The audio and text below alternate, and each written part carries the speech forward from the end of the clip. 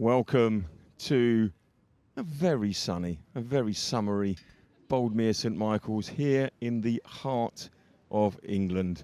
We are here for the Sports Recruit USA Summer Showcase. And what a day we're going to be bringing you.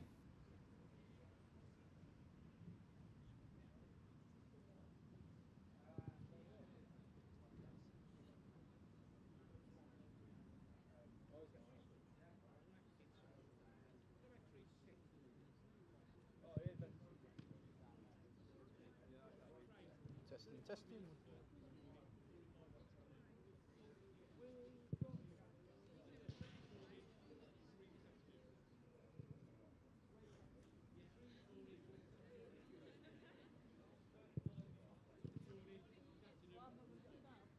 So we are underway, and we're going to start with the red versus the blue.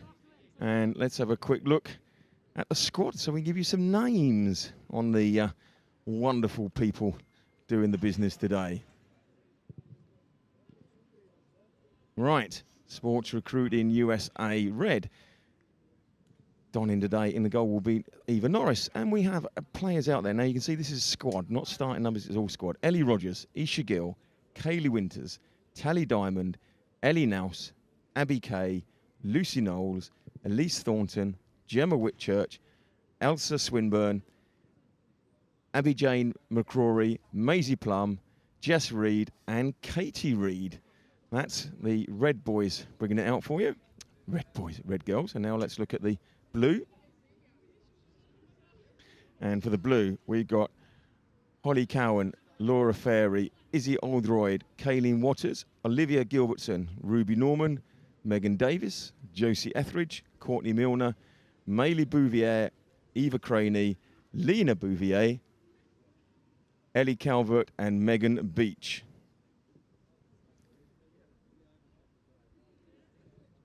Right, so just about to...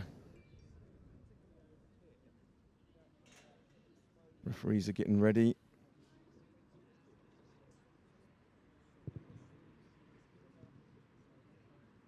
Girls are studying that too, saying it's going to be hot out here today. Heading up the team, the one and only John Maloney. He's going to be around here somewhere. We're going to get him on camera, get him on the mic. We're going to chat to you. And remember, if you are interested in any of these players, this is the only showcase where you can text in and ask for details on them.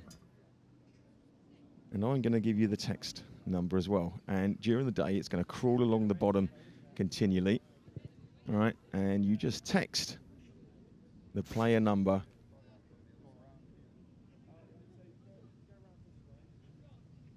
and then so it'll be hashtag 10 blue or something like that. It's a hashtag blue 10. I don't think it really matters which way it goes, because I think at the end of the day they get seen and you'll be able to see that. So we'll be putting that on the screen all day for you, so you'll be seeing that. But we're about to get underway here at a gorgeous, I tell you, Boldmere St Michael, St Mike's, cracking place. And when the sun is out, it's gorgeous. This girl's kicks and Gary just squeezes past me here in my commentary position. Much too many balls there to get through that gap there. Okay. But they cope, they get there. Right, we are getting underway. Blue versus red. Coaches there just doing their last little bits.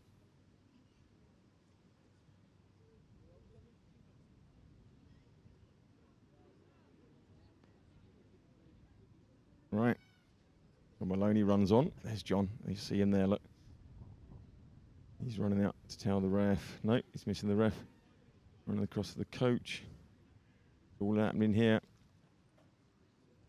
In front of the Harry Peakman stand.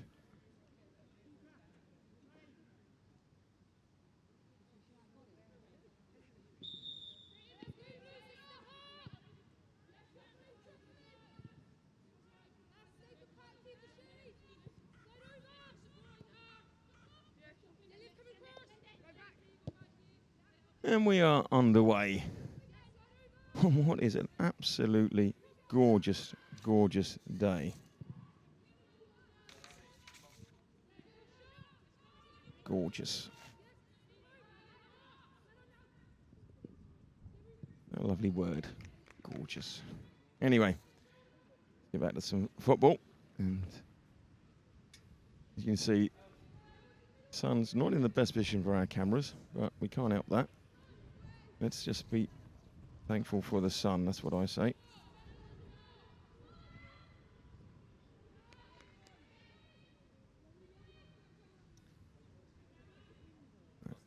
Oh, nice early cross. Straight through. And in the blue goal is Holly Cowan. Currently playing with Oxford United Women's under 21s. We have an array of players. So during every game, so you get it. Oh, very important when you tell about the game sponsor. See it in the bottom there. She Kicks net. And we'll be giving you details on that as well as the day goes on. And there it is. Look at that. As if by magic. Player info. You text +1. That's if you're outside the United States. 650 if you're outside the area. 338-0233. Followed by the colour and player number. So it's e.g. #blue10. And you can see that I typed that in and it wasn't quite the correct English, but we'll get it right. But you get the idea. #blue10. And that would give you the details at the moment of Maylie Bouvier.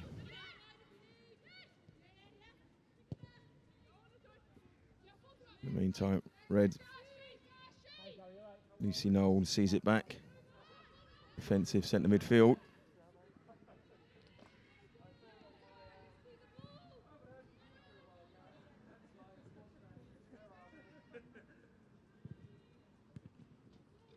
Now, it's hot here today. I'm thankfully in the shade. The girls aren't. And 35-minute halves to start off with. Oh, nice play there. Good stuff. Gemma Whitchurch. Name I remember, but being cleared up at the back there. Ruby Norman, Queen's Park Rangers first team. Centre back. Wide we come. Izzy Oldroyd. Inside to Kayleen Waters. And then again, it's going to be Ruby Norman. Wins that. And what a good time to be playing women's football. This is, you got the Euros going on.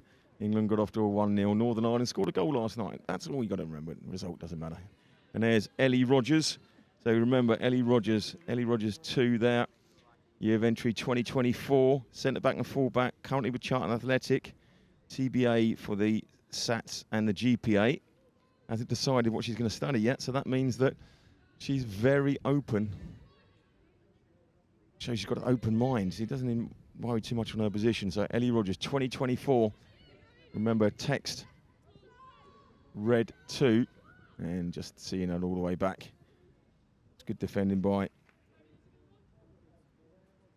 the Blues there, and it just Ailsa Swinburne just couldn't get on the end of it.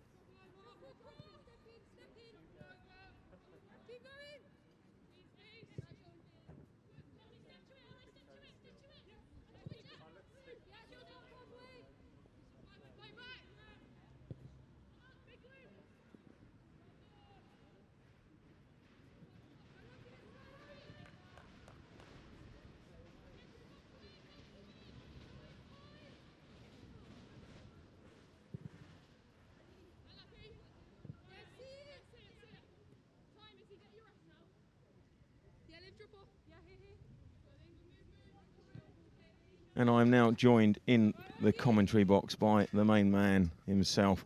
And so I've done my homework from the University of Montevallo, the alumni, I should say. 2 times All-American, head of women's soccer at Sports Recruit USA, Mr. John Maloney. John, great to have you alongside me. And what a lovely day. Does the sun shine on the righteous? Thanks very much, Rich. Yeah, it's a pleasure again to be here. I tell you what, it comes around so quickly these days, between the winter and summer showcase. But yeah, the weather is a little bit different to December, that's for sure. But yeah, really excited about today. Got obviously 2 groups of quality players like normal, which is what we want, and I'm sure that they'll all showcase the talents today, which will be really good. It will do, yeah. I mean, it's once again, can't say it enough every time. Boldmere St Michael's, lovely setting, lovely place, absolutely lovely people, so absolutely welcoming all the time, and so good opportunity for the girls to play quality football all day, and like you say, just showcase themselves. And what I've learned from doing all these, showcase themselves, just put themselves out there, not making decisions, not anybody having to say, like, I want you now.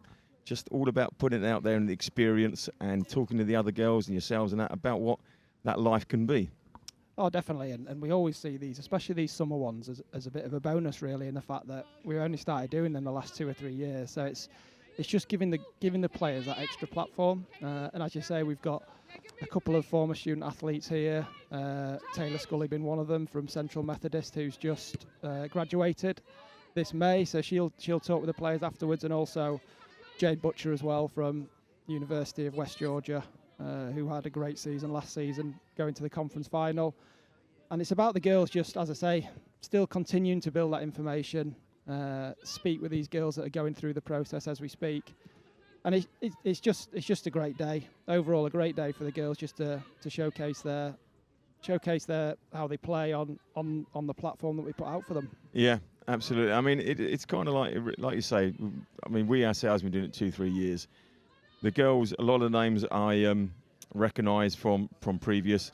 They're obviously, because they were on the books, they're coming back, showing it. And it's really good to see that you've got a mixture of those that have committed, but those that are still, not that they're undecided, but they're still, it's part of their pathway, you know. And I remember you saying that before, talking to yourself and Jed, it's kind of like it's a process. And it's not like, oh, I want to go there.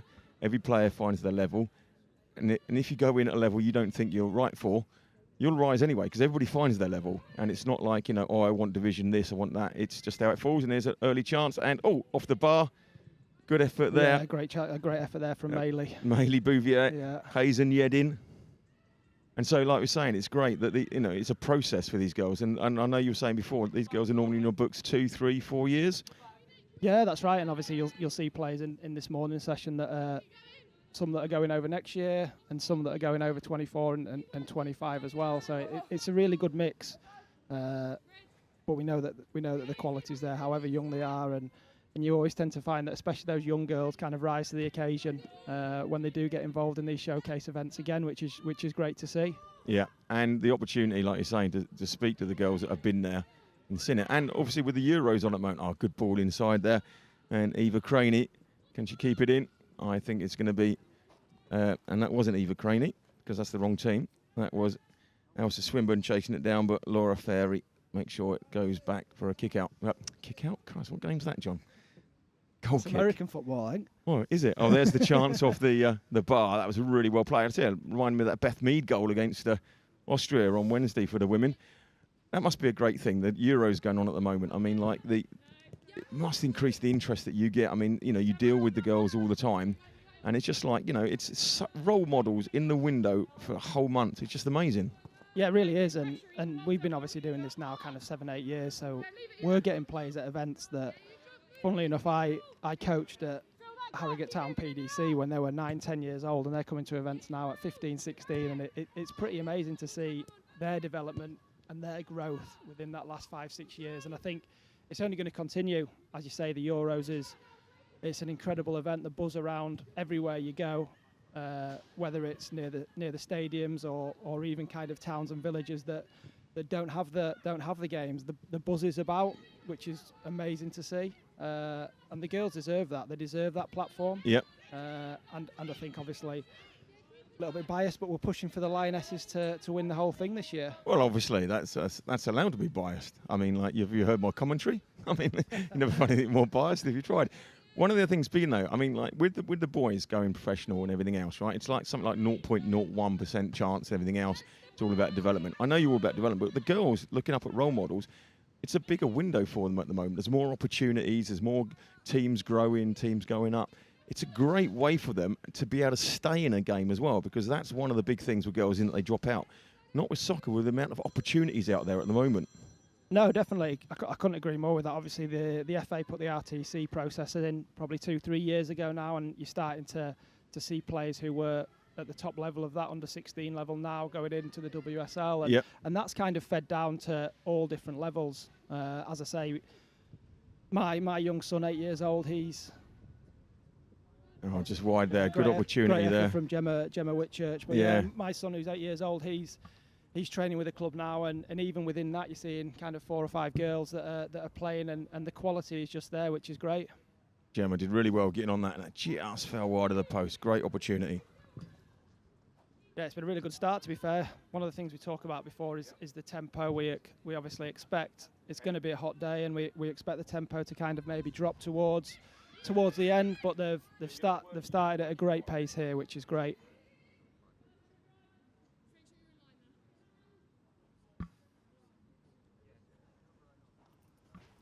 Yeah, sorry there, because I was distracted. Your 8-year-old son, go on, fill me in, otherwise I feel ignorant. 8-year-old son who he trains, and there's kind of 4 or 5 girls that are involved with that, and you see they're on a level with the boys that are training. And if that started now at kind of 8, 9 years old, again, if you're obviously not wanting to fast forward time, but if you're looking forward 8, 9 years, the quality of these girls is only going to continue to go up. Keep going up. Which is pretty special. Yeah, and also it's the other thing being it was interesting about the coaching and the everything that the opportunities the girls get is that they said that girls goalkeeper coaching is 5, 6 years behind, because it used to be, oh, the kit man, oh, you take the goalkeeper training, you do this, everything else. And it just shows that if you put resources into things, that's really well put. Ruby Norman, again, picking it up there. Queen's Park Rangers first team, no wonder. GPA 4, whew, pretty good going there, but already she's standing out. It just shows that if you start putting, the time into these players, it's going to come along. And, it used to be, girls can't play in goal. Girls now, I mean, we've seen it at your showcase.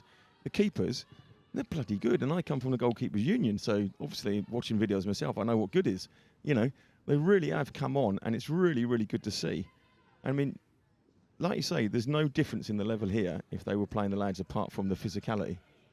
Yeah, I agree. The funding, as I say, that's gone into the women's game within the last kind of 2, 3, 4 years, I think you are starting to see now that coming through right at the top. And as you say, one of the most important things about that is the level of coaching. It's not a case of just, as you say, the physio or someone like that works with the goalkeepers now. They have they have proper coaches who are doing the technical work with them, and you can see that especially in the goalkeepers, and obviously the outfield, the level of the outfield players as well has continued to come on.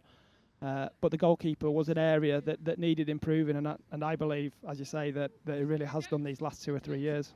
Yep, absolutely. You saw the run there. We just saw Lucy Knowles on the full 2023 centre midfield. Cruexalda ladies, GPA of 4, wants to study physical education, maths and German. Unlike kinesiology. See, exactly, I remember Rich. that. Yeah, well done, see? Rich. Well done. That was a long time ago. It was, and I'm sure it was. Not that long ago, John. But I'm just impressed with. I remember that it was kinesiology, because I know the first few of these that I kept saying, it was what? I know we've done so many now, but yeah, obviously I studied sports science kinesiology, which I love the kind of the education side of things over there. As Gemma Whitchurch just picks up the ball there. Oh, nice ball in. Yeah, to Elise Thornton, who's coming down the right hand side. And so I studied sports science, which I really enjoyed, kinesiology, and obviously I still use it to this day with what we do here. Yeah, it's all good. So now I'm just going to take the opportunity to mention it's great for you to get these sponsors. And what have we got on this one? She Kicks. Yeah, so She Kicks Net. Yeah. What's your relationship there? How does that all work, John? So She Kicks magazine is the #1 magazine. Right. They obviously say within the UK, but I think kind of worldwide. They've been going for a long time now, and it was one of the first companies that we partnered with when we first started, which I thought was really important because of the reputation they had within the women's game. Obviously, it's run by Jen O'Neill, and the whole team there just do a fantastic job of promoting women's football. And I've seen Jen on Twitter; she's all over the place at the moment with the Euros. So we've been partnered with them now kind of 5-6 years, and it's a partnership that kind of continues to flourish, really. And we're very proud of that partnership and the work they do within women's football.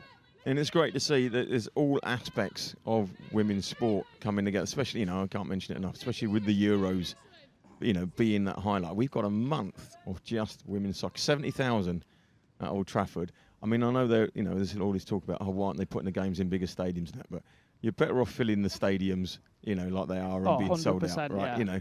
And 100%. People want a little bit more of it, and it's probably only going to be those really big games like the England games where you could say, well, they could do better. But I mean, like they're playing at the Amex, there's going to be 35,000 rammed, really good atmosphere.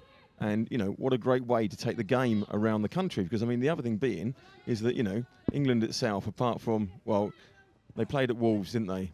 But that was because it was with no fans. You know, so although they take, you know, don't get me wrong, I'm not going to be too much of a moan about it, but they say they take the game around the country and then they play the game around the country with no fans. I mean, like, thanks very much.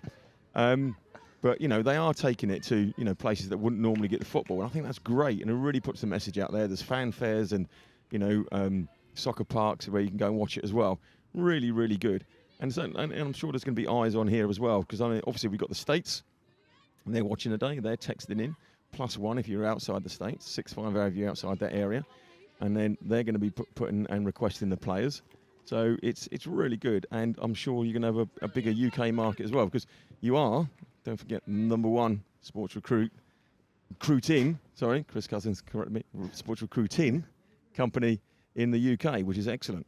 Yeah, it's still the only company that's dedicated to female football, which we're obviously very proud of. And it's, as you say, with the Euros, I think it's just the buzz about it. Obviously, I was getting everything ready for this event on Wednesday evening when the Lionesses played, but my dad was there, Jed, who I'm sure he'll talk about that experience, and he just said the whole buzz at Old Trafford was absolutely incredible. Yeah, it was amazing. We had Ellie, who works for me, she went to the game. Just, you know, I was chatting to her yesterday, and she said, absolutely amazing. Really, really, like, you know, great atmosphere, great stuff, and so, like, you know, I always say so family-like and everything else. And so you can go there and you think, I'm going to enjoy this. I mean, look, football's really good, and you go there, but some aspects of it you think, do I want to be here? You know, but you know, everybody was saying there wasn't one element of that, and it was brilliant.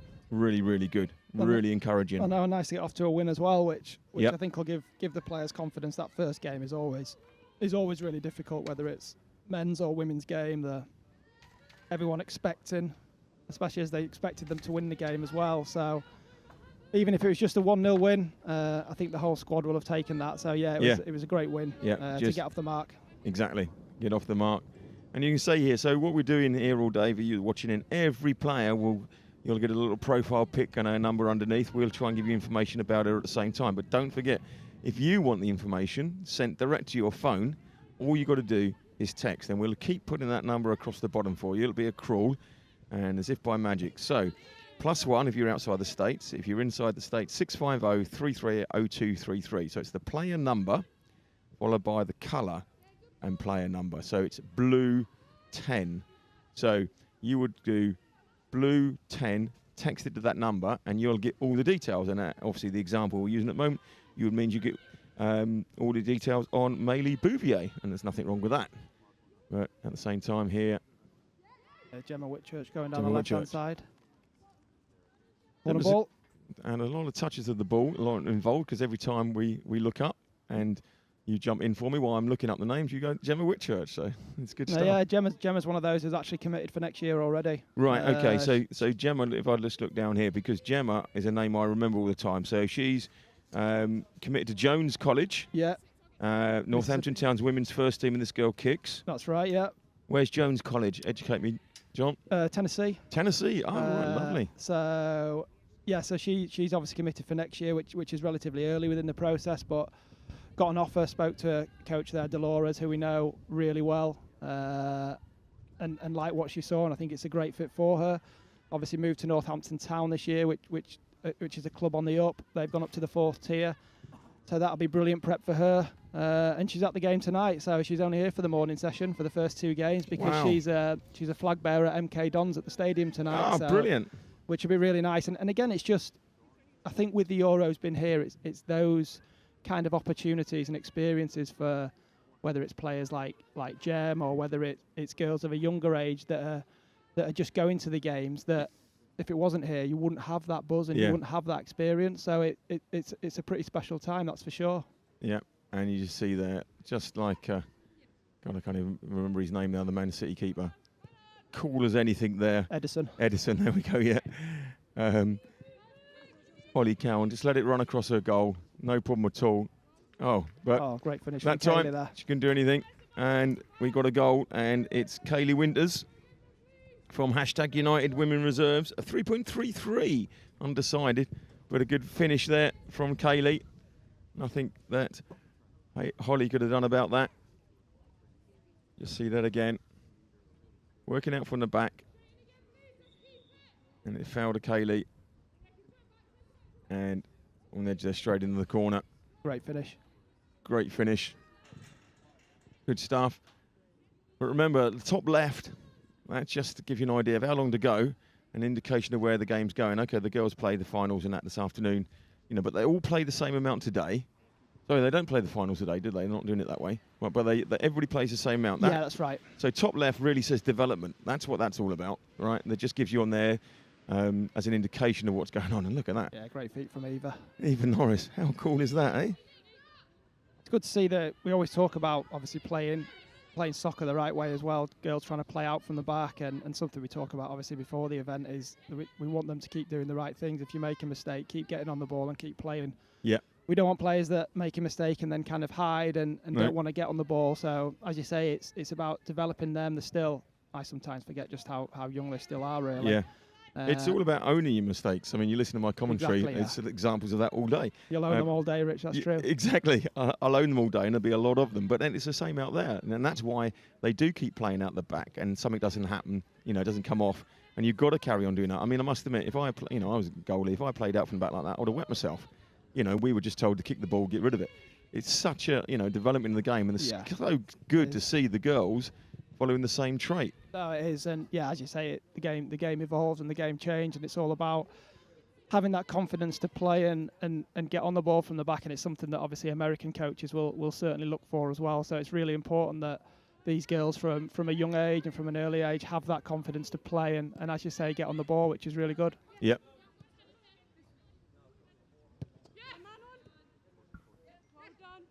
Ellie Rogers right back, sleeves rolled up, trying to get all the sun's rays today.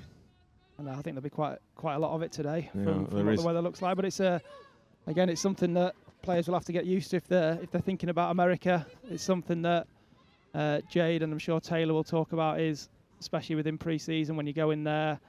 We obviously speak to especially as freshmen going in, that it's going to be tough. You are given time to kind of adapt and get used to the heat. But it is difficult, so playing in days like today, it's a great experience for obviously what they'll be going into when they go over to America. Yeah. Now, as the technical word for it all, I remember the camera crew out in Spain telling me is bloody hot, and then in California they say if it goes 100, it's 100 plus hell.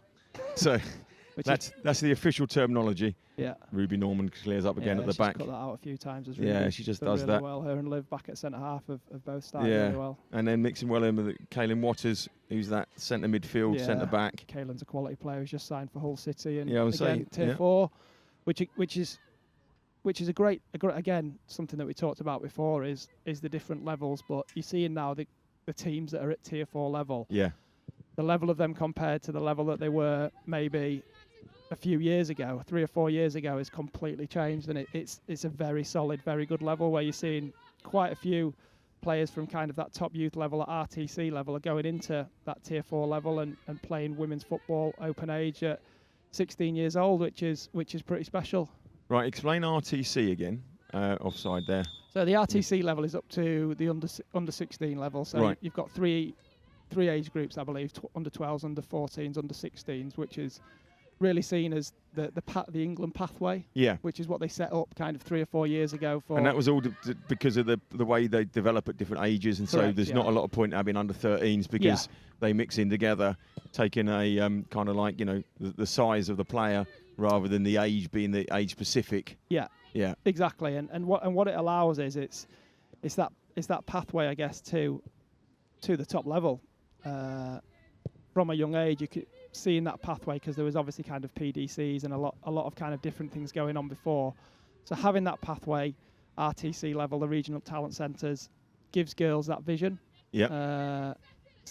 When they leave at 16, you tend to find that there's quite a few RTCs that obviously aren't linked with a first team. So at 16, they then go on to whether it's the FAWSL Academy level, which is obviously kind of 16 through to 21. Yeah. Or you tend to find that some people prefer to go into kind of open age football at 16, which again it offers you that experience of playing against players that have been playing that are kind of mid-20s, 30 plus. So that experience is invaluable as well. So everybody's kind of pathway is different. and everybody's experience is different as well. Yeah, I mean, so there's plenty of options for them. Yeah, so I mean, like the big example of that was always like Vardy. He came through all the non-league, and you got Kane that went out on loan 9 times. So these players, just because they're not going straight into a WSL team, they're going out and they're getting the experience elsewhere. They're getting that opportunity to learn, develop, and then go in, because we all develop at different speeds and different ages, and I think that's the important thing with the girls. And because it is so new, and like you say, the funding's in there, and so it's so good, such an opportunity for them at the moment. Well, it really is, as you say. It's an opportunity for them to develop and continue as Gemma goes through. Whitchurch again. Great save from Holly. And Holly, she's back up straight away, and a good finish from Gemma to finish it off. Gemma makes it 2. Right, Holly did well there, but you can't stop the second when it comes at you from there. Oh, a nice feat by Gemma. Comes back across, pulls the keeper, and then across. Great stuff.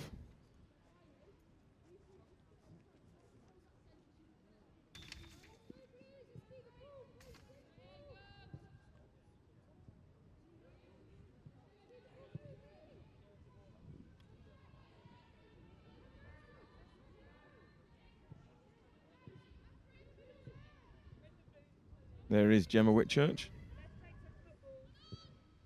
2 goals to her name already. Like we're saying, corrected. She's gone off to Tennessee. What a life. And Guy Williams came from there, didn't he?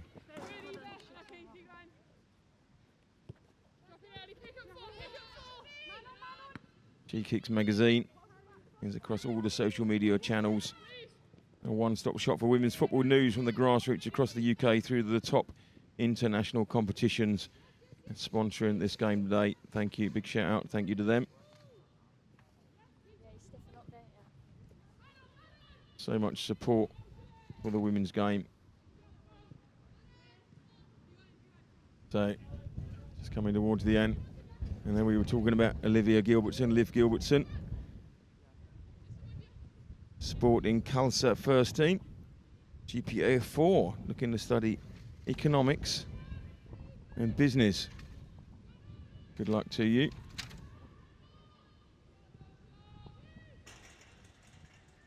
Women in business, we need more of them.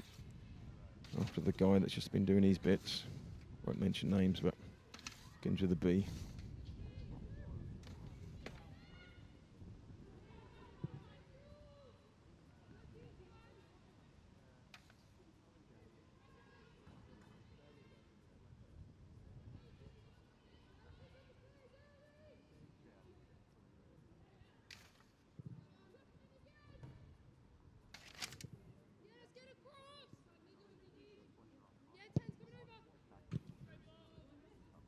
Nice play by Gemma. Drops it back in. Finds Kaylee Winters. Kaylee Winters down the line. But Abby Kay brings it across, but night follows day. Ruby Norman comes across and clears that all up. There's Megan Davis. Winger centre forward. Leeds United under 23s, 3.44 GPA. Looking to study kinesiology. Oh, John, I like that. Physiotherapy and athletic training. So, corner. Coming in, straight to Holly. Probably no one. To start off, these are 35-minute games. And red versus blue, there's going to be 3 of them as we go through each one. Oh, nice little flick there. Lovely stuff from Eva Craney. Some real ballers in this team as well.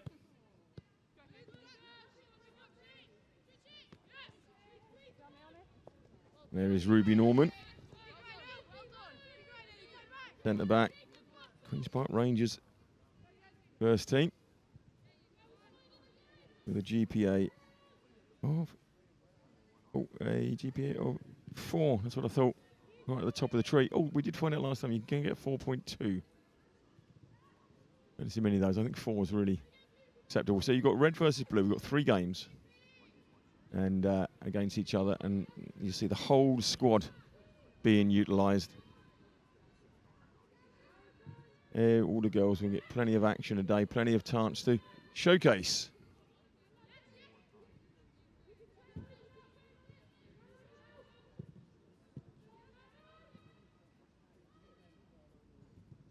Cut out by Winters and trying to get Elsa Swinburne away.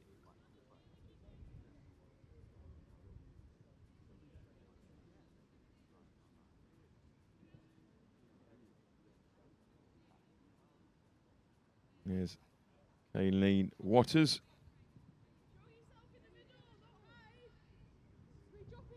Hull City Women, looking to study dentistry, sports science, physiotherapy, kinesiology, TBA, GPA, TBA. So that's still to come through. Remember, these girls, they're committing, especially like Kaylee there, 2024. It's going to take its time to come through as we got 4 minutes till half time. And there's, again, Ellie Rogers bringing it out. Back inside. Nice turn. Well played there, Courtney Milner. Brighouse Town. So,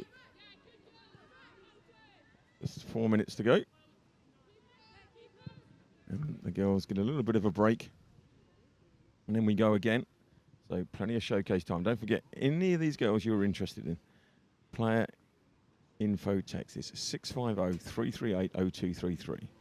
Right, so it's the player, it's the colour and player number. E.g. blue, hashtag blue10. And the details will come your way.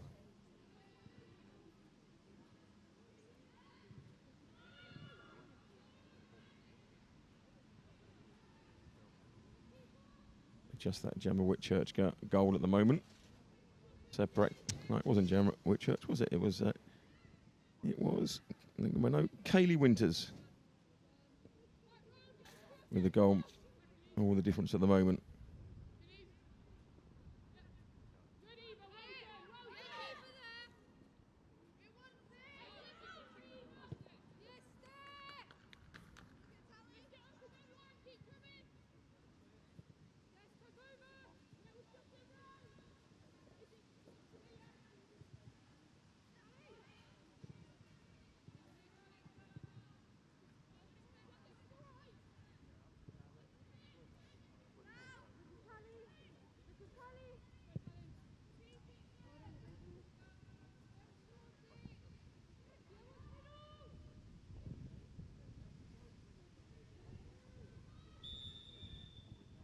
And offside.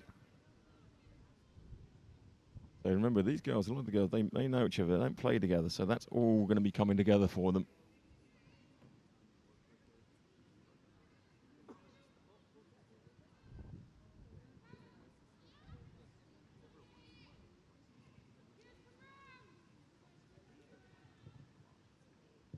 So as they get to know each other better, as they play all day, they just, the level of football will just get better and better. It doesn't get better than that, does it? And push through.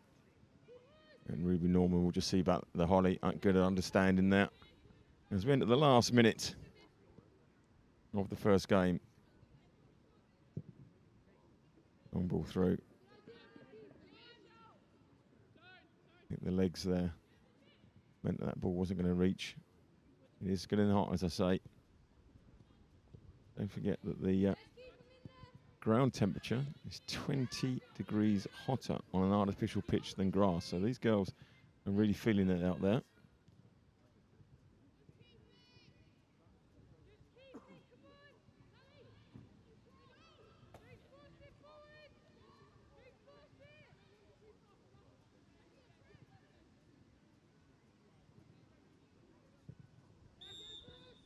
And ladies and gentlemen, that is the end of the game. It's finished 1-0 to the Reds. So grab yourself a coffee or anything stronger. Up to you. We will be back with you very shortly with the second instalment.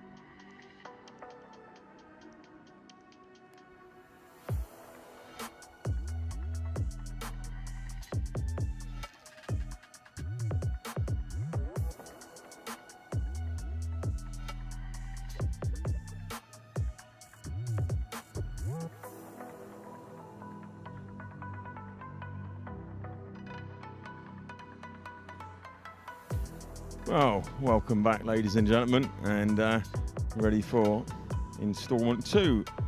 And this game we're going to find is sponsored by Soccer and Study UK. So big shout out to them and a thank you to them.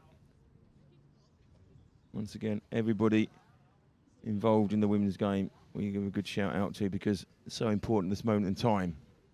And I am joined in the commentary box. Oh, you like the headphones? There's the lip mic. Remember, a lip mic touches the lip, hence the name. And I'm joined by... Jade Butcher. Jade Butcher. Wow. Jade. Now, I know a little bit about you, actually, because you've been over and done your bits over there, haven't you? Yeah. So, as they get underway, tell us a bit about Jade Butcher and Sports Recruit USA and that journey. Well, I contacted John about 6 months before I needed to go out, like needing to find a club. I was with the recruiting agency before and they just weren't the best, to be honest. And well, Jodie, they couldn't be, could they? Because no, John being yeah, the best. Exactly. And Jodie put me in contact with John, who was like nothing but brilliant. Honestly, if it weren't for John, I would not have gone out to the USA. He's blushing. Yeah. He's blushing in the background there. But it's all right. It's good. Because you're not the first one to say it, I must say. Yeah, he's ace. He's been nothing but like brilliant since I've been over there. And like even the 2 years so far, like he's just helped me so much. And I don't think I'd have been able to like be as mentally stable as I was without like John's support. Good stuff. Excellent news. And so what is it then from your end, right? So you went out and where did you play? West Georgia. I've still got 2 more years left. Oh, right. Okay. Yeah. So in the middle. So hang on then. So remember this. So you were a freshman. Mm-hmm. Then you're sophomore. Then you're going to be a junior. Yes. And then you become a senior. Yeah. It's like I know what I'm talking about sometimes, isn't it? You know. Excellent. So enjoy. And where is? Are you in Atlanta way? Yes, about 50 minutes from Atlanta. Right. Okay. Excellent. Very nice indeed. I used to live in Florida a bit, so I've travelled up there a couple of times and gone, oh, there it is to the right. The I-95 goes through everything, doesn't it? Yeah. And so what was, I mean, from your end, very important, one of the things you said, it's interesting, you didn't mention anything about the football just in that first little resume there, about the support you got and how you adapted and, you know, the support you got from Sports Recruit USA, a really big, important thing. Yeah, definitely. Like I said, if you don't have that support, then you're not going to last very long, I don't think. For me, I wouldn't have lasted as long without like John and obviously like my family and my friends and yeah, and especially the girls, like my teammates were nothing but like supportive and like I said, like I wouldn't have been able to do all of that if I didn't have the correct support around me. Like 4,000 miles away from home is quite a long way. Yeah. And with the time difference and stuff and new place, new people, you've got to have that support system and John definitely gave me that and more. And also, it's not just this end then, you've got that when you're stateside as well, you know, with the Sports Recruit staff. Yeah. Like I say, like John's just always a phone call, a text away, and I've got like my coach in America's great. They're both English, and so that helped a lot. And yeah, the girls in America, predominantly American, they're all they're ace. And what did you going out there? What was the biggest like kind of like change? I mean, I lived there 5 years, right? Mm-hmm. Not a day went past if I spoke to somebody who said, "Oh, I love your accent." Right? You always get used to that. Yeah. Right? What was the biggest cultural thing you found? The personalities of people in America, I think, that was very different. It took some adapting. Yeah, but you come from up north anyway, I can tell from your accent, which means that you're used to people like, if, down south, if somebody comes and says good morning to you, like, you get arrested for molesting them, just, we don't have that type of thing. Good opportunity there, great through ball there that just came in, and it was, I think it was Elsa Swinburne there, just gets in behind, good ball. Yeah, so, I mean, everybody is very, very friendly, aren't they? Yes. I mean, that is a lovely thing about being in the States. I always say that if you're going to shoot you, they'll probably ask you to sit down, make sure you're comfortable first. Yeah. That's why there's Elsa Swinburne. That was a good ball through there. She got on the end of it. And she's going to go full 2024. Sunderland Foundation of Light. And wants to study something sport-related. So, Jade, what do you study? Psychology, currently. All right, oh, God. So you know what I'm saying, thinking, know where I'm coming from. Yeah, and I'm going to get like my master's in sport and exercise science. Oh, excellent. So yeah, I think that's quite a good route to go down. And so where were you before you went out there? Did you go out there at 18? So you did college and everything here? Yeah. Finished all your O levels. Mm-hmm. Sorry, my age. your GCSEs, then your A levels, and then you went out there with a pretty high GPA, I expect. Yeah. Pretty good. Yeah, well, you don't have to tell me, but I assume it's very high. Well done, excellent. And then that John was saying just a minute ago, the freshman year is very kind of like they take your time and let you settle in. And you found that you didn't feel as if you were rushed and had to be playing. And no, well, there was certain expectations, but nothing that I couldn't handle. Like my coaches have got high expectations, but that's what you want. That's what you need when you're going over there. And I know it's probably a little bit hotter than up north in England. From whereabouts in England? In England, whereabouts? Like Barnsley area. Barnsley area, yeah. So I imagine that you found just north of Atlanta a bit hotter. Oh, it's a little bit. Just a mild 30, mid-30s. Yeah, with a nice bit of humidity as well. Yeah. Without the breeze. Yeah.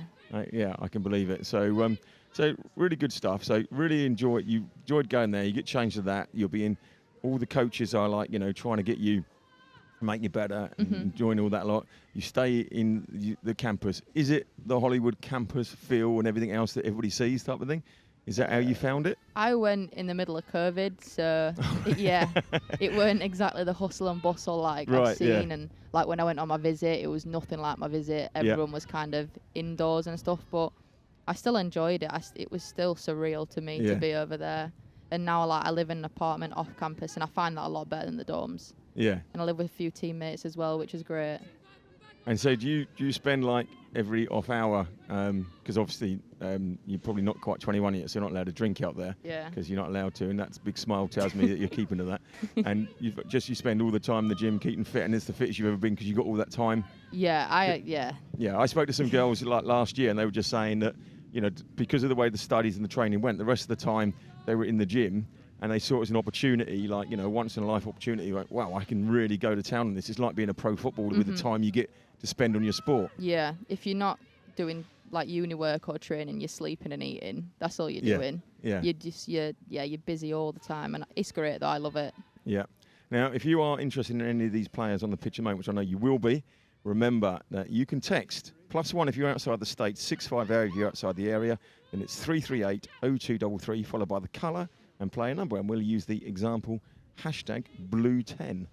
And then to your phone, as if by magic, you'll get the details about the players you're interested in, and then Sports Recruiting USA will do the rest for you, help you through it, and let you know how to do it. So just a big shout out to your coach. Who's your coach at, sorry, what is it called again? You were at West Georgia. West Georgia, because I didn't want to call you a bulldog, right? No. Because that would be a major insult, right? But when I was over the state, the Gators were big, and one of their big rivals was the Georgia Bulldogs in the SEC. Not that good. Yeah. Definitely not that good. No, a different odd game. So, but yeah, no. Obviously, that was in the American football Tim Tebow days. But from your end, and who's your coach at West Georgia? Stacey Balaam. Big shout out to Big Stace. Big Stace. Big shout out. Don't forget, if you ever need commentary, Stace, I'm here as well. Well, you mentioned about 30 degrees in Georgia. I kind of fancy that. Maybe I can come out and do a tournament for you, Stace. Special rates. Mates rates. Yeah, mates rates. And I've already shortened the name, so that's all good. So went out there. You got the support of Sports Recruit USA. You got Stacey really giving you, showing you the ropes. You're really now taken to the fact that it's non-stop. They are expecting a lot of you. You rise into that. What was the level of football like? How did that come together? Yeah, that was a bit of a shock as well. They played different to how we do here. They're a lot more athletic, I think. So yeah, like getting used to how athletic the girls are was definitely a big challenge for me. Not being the quickest player you'll ever see. So yeah, that was quite a challenge to adapt to. That's exactly the same as what was said last time we were on here. That that they're saying how athletic and fit. This is my take on it. To if you're in Barnsley or anywhere else in the UK, you think, oh, shall I go out? Shall I not? You go out and it's 30 degrees and the weather there.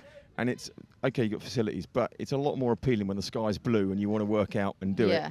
Just feel as if like you're made for it. It's a lot, I always feel sorry for the Green Bay Packers. They're minus 40 and they're kind of like, trying to train and work out.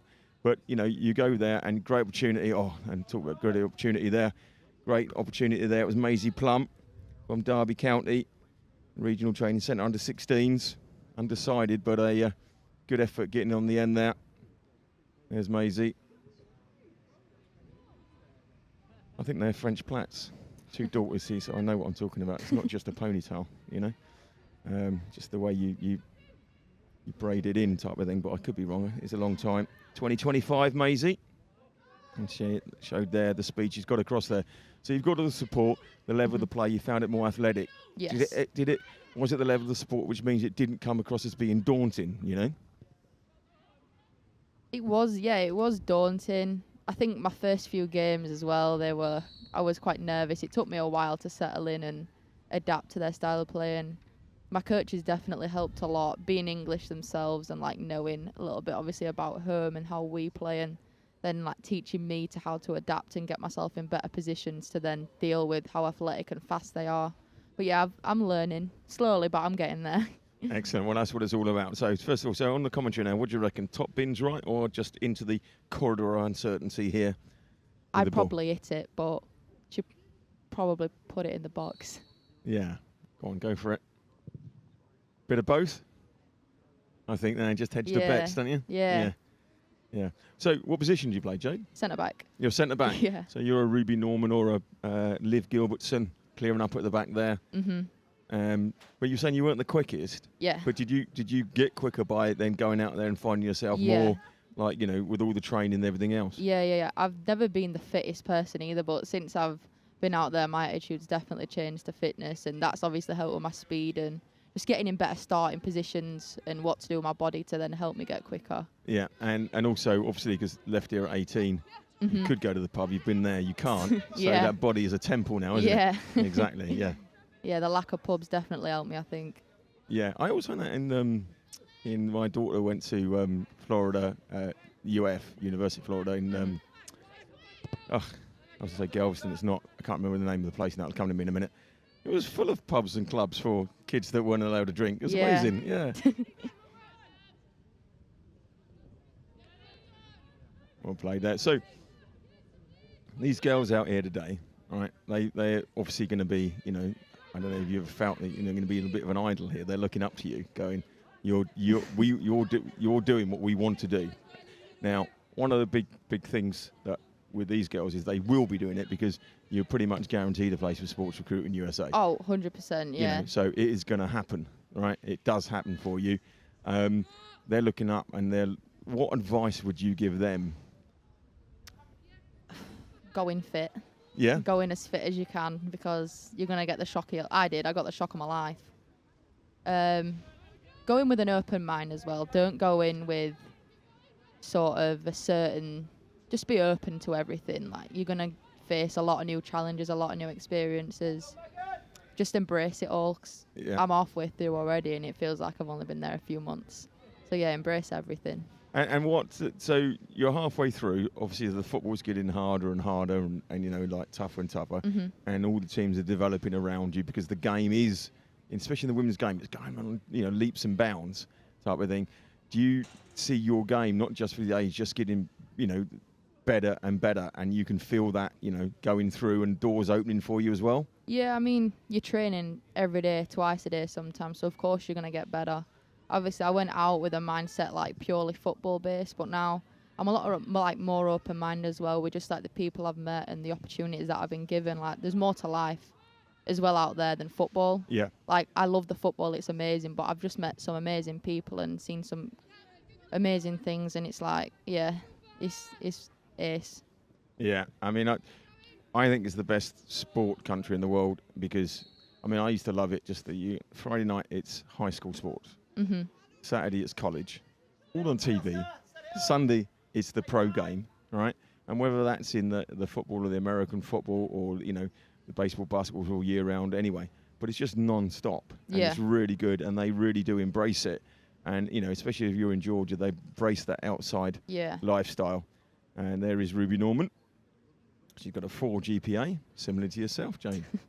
Not anymore. All right, not right now. All right, okay. How did you find? So I took 3 daughters to the States when we went, and and everybody says, "Oh, you go to the States, like that, it's not so good." Well, my daughters were behind, took time to catch up, and that was the difference from there. And they caught up and they did absolutely fine and everything else. But it really was a shift in in the kind of like the whole education learning things. It seemed to be a lot more intense out there, continually going on. Did you find the coursework and everything else something that was like hard? My freshman year it was easy. I thought it was fine, and then my sophomore year got a little bit more difficult. as well with football too, like you're travelling, you're training, all this, that and the other, and then you'd obviously doing classes, and so yeah, you're just so physically tired, but you've got to get it done, otherwise you don't play. So yeah, I found it tough, especially last season. Did you that approach? If your coursework, if your GPA, if your everything drops, you don't play. Mm-hmm. You didn't find that stifled your your creative ability and do it. It worked the other way. It said, right, I'm going to be good at football and I'm going to be academically good. Yeah, our coach always says it's student before athlete. Yeah. So if you don't meet in the classroom, then you're not going to train, you're not going to play. Yeah. And the other thing being is that, the percentage of well played there. Now, that's a new goalie in on us, I think. Is that still... It could still be. I don't think that is Holly Cowan, actually. But your eyesight's better than me. What number? I'll bring you an up-to-date on that as soon as I get the goalie's number. But yeah, so the percentage of people that make it professionally, it is a 0.0. Yeah. There is more to it, and it's about, building a whole rounded kind of like, character and personality. And like you say, you want to do something sport. So obviously you now want to continue in the sporting world after college. Yeah, if that's not playing the pro game. Yeah, I'm thinking about coaching or like athletic training, just that kind of route. But I know I need to stay in sport for sure. And do you think you'll try and stay stateside? Yeah, as of right now, yeah. Yeah, I love it. Yeah, it is it is a love. Although at one point you've got to start, obviously sorting out the paying your way in the States and everything else, So it's great while you're on the scholarships or that paying your way out there. And how much you mentioned your family? Did they get a lot of chance to come out and experience what and visit you? Of course, COVID was a problem to start off with. My freshman year, my parents couldn't come out, but my sophomore year, my dad came out a couple of times, which was good, and it gives you that nice little boost as well. It gets quite taxing, especially like mid towards the end of the semester. So like having just family there for a week or so, gives you that energy to kick on more. And it's nice as well that you're showing off to them, look, this is where it is, and you become the guide. Because you probably found, I found us in the States, that all the locals going, well, we never knew that was there. We didn't know that because you're new. You want to explore all these places, And they say if you're in your own town, you don't visit your own museums and your own places. And obviously you were taking that all on board. And also, did you get tickets to Augusta and the Masters when you were out there? Because you weren't far away from there, were you? No, but that's why my dad came over. So he came to see me and then he went over there. Did he get to get in? Because it's really hard to get into the Masters, isn't it? Yeah. Right, so we'll have a word, Jade, all right? Just stay around at the end and you put me in contact with your dad, because tickets are really hard to come for the Masters. Yeah. Yeah. Right, okay. I'm not going to go on about it, but tickets are really hard to get, and now I've got a contact. Right, okay. That'd be the place to go.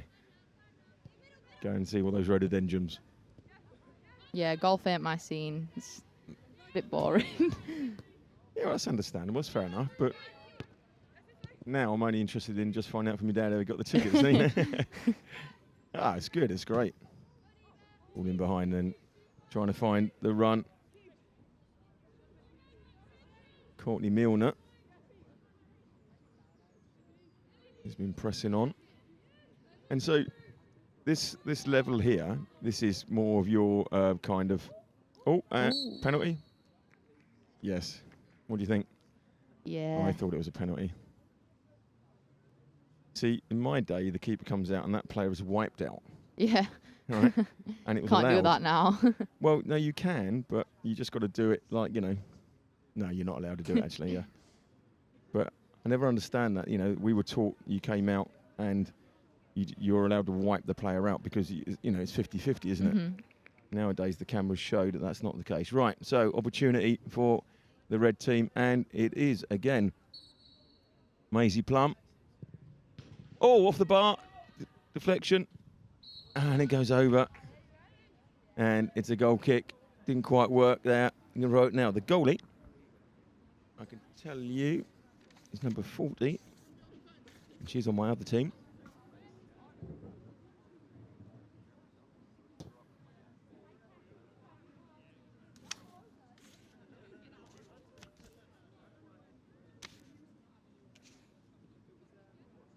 So I'm going to find the name of number 40, but we think that went in.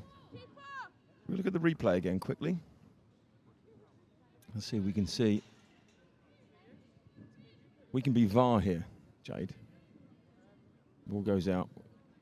We'll have a quick look again in a minute. But the production team are telling me they think it went over the line. Okay, we'll have a look. Doesn't matter, because you know all this up here gives you an idea of how long to go. But that really actually says development, because these, you know, as you've probably played, it's not about who wins the day and everything else. Yeah. It's a showcase. It's an opportunity to like develop your game, meet new people, and you're going to meet these people. You haven't played with them again, so it's learning. And you probably found that you're going out, another like example of when you go out to the States, learning to play with people you've never met before. Yeah. You know, that was that opportunity. Yeah, it's quite difficult to start with. Obviously, you're going into a team that knows each other. You're kind of the new girl, but yeah, you pick it up fairly quickly and you're training all the time, so it only takes you a week or so to adapt. There's opportunity. And not quite getting hold of it there. Megan Davis, and straight at, I think that is that number 30 still? See, the goalkeepers are switched around. I'm trying to find a little list of my goalkeepers.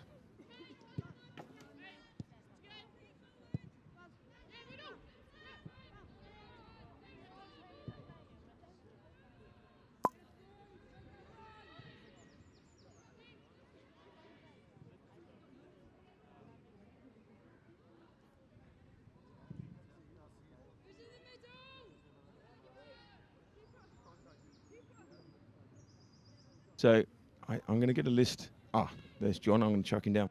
John. 40. Oh. And you see it. Oh, yeah, because she's one on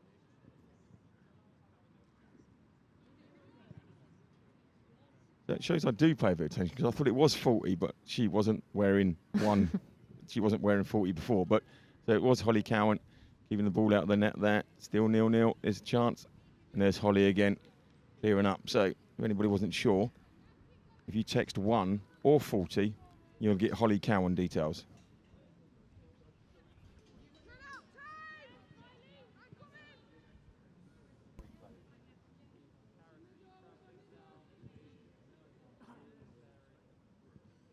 Right. Don't forget, if you want details of these players, +1 650 338 0233, followed by the colour and player number. So, if you were looking at Maisie Plum, who's there in front of you, you would do #15. Here's the penalty. A quick look here again. What do you think, Jade? Goes over the line? No. Ooh, no, I don't think that went nowhere near. over. We think the production team don't know what they're talking about. So, yeah, no, nowhere near. Didn't go across at all. So,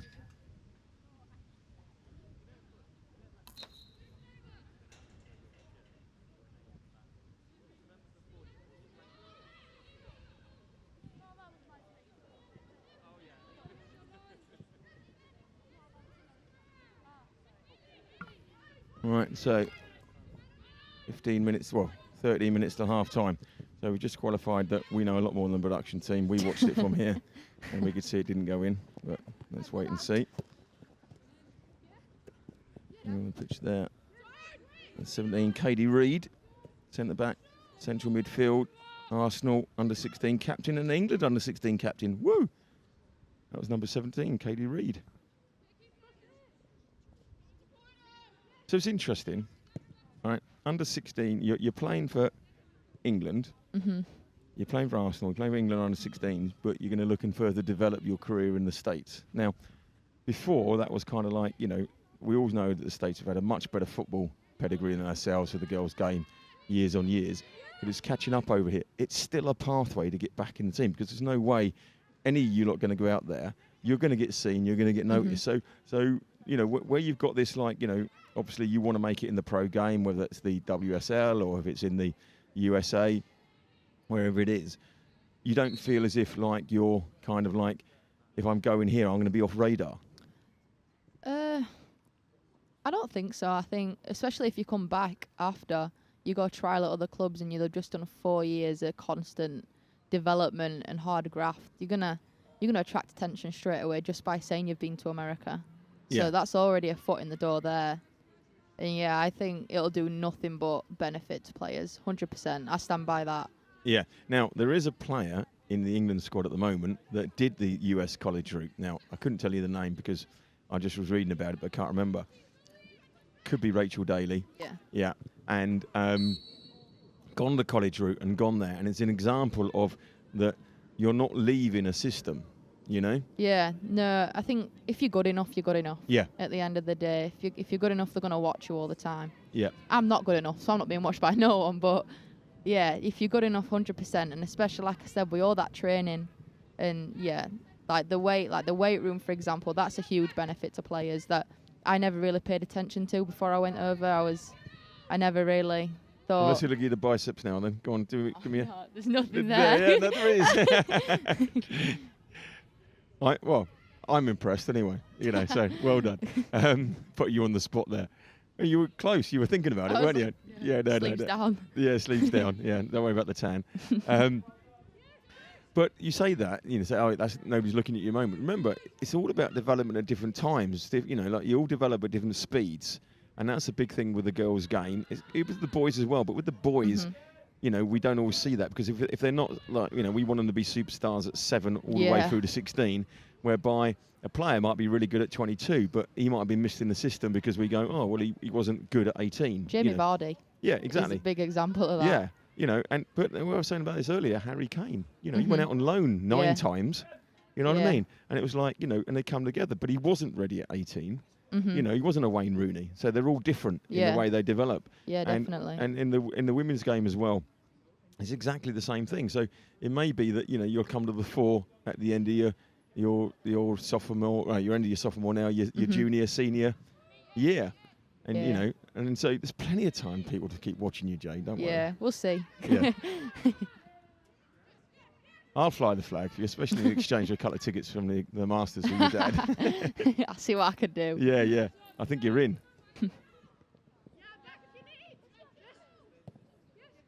So there, don't forget, player number and the colour, text it. It's the only sports recruiting showcase where it's streamed live to the world, so you get all the details, you get the commentary, you get the detail about it. Well, we're not just here to commentate on the game and tell you what a great through ball and things like that. We're here to give you an insight into sports recruiting USA and bring people like Jade to the commentary. So, you can ask the questions, we can ask the questions for you, and you get an idea what it's all about. So if you're making your mind up, you're watching the Euros at the moment, you fancy that, you fancy the US route, this is the way to do it. If you're looking in the US and you're thinking, where should I get my next player from? Well, you just get it from the Number One and the only dedicated female recruiting for the USA college circuit in the UK, and it's Sports Recruiting USA, led by the amazing John Maloney and his dad, Jed. Jed will be on later, and he'll be saying a big hello to a lot of the coaches that are watching, which is great. Just as Big Stace is watching from the University of West Georgia. She's not going to be happy I said that. Yeah. Definitely not. Well, I've been big in stature, big Stace. I mean, that's what it's all about, Means a lot. So it's all about bringing you this insight, the ability to hear all about it and see some great football. There's some really good defending there. 8 minutes to half time. The girls, you can see the heat out here. Now, it's not quite Georgia heat, but it doesn't matter if this is about 10 degrees hotter than yesterday at the moment. You really notice the difference, playing out there. And so I'm going to give you a little bit of info here. All right. You know how hot this floor is? That's the new grandchild. I'm not looking at that picture. All right. Hang on. So keep this on. Right. So what we're doing, we're playing on the 4G pitch at the moment, and the sun is out. Right. So we're in the shade on a bit of 4G here. Right. If this was real grass, right, this floor would be 38 degrees in the shade. Right.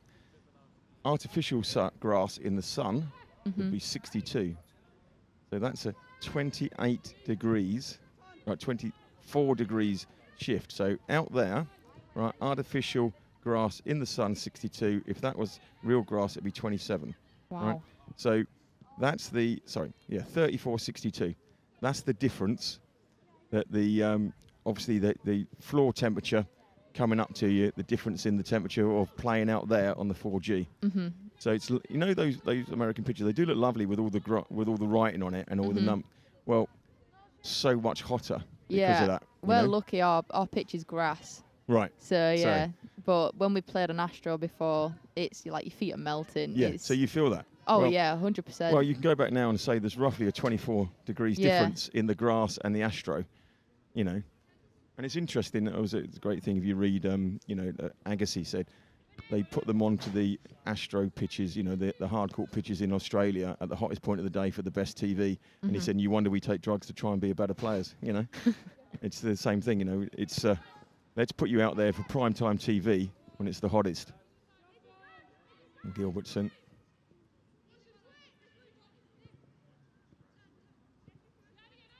So you play at home on grass, and if you go away, you do notice the difference in the heat? Sometimes we play on grass, sometimes it's mostly grass. But yeah, the Astros are killer, especially when you make a slide tackle on that heat. Yeah, it's not nice. Well, they are meant to water it all the time and get watered at half time. I know it's quite regular because we have to cover our cameras very quickly because if the wind's going the wrong way, we get soaked. So the other thing, right? You come from Barnsley. Lovely Barnsley, Yorkshire Dales, everything else. You've gone out to West Georgia. How much more of the states do you travel and see? I mean, how much of an insight into that was that? Yeah, I've seen a lot. I've been really fortunate to see quite a few states while I've been out there, and yeah, I just love it. And I think it's great because each state is something different. Yeah.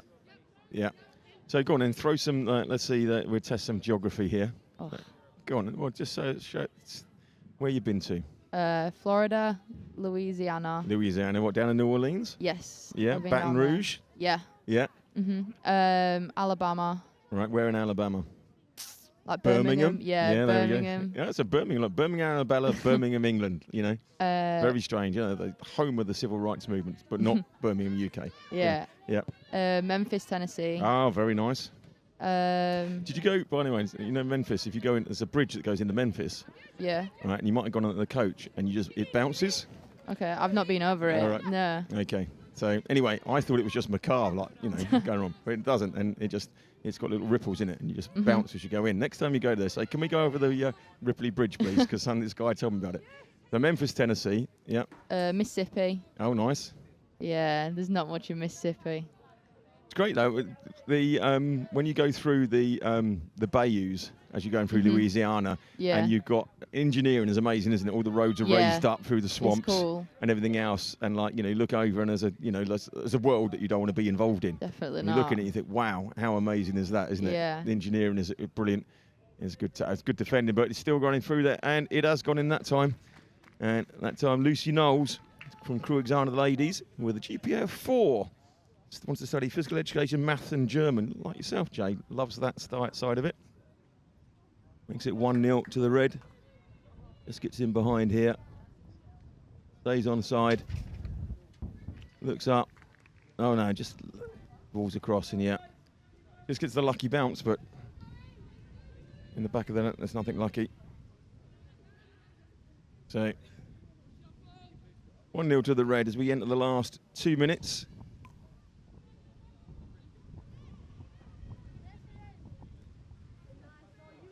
So you've been all around Mississippi and everything else. That's all of the teams that you play are around there? Is that how it kind of works? Yeah, that's our conference. Yeah, just the 4 states that I've listed, obviously Georgia.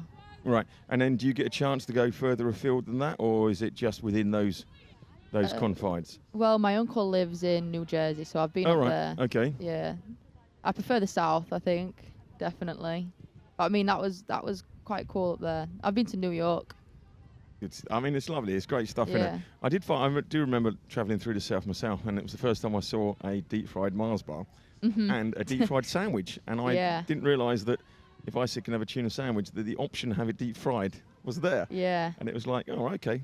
But yellow food, it's gorgeous, isn't it? Yeah. Incredibly unhealthy. Let me just say, it's very unhealthy, but isn't it lovely? Yeah. Oh, it's the best. The southern food's my absolute favourite.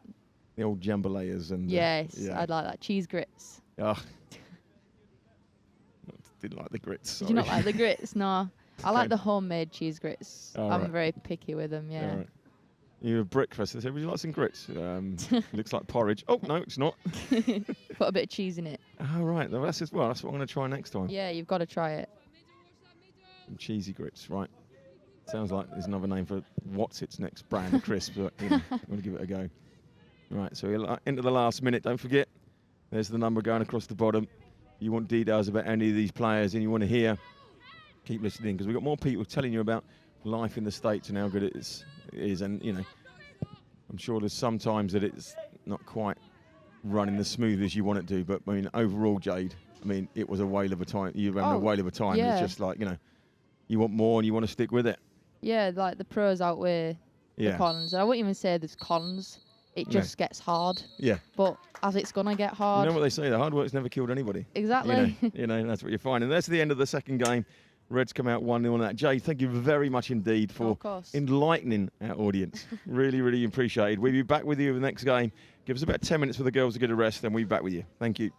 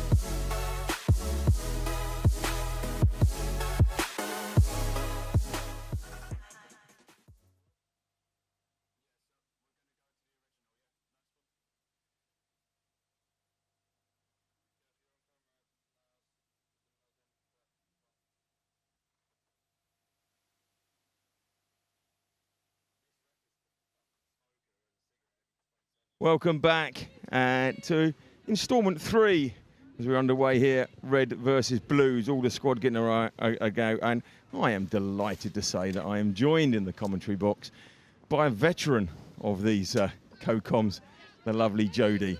And Jodie, Isn't it good to be back? It is great to be back. I love doing this. So, it's been really good football so far. So, pleasure. Thanks for having me back. No problem. The football, I must say, right, because we've been chatting a lot, and so the football, to a degree, is taking a second. But the whole idea of this as well is like, look, if you're watching for players, you're going to see them anyway. But you're watching and thinking, shall I want to do this? And that's the idea of this commentary, to give people an insight into it as well, which it was great to have Jade on just a minute ago, right? But as we just see here, a quick breakthrough here, and it looks like Elise Thornton charging run, but just cut out. So it's great. The weather's brilliant. The level of football, I know I say this every time because obviously from my end, I'm kind of like, I am seeing it every now and again. But the level of football is definitely getting better and better every year. And I know they say that about the girls' game anyway. But you're involved in it. You see it all the time. It's getting better and better, isn't it? It really is, yeah. Obviously, I'm a football coach, so I'll probably tell less stories than Jade. But I'm sure you've got as many stories. I'm sure you've got some juicy stories that you could give. But go on. Yeah, just the technical ability, like you can just see there, Maradona turn, the technical ability of the players and their understanding of what to do with the ball, great little step over and turn there again. Maylie Bouvier. So let me just tell you about Maylie Bouvier. Hazen Yeading, 2025. So you're a coach. I mean, you've been coaching the women's game, obviously straight out of college. You've only been doing it for 2 years now then. Since you came out of college. Oh. I know. You look at me. I saw the right things left, right? So over your vast They can't see my wrinkles. No. That's all right. Nor can I. Well. Anyway, right. So what have you, you started off coaching the girls, right? And you're qualified to a certain kind of level, right? And suddenly the girls are getting better and better. How much have you had to alter your coaching? Because you suddenly go from, right, okay, make really simple. So 11 aside, you go from left to right. Obviously, I'm making it simple. It's not like that, right? But it must have been a vast difference in over the years in what on the material that you're given. Yeah, I don't think I've changed too much. Like, I've coached boys, so I feel like I've always been fortunate to work with talented players, and I guess that's my job, is to make sure that I'm as good, at coaching as the players are at playing, so that they're constantly challenged. That's what my job is to be. So, but you're seeing continually more talented, they say, oh, you're going to do the girls under 15s team. Definitely. Right? And, like 7 years ago, 6 years ago, you would have gone, right, I know what level that is. Now you're going, wow, that level's really good, and I'm going to get, this coming through, etc. So 100%. The girls' game is like, and has just come on. And then we go on about it. There's Josie Etheridge, 8, and she's coming through Stockport County LFC 2024. So as the old idea of this commentary is to give you some insight into the teams, obviously some natural comedy, which I deal with, because see, look, Jodie laughs at it, right? And an insight into Sports Recruit USA and what it means to be involved in this and the setup. And so the women's football Euros are on. Yeah. I mean, you must be in your element, aren't you? Oh, 100%, yeah. Watching games every day, that's what we want. I think it's great to learn from other countries and see how they develop talented players, because, we always think England are brilliant, but it's because we don't see anything else, right? Yeah. Do you think Pep's made a difference there? Why? But he's come and said, I want the goalies like the New Year's coming up from the back, and we're gone. I know in my day I would have gone, excuse me, I think you find that I kick the ball when it comes near me. It's really hard. We have to get the balance of developing technically capable players that can use both feet or different surfaces and stuff like that, as you can see from the blue team right now in possession. Yeah. But we have to make them, support them to make good decisions. Yep.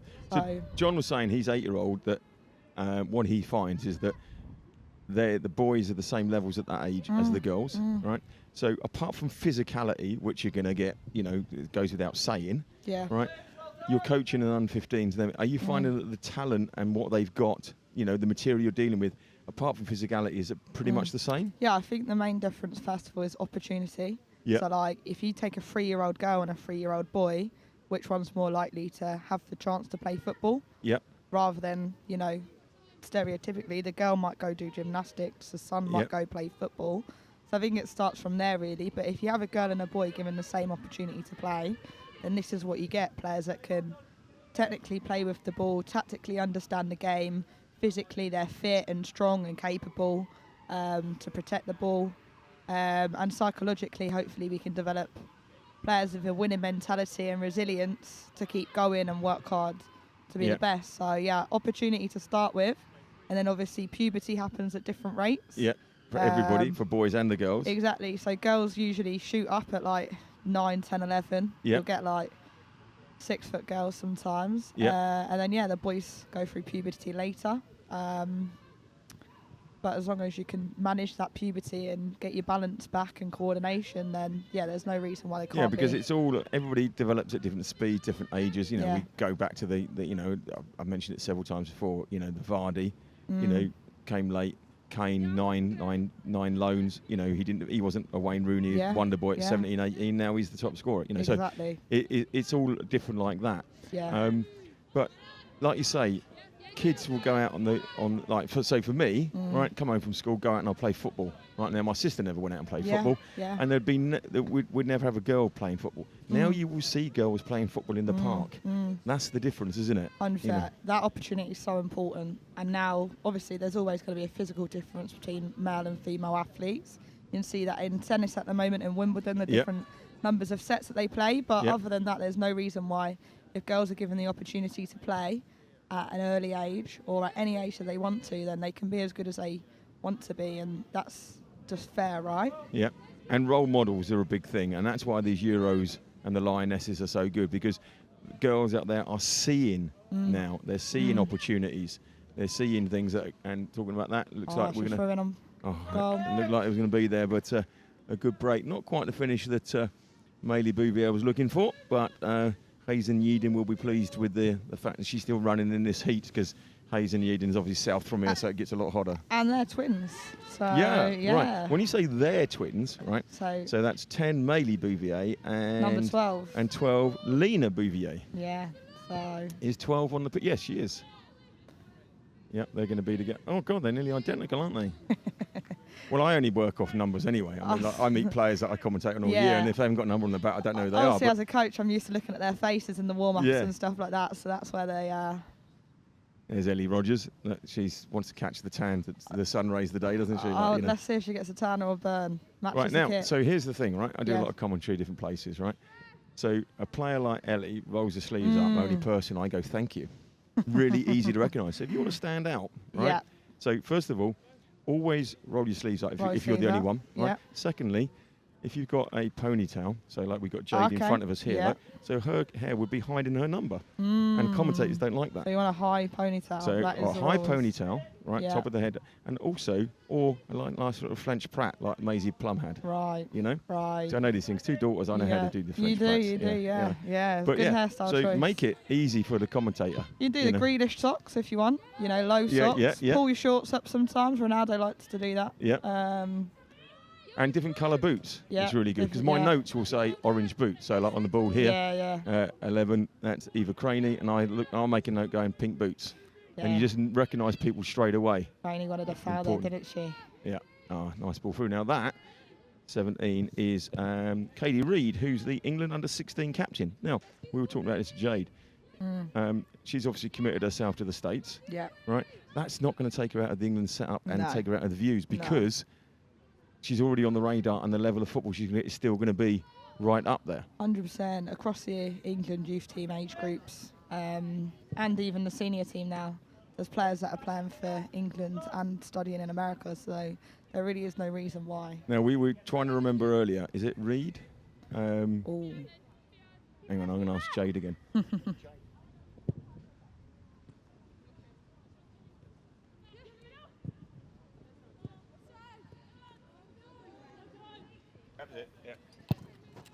Yeah, Rachel Daly there. I had to go in. Right, yeah, so Katie Reid's this one. Yeah, it's Rachel Daly is who's in the main setup and came through. So, so you as a coach, it's like, you know, because obviously, you know, coaches, the main thing with coaches is you've got to say goodbye to players all the time, because you've got to pass them on and up. You're not going to be saying, well, look, you're in this setup, right? That's where you want to stay, right? It's all about the opportunities they can get, and they're not going to lose out on that opportunity, like Jade was saying. Definitely 4 years of, you know, football, you know, professional stuff. It's really good. And so as a coach, you can recommend that. 100%. If you look at the senior team now that have been picked to play in the Euros, and you look at the starting lineup, Rachel Daly played left back the other day, so she's currently playing in America. and has been through the collegiate system. SRUSA came off the bench to play up front. She studied there and just finished her studies and came back to Man United. So, there's a few other players, Lucy Bronze, Demi Stokes, that have gone to America to play, and that is across all of the youth team groups. So It's excellent. Do you know what? When I asked Jade, she couldn't remember half of this, so well done. Difference between a coach and a player, that's it. You've got to remember these things, haven't you? I think when you're a 16-year-old player, what do you do until you're 18? What do you do when you're 21? Yeah. To play here in England, you've got like college programs, you've got the WSLA academies, but there isn't loads of opportunity to play a lot of football unless you go professional. Not a lot of players do that. You know, you've got like Lauren James at Chelsea, for example, who's gone pro quite young. But yeah, going to the States is a great option because it means that you train and play every day. You've got incredible facilities and a really competitive league, and you're learning from a different culture. Yeah. You know. Now, one of the other things on that note is Jade saying student first, player second. So you're going there. If you don't reach the grade, you don't play. Yeah. 100%. So if you don't go to class, you don't turn up. And, and that's an important aspect of, what's required when you go there. And so you can end up after 4 years, you say to yourself, I've just had 4 years, I've got a degree, right, I've learnt all this, and I'm still a really good footballer. Yeah. Whereby if you went pro and you go after 3 years, oh, my ankle's gone, oh, I don't have the education, I didn't have that experience. So there's a lot to be said for taking that college route as well. Yeah, 100%. In England, like the FA do want female athletes to have a dual career. Yep. I guess just the system isn't as developed here. You might go to a university, you may play for a club, but it's less joined up than it is in America. And they've got big rosters in America, so it's, if you're a freshman, it's hard to play every game, and it's really competitive. Yep. So, what's with the Sports Recruit USA, sports recruiting? I've got to get that right because sports recruiting. You've been here a few USA. times now. You should know the name. Well, I know, but I mean, I was the only one that said SRUSA. I thought that's what everybody called it, and then I found out I was the only person that said that. So I've dropped that. I'm learning. And Chris said to me, "Can you remember to say recruiting, not sports recruit Sports USA?" Recruiting USA. Yeah, exactly. Put that on a few invoices. That's why I know. Oh, I see. That's where I'm going wrong, is Yeah. it? Yeah, there we go. Right. Okay. So, Chris, if you're listening, I'm going to remember by invoicing more. No. So what is it, your involvement with Sports Recruiting USA that, because you're involved as a coach in lots of other setups. Yeah. And what makes them stand apart from, because he just walked past John, what makes it so special? Yeah, talking about invoices. Yeah. No, I've been here for a number of years now. I think it's 7 years. I can't remember. Yeah. Straight out of college. Yeah, exactly. Yeah, exactly. So I think the amazing thing here is that people care about women's football. Yep. It's not an afterthought. It's not we support boys, so why not support girls? It's genuinely at the forefront of our interests and plans. So, we know a lot about how do you support female athletes rather than just an athlete in general. We're committed and involved in the game throughout various levels, and we want the players to be the best that they can be and have every opportunity going. So, we'll probably have 50 girls involved today, all at a similar age, all wanting to do the same thing. That's incredible. But you come here because we care. Yeah, and that's an important thing, and it is something that is said across all the age groups and all the co-coms that come on. Obviously it starts from the top, but all the coaches that are involved as well here, they got a passion for it now. I'm a great believer that, I've dealt with a few companies and agencies and whatever you want to call it over the years. And, suddenly the guy running it's an accountant and it's this, and you go, well, hang on a minute, give me passion and then we'll build on from there. Here you feel there's a passion and then people 100%. care. And if people get upset about things, that's because they care. Yeah, You know. I was making jokes about invoices, of course, but we genuinely don't do it for money. We do it because we care about players having the opportunity. It's not about us saying you should be at this level and you should do this and you should do that. We're here to facilitate an opportunity and support and encourage you to take it. There'll be some girls here today that want to go to America but maybe lack a bit of self-belief, and we're there to support them, but not to over-promise and under-deliver, just to support them to go, where do you want to be, what do you need to do to get there? We believe in you. You have the ability to be whoever you want to be if you work on X, Y, and Z. And it's really important that female players have the opportunity and believe in themselves. And it's the opportunity. You mentioned that earlier as well. The opportunities to play and develop. Role models is a very important thing now. This is why those Euros are, is so good. And also role model like yourself in the coaching game as well. I mean, Jade was saying earlier she wants to go into coaching. She's going to turn around, look up to you, and go, "I want to be you." Yeah. Hopefully. Yeah. I've coached Jade before, so you'll have to get her back on and ask her if I am her role model or not. I'm sure you were that's why she is where she is now. Yeah, I think it's important that we're not the only one. Like you look at the Euros now, I was at Old Trafford, and you've got billboards of female athletes everywhere nowadays. Campaigns working with Nike and the biggest brands across the world. You've got I was in Birmingham as well, and it's the same. You've got Spanish players on a MasterCard billboard and stuff in the city centre. So I mean, it's true. I saw other soft drinks are available. I think it was Pepsi, and it said "Football not as you know it," and it was a girl standing there. It was Ed Williamson, and I went, "Oh, that's the England captain, right?" Yeah. And it's it's about putting it out there, and I think that obviously there's been this. I want to say opportunity. I tell you, the girls do like to go from distance. I love that. I do a lot of coaching and commentating. Keep us off the line, trying to chip her. Yeah, and just opportunity and go for it. Because remember, this top left, that says development. Yeah. That just gives you an idea when the ref's going to blow the whistle, and we might see some goals. But that says development. And that's what these girls aren't going to go back and go, that game, my stats are this, that, and everything else. It's about the opportunity of playing 100%. and with all these players and that as well. Yeah, and normalising it. If female players are everywhere, all of a sudden it's not a shock. Yeah. And you go, wow, it's just normal, isn't it? I can do that. Yeah. That's what we want them to have, I remember when I was a child, I watched Bend It Like Beckham. That was my favourite film. Oh, yeah. And it's a story about how she wants to go to America, and Kelly Smith is playing there, and that was how I knew that there was an opportunity available. I didn't realise that that was something which wasn't common. You could do. Yeah. And then, you pursue that dream because it's achievable or possible. It requires a lot of hard work. It's really not easy. Yep. You have to be talented. You have to work hard. But that possibility is everything. Yeah. And did you go to the States? I didn't because I didn't have the belief in my ability. Right. And I didn't know about a good enough company. Oh, good save. Good save there. Sorry, just talking over you because they shouldn't do any of that in commentary. Double save as well. But double save, and it's still going. Brilliant stuff there. And I think that's because they keep changing numbers of the goalies. Is that Holly Cowan? It is. It's Holly Cowan in goal. Great double save there. There's the first one. Pushed it away from the player. But they still followed up, and back it came. Yeah, McGregory and Reed following in there with the shots. Yeah, really, really good goalkeeping. Right, See, brave. Goalkeeping, good save is as good as a chance. Always replay the goalkeeper. So as a member of the Goalkeepers Union, you've got to do that. And this is something I always go on about. The goalies, they said that in the women's game initially, goalies are 5-6 years behind because it was the physio or the kit man that trained them. Now they do have the specialist trainers and everything else. And they are, I say, so good. Yeah. They are so good. Yeah. And you have to think naturally female players are going to be shorter. Yeah. But yeah, we're developing. Yeah, but Peter Shorten wasn't tall, was he? Yeah. And Gordon Banks was only just under 6 foot. 100%. So, we're seeing players like, they weren't bad. Mary Earps is in the first team with England. Ellie Roebuck and Hannah Hampton.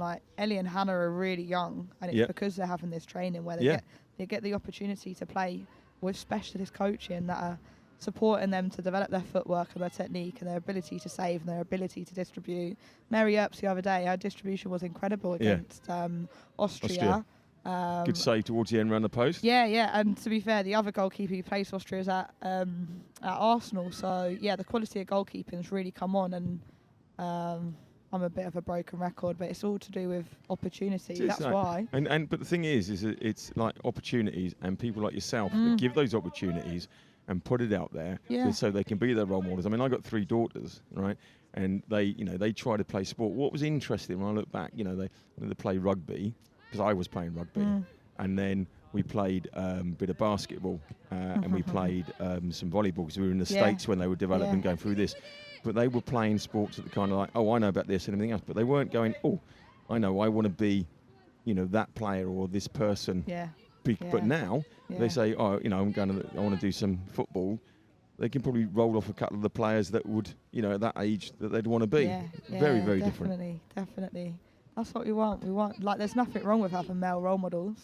That is just as inspiring, and we want, we don't want it to be a single sex sport or anything like that. But yeah, to be able to see it and go, actually, I can, I can be that person. Yeah, I can play professionally for the team that I support. You know, if you're a Chelsea fan, knowing that Chelsea have a women's team and that they could, win the WSL, what a dream to have. Great touch there by Bouvier.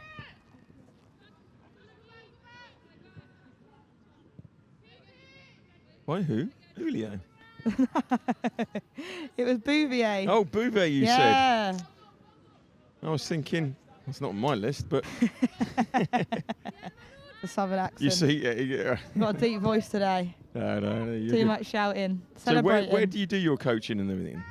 Oh, great question. Where are you based? So I'm based in London. Obviously, I work for Sports Recruiting USA as the head women's football coach. But yeah, I work for Arsenal. I've got the under-12s at Arsenal. Excellent. And they're unbelievable. You talk about like the ability of female players coming through, unbelievable, technically gifted players that are curious, ask questions, challenge me, want to learn. You give them a challenge and they rise to it. And then I've just left my role to go into a college program, so I'm going to Barking Abbey School. Oh, right, okay. Isn't that Barking Abbey? Don't West Ham Academy play out there? Yeah, West Ham used to. Right, yeah, okay. You're right. So, we used to be partnered with West Ham. We run their WSLA Academy. Because their community team comes out there as well, doesn't it? Because I did some filming for West Ham at their community, and it was Barking Abbey. Yeah. You could go stand on that nice big balcony and watch the game. Yeah, and it's a really good setup that we've got there. Yeah. We've got a program with 24 girls. We want to support them to the next level. And what is that? It's continuing to play football in the UK or America. It's going to university here or America. It's going into employment. Our job's to inspire. Inspire people and educate, not to decide for them. Yeah, that's okay. And what on that, the university, what's the university girls football like over here? As far as, any university sport over here is unfortunately poorly funded. It's poorly kind of marketed. Yeah. I've been involved in some of the stuff there, and there's no real kind of university level sport that says, right, we want to go out there and we want to say how good this is and we want to promote it, we want to do it. Right. And and I still it's down to funding, right? Because you've got to go out there and do it. And it's not, supported by the national kind of associations to say university is the route. Yeah, I'll try to give an unbiased opinion here. I guess you go to America and it's about being competitive and being the best that you can be as an athlete, but whilst getting a first-class education. Yeah. Here, it's about just continue to participate to play football. Yeah. Generically, I'd say that is. So there's a few high-performing institutions which maybe do try and professionalise it a little bit. Yeah, you've got your Loughboroughs, of this world. You've got Loughborough and Durham, but still, they you they can't play each other every week, can they? And like Loughborough, for example, you might train twice a week. You may have a coach, but it's not like, in America, you're training every day. You've got incredible facilities and resources available. Football's at the forefront. So do you think, there is a lot about, players leave school and they go to university and they drop out of most sports, right? So, and like you're saying, it's your job to try and keep them in the sport, whereby in America, it's not about keeping them in the sport, it's about furthering them in the sport. Exactly, yeah. And, do you think that's a whole mindset? Yeah, like we just said there, I've named 2 institutions in the UK. You may have thousands of college programs in America that are supporting your development as a player. Which is what we need, right? Why, in the men's game, there's a stat where it's like less than 1% of male players in the academy system will make it. Yeah. Well, what's the harm in trying to work towards being that less than 1%? Yeah. We know it's incredibly impossible. Yeah. But it is possible for some. So you need to go. Somebody's got to be. Well, you got to go. Well, what do you need to do to be in that 1%? Well, you need to have incredible ability. You need to be working exceptionally hard. You need to get feedback on what you need to do to get better, and you need to be resilient whenever you have setbacks to carry on. There's no reason. Look, not everybody is gifted with the talent, but there's no reason why you can't work towards it. And I think here, with the negative mindset that the female game may put on someone, like you say, go to uni, there's not many opportunities. Maybe you go, well, actually, I'm not going to be that 1%, I'll just play for fun. Yeah. Rather than, well, actually, I want to get a contract and play for Arsenal, Tottenham, Chelsea in the WSL. It is possible. But I want to play for England at Euros. Yeah. And then now, and that's because you're seeing those role models in front of you and you're being pushed there. So, I mean, it's kind of like from your end, if somebody sits down to you and asks your opinion, you know, like I've been approached by, I don't know, Irvine, you know, University, California, or John's University, which I have to go back to the name, I've always get it wrong, Montevallo, right? Yeah. Right. Or, you know, I know, University of Sussex, they're close to me, so I can say that, right? They're going to say to you, well, what do you want? You know, what do you want? And it's going to be very hard for you not to be pushing that USA college route button, isn't it? Because, you know, if you go pro, you may get injured, then you don't have the degree and you don't have it all, you know, your business side of it. If you go down the college, if you get injured, you've still got the education, you've still got everything there. Yeah. But those opportunities and, you know, broadens the mind and everything else. Yeah. But Jade was saying earlier, she didn't know those things existed. She was with a recruiting company that wasn't very good. Well, that's because she wasn't with SRUSA. Not to start with. No, exactly. Exactly. So then she came and she said it was all good. And Yeah. it's knowing that these opportunities are there. And it's really interesting that you said, you know, you watch Bendit like Beckham, Kelly Smith, you didn't realise that route was there. You know, and it's about getting the message out there all the time. It is. Player choice is really important. You know, if you know about it, you can decide whether it's what you want to do. Our job's not there to say, definitely do it. Our job's to give you all the information. But if all the information is saying it's a really good opportunity because of, you know, the facilities that there are and the professionalisation and the coaching and, you know, just a general experience to develop yourself as a person. And you're dealing with kids that are obviously coming up through, they've got years to decide right now. Like, in my day, you know, as I'm a tad older than you, I know it's hard to tell. Just but a little bit, just a little bit. Right, is that the thought of like leaving this country and going somewhere else, it's quite daunting. I mean, we didn't even have dial-up internet when I was doing that, you know what I mean? So now, you know, these players can go there, right, because they know that opportunity is there and it's not quite so daunting.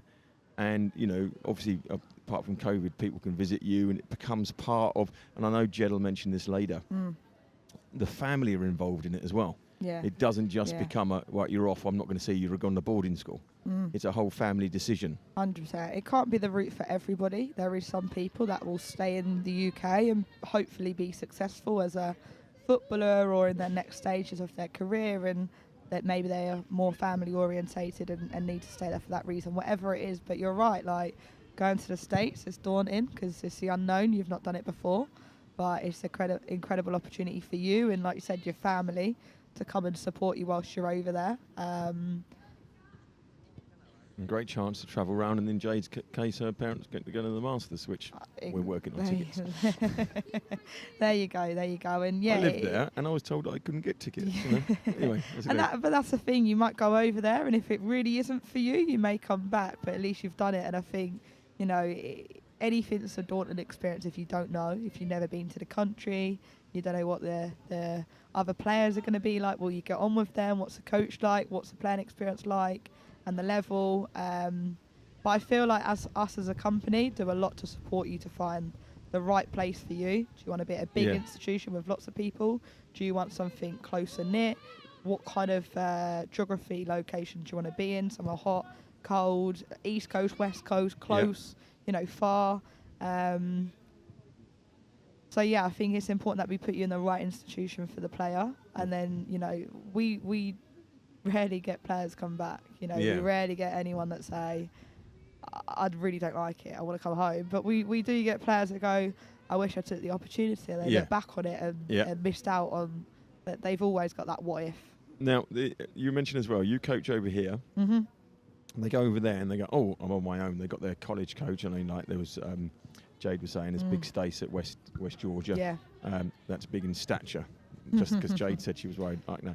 Right, but and I don't know Stace. Big in stature. Yeah, right. So, but the other thing being is that Sports Group USA do have stateside coaches and representatives as well, don't they? Yeah, and we just got incredible relationships with the institutions and the coaches that work there. John does a great job at that. He's staring at me, that's why I said that. Yeah. No, No, do you know, John- the timing was really good. No, John does an incredible job at building relationships, and that's important in all walks of life. You know, people trust you if they know what you're like as a person, your values, and we just care. Like, we're constantly catching up with players that are over there, checking how they are, how they're getting on, they enjoying it, what are the challenges, troubles, and you know, a lot of players do go over there and get homesick, but they you know, that's just part of the experience. It's not that they don't enjoy being there. Yeah. It's just obviously different to have to catch up with your But you also family at have different times. physical coaches over there as well. And they're Yes. working out. I mean, I know because I'm on Twitter. I know there's one called Don Williams because he does a lot on Twitter. But no, and it's really good stuff. And Yeah. he's normally berating like players and coaches that think that, you know, the under-7s should be like, you know, training 8 days a Yeah. week and everything else. Yeah. And, you know, he's quite right, you know, with everything he says there. But and then parents that say, why aren't he playing D1? Yeah. Well, because you know what, you develop at different Yeah. ages and you might Yeah. not be D1 yet. Yeah. You know, and I'll revert back to my original Harry Kane 8 loans, you know. And, you know, and there's great. I mean, you've got Kane, 50 odd goals, just about to pass Rooney. Rooney was a superstar at 16, 17. Kane didn't come onto the scene until about 21. Yeah. Developing at different stages, and look where they are.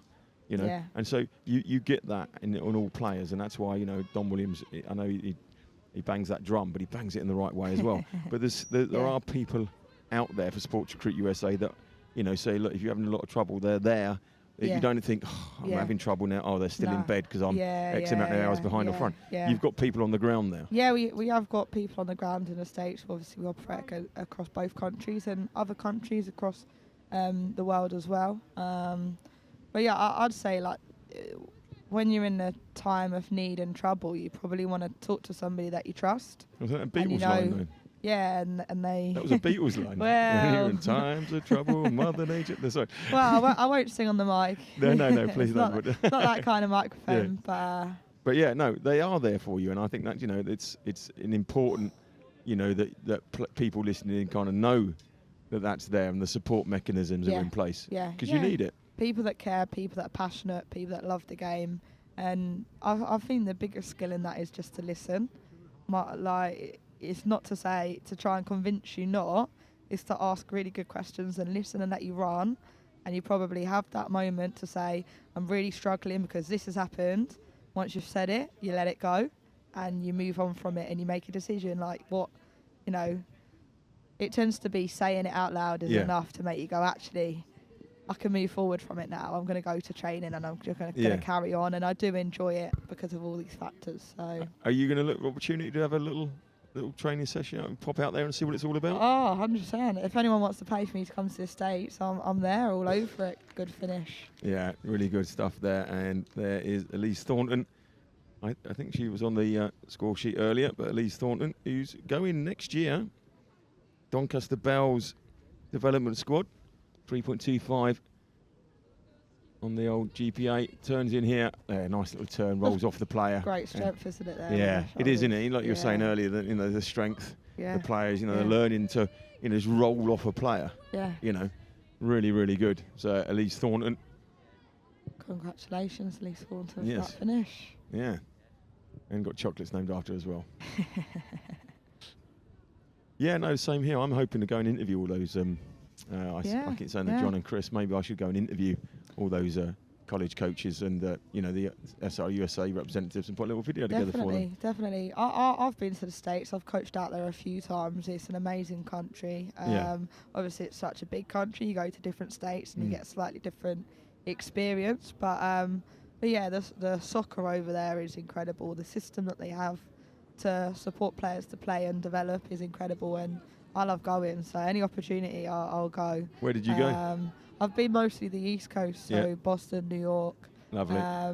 You know, so I'm happy to go. I've been to Kansas actually as well. Right. But yeah, I'm happy to go to the West Coast or the South. You know.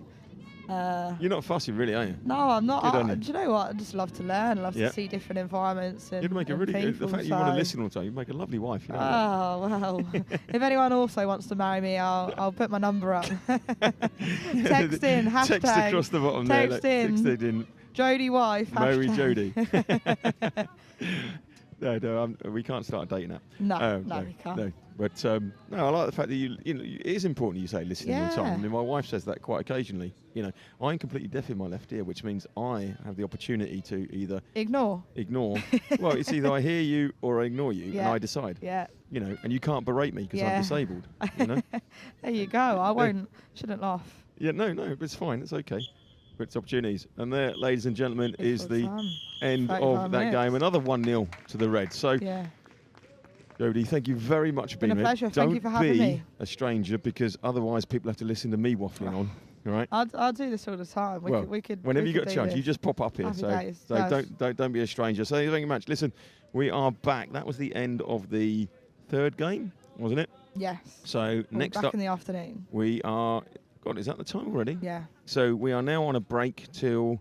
Let me just a quick look till 1 o'clock. That's when my team play. So 1 o'clock. Go do the warm up. Yeah, we're going to also have some food and everybody else. We're going to put a video up, and so people can see more about Sports Recruit USA. But thank you very much. Brilliant. Back with you soon. Enjoy. Cheers.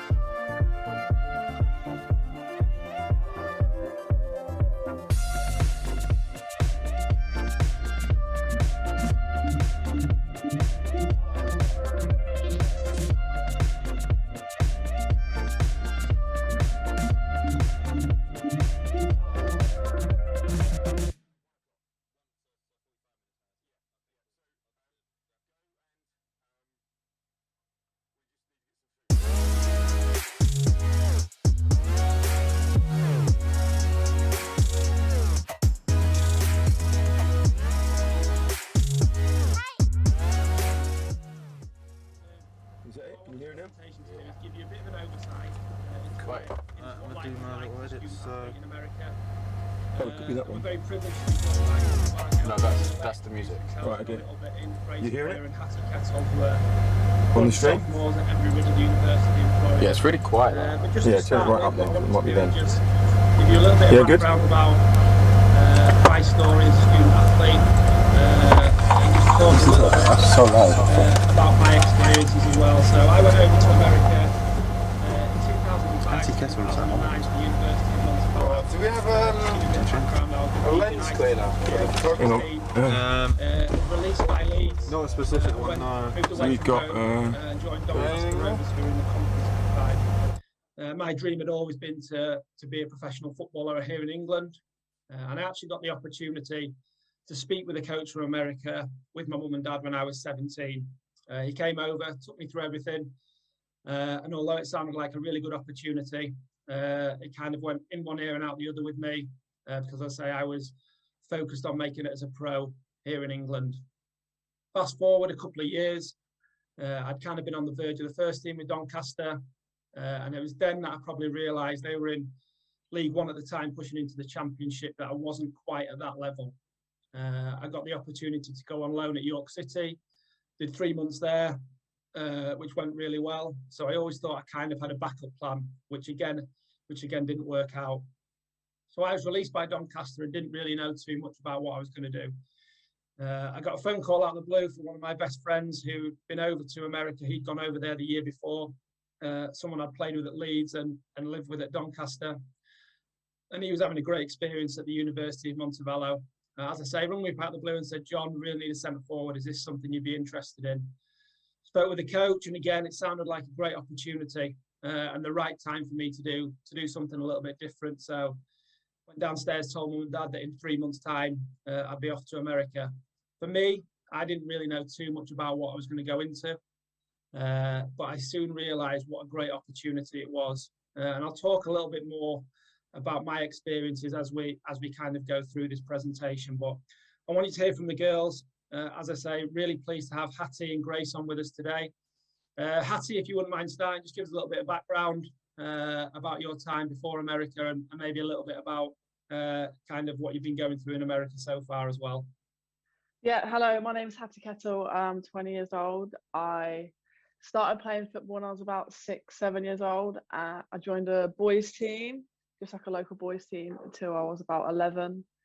Then I moved to a Reading Academy, so girls' academy. I was there till about 14, 15. Then I dropped down a level and I wanted to start to play women's football. So I was playing for like a Sunday league women's team till 16, 17. And then I joined Watford Ladies, where I was there for 2 seasons, and it kind of got to the point where felt like I didn't know what was next. So I got offered the option of going to America.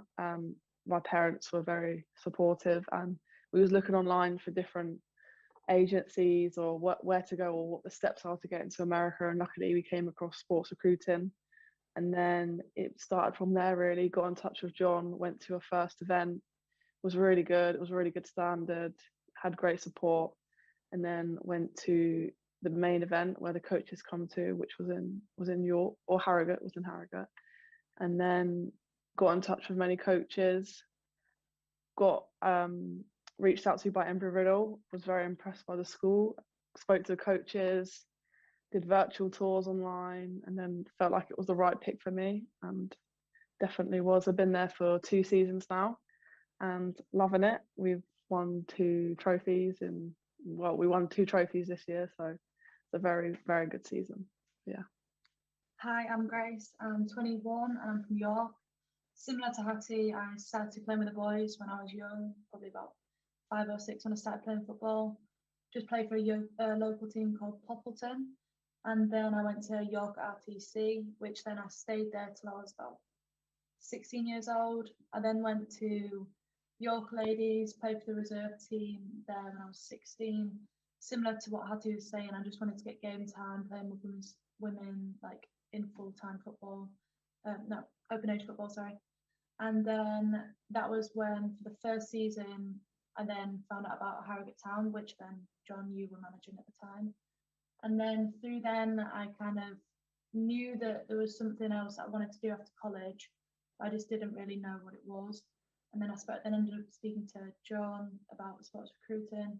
And then, yeah, kind of at the time at Harrogate, there was Jade Pennock was playing as well. So she came back from America and she was a very good player.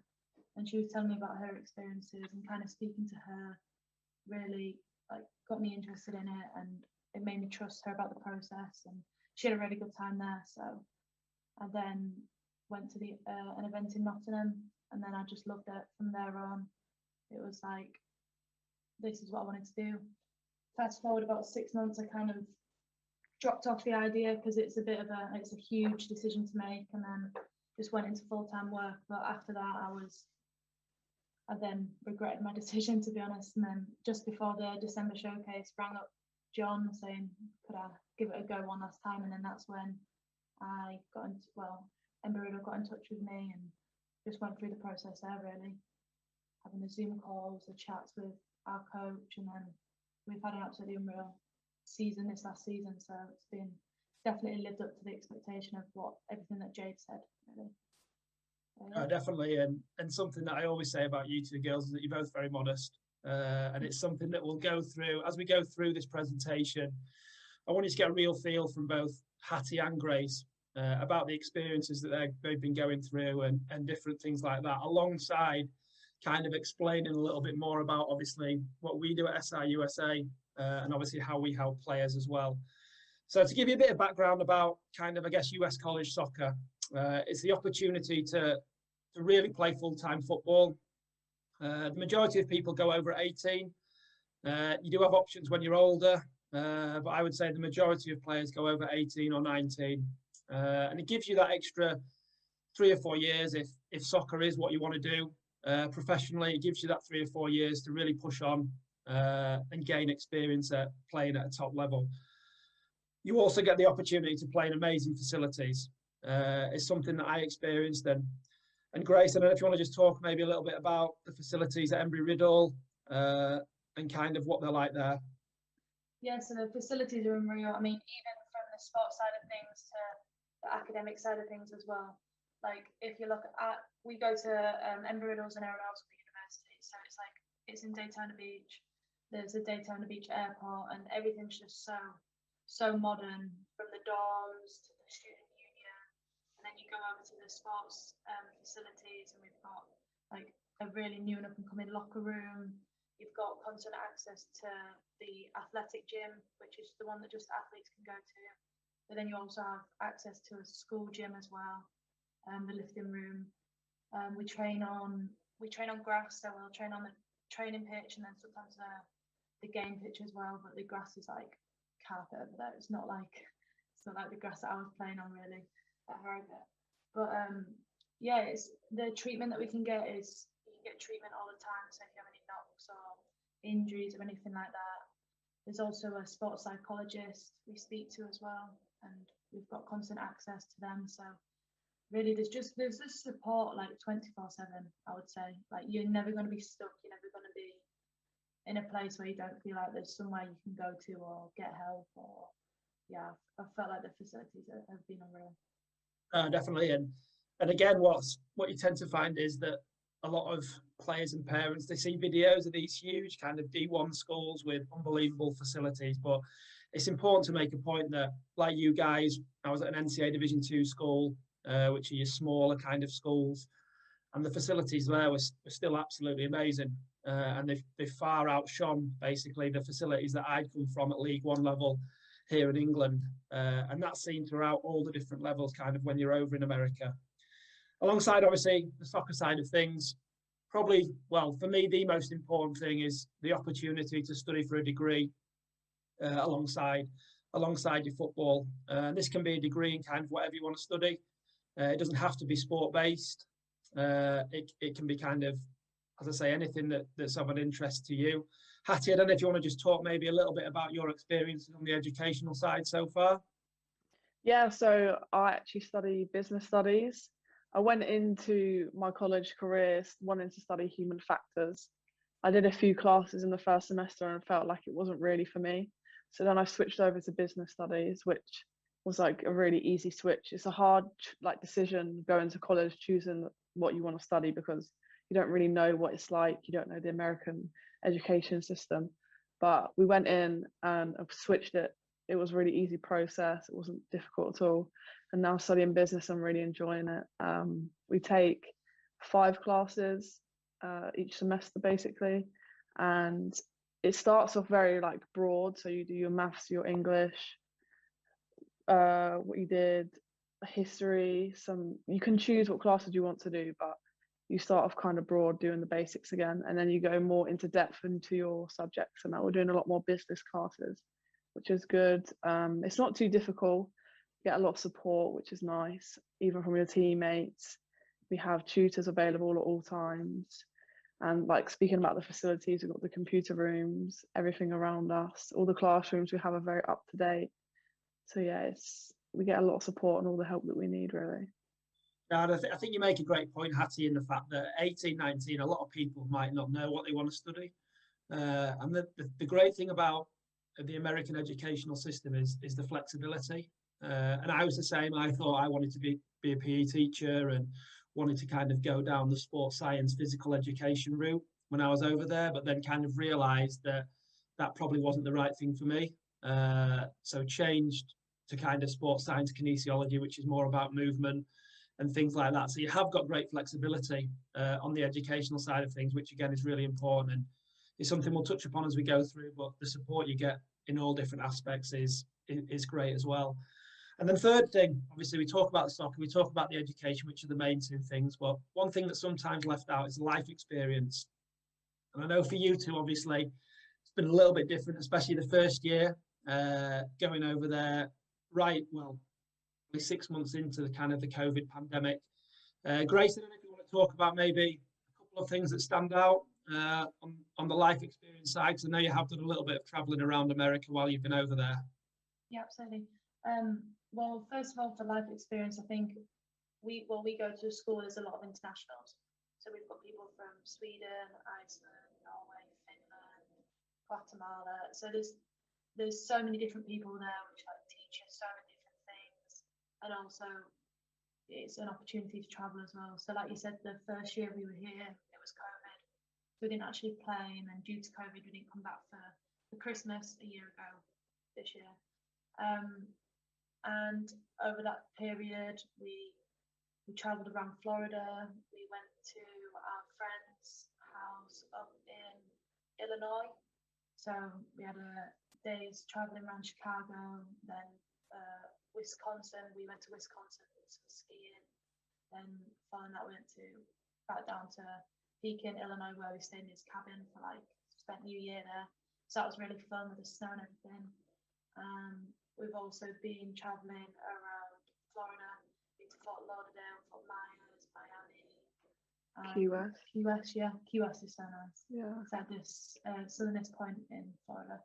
And we just recently, after football finished, we still had the opportunity, after we finished our exams and everything, before we flew home, to make a quick trip to New York, which is, I don't know, it's important for me to, as well as do the football and the academics, because you're just so 100% all the time, is to kind of, if you can, treat yourself to traveling and seeing everything around, because there's so much to do in America and there's so many opportunities to go and do it for a lot more cheaper than we could if we were flying from England.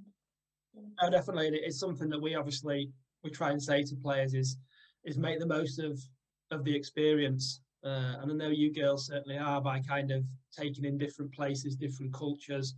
And it's a big part of everything. And it's a big part of the whole experience, I guess, with regards to being a student athlete. So obviously, if it is what you decide to do, and when you get over to America, we always just say grab opportunities with both hands, because that's the way you make memories. And alongside the soccer and the education side, the life experience side is really important. So it's always great to see you girls kind of doing so much through social media and everything like that, which is great. So just to go into a little bit of background about what scholarship is. So basically, coaches are granted a certain amount of money per year that they can obviously put into players. From the scholarship side, obviously the main part of where it normally comes from is through the soccer or the football. But you also, and it's something that we always push to players, is it's also important that obviously you want to go over there and study for a degree, but the better your academics, the more opportunity there might be for scholarship money through the academic side of things. It's not every school, but a lot of schools are able to offer academic scholarship, which again just helps on the financial side of things. From my side, it's always important, and I always stress at the start that I can never promise full scholarships to players.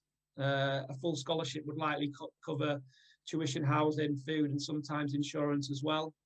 But from my side, it's something that we'll talk about as we go through with the process and how we help our players.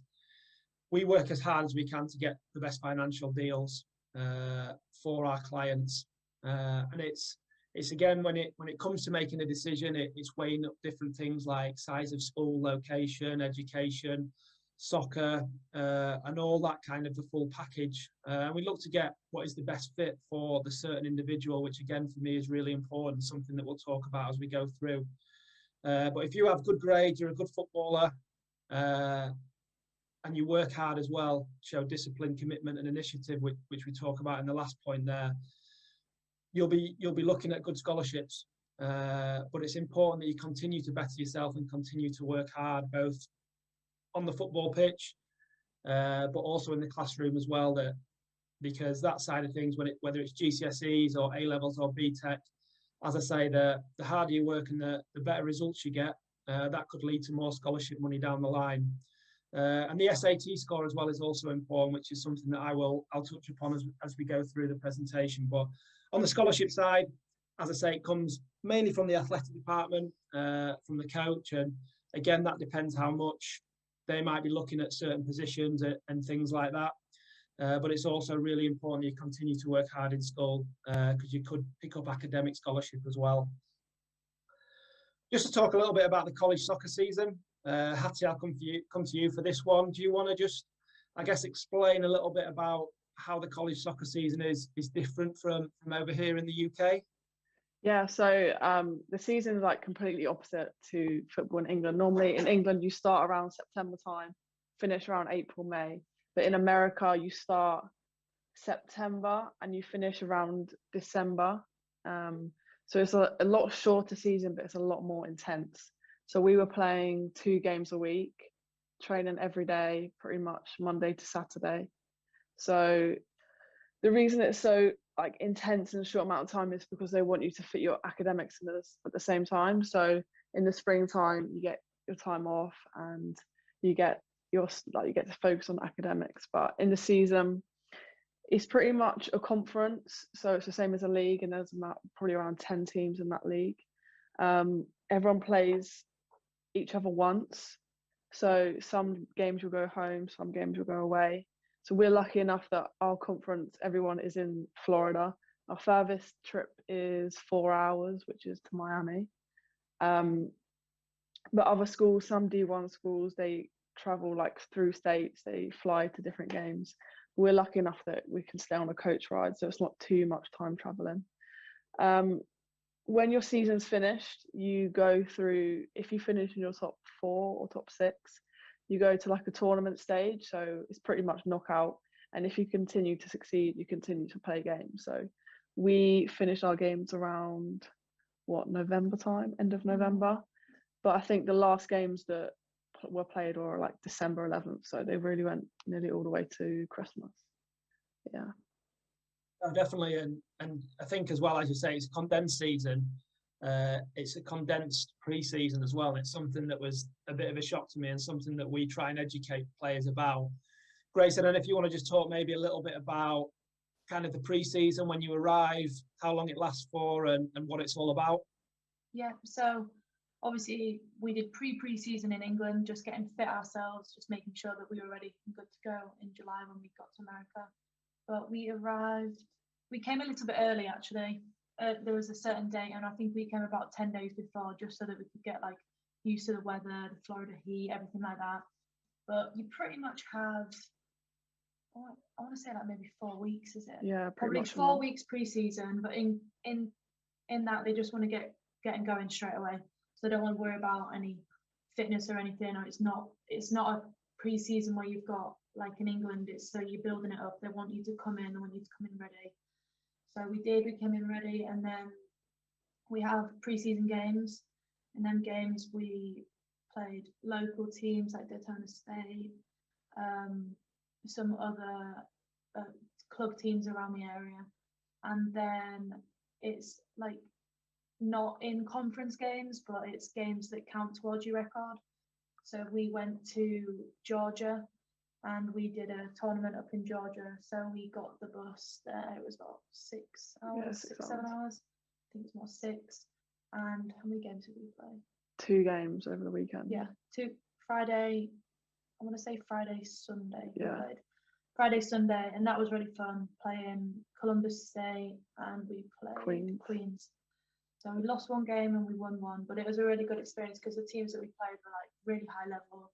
We got to watch a couple of another game as well while we were there.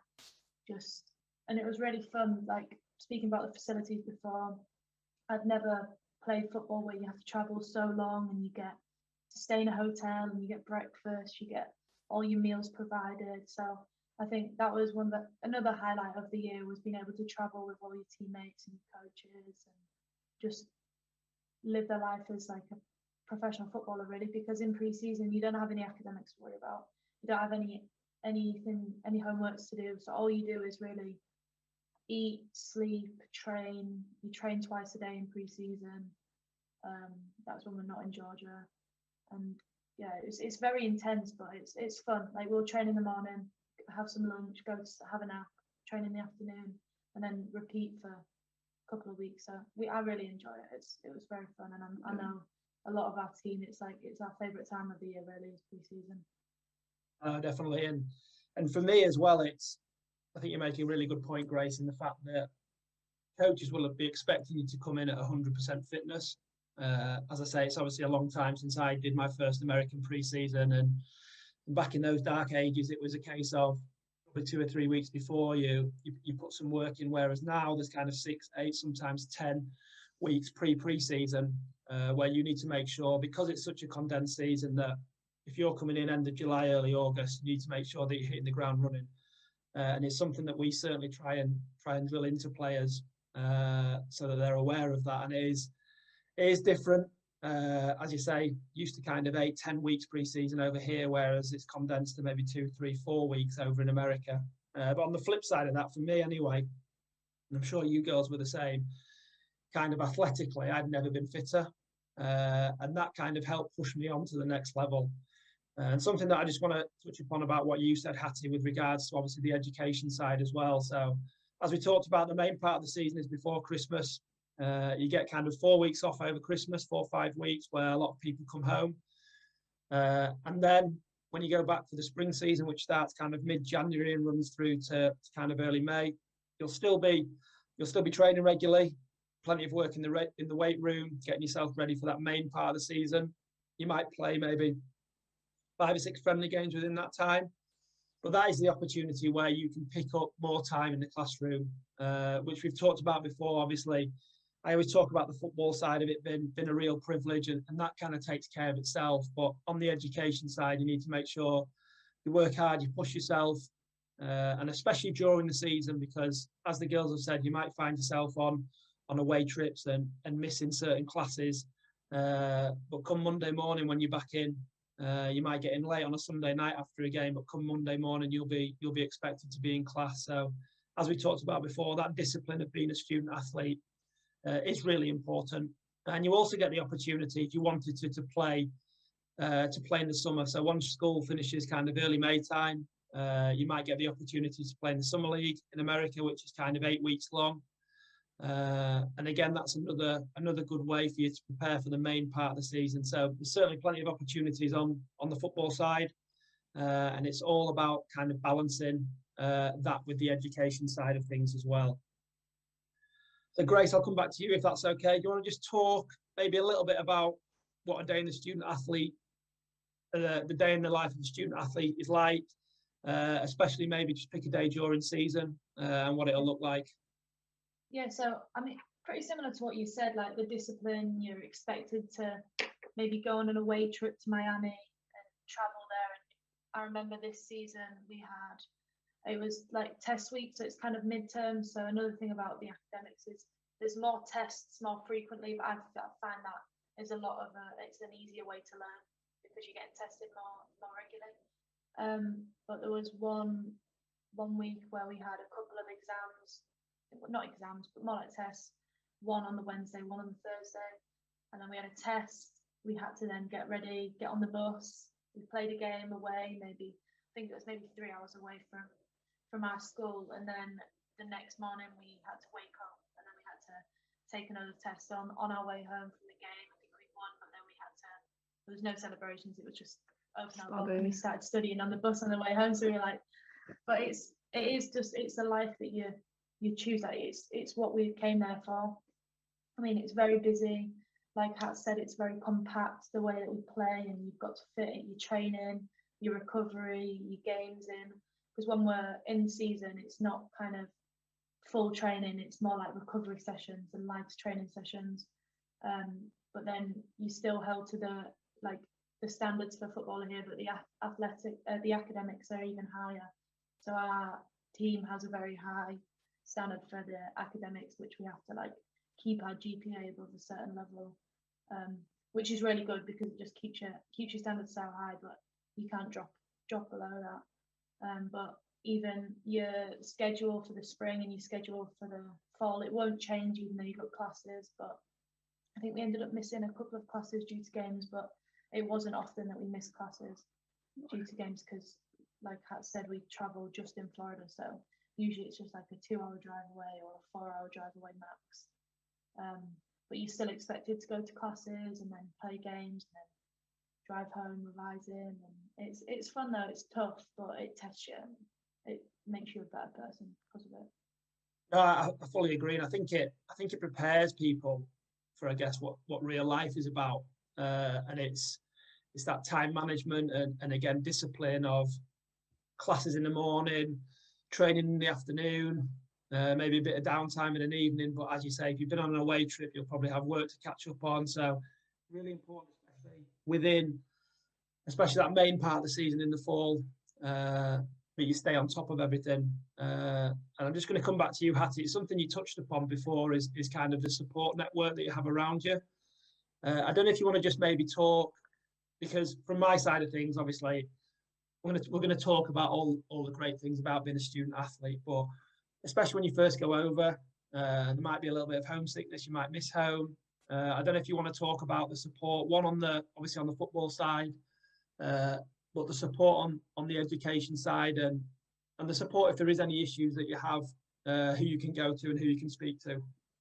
Yeah, so it's a very common thing, like people arriving with homesickness or maybe just not, it's hard to get used to the environment, but with our school there was always like counselling available.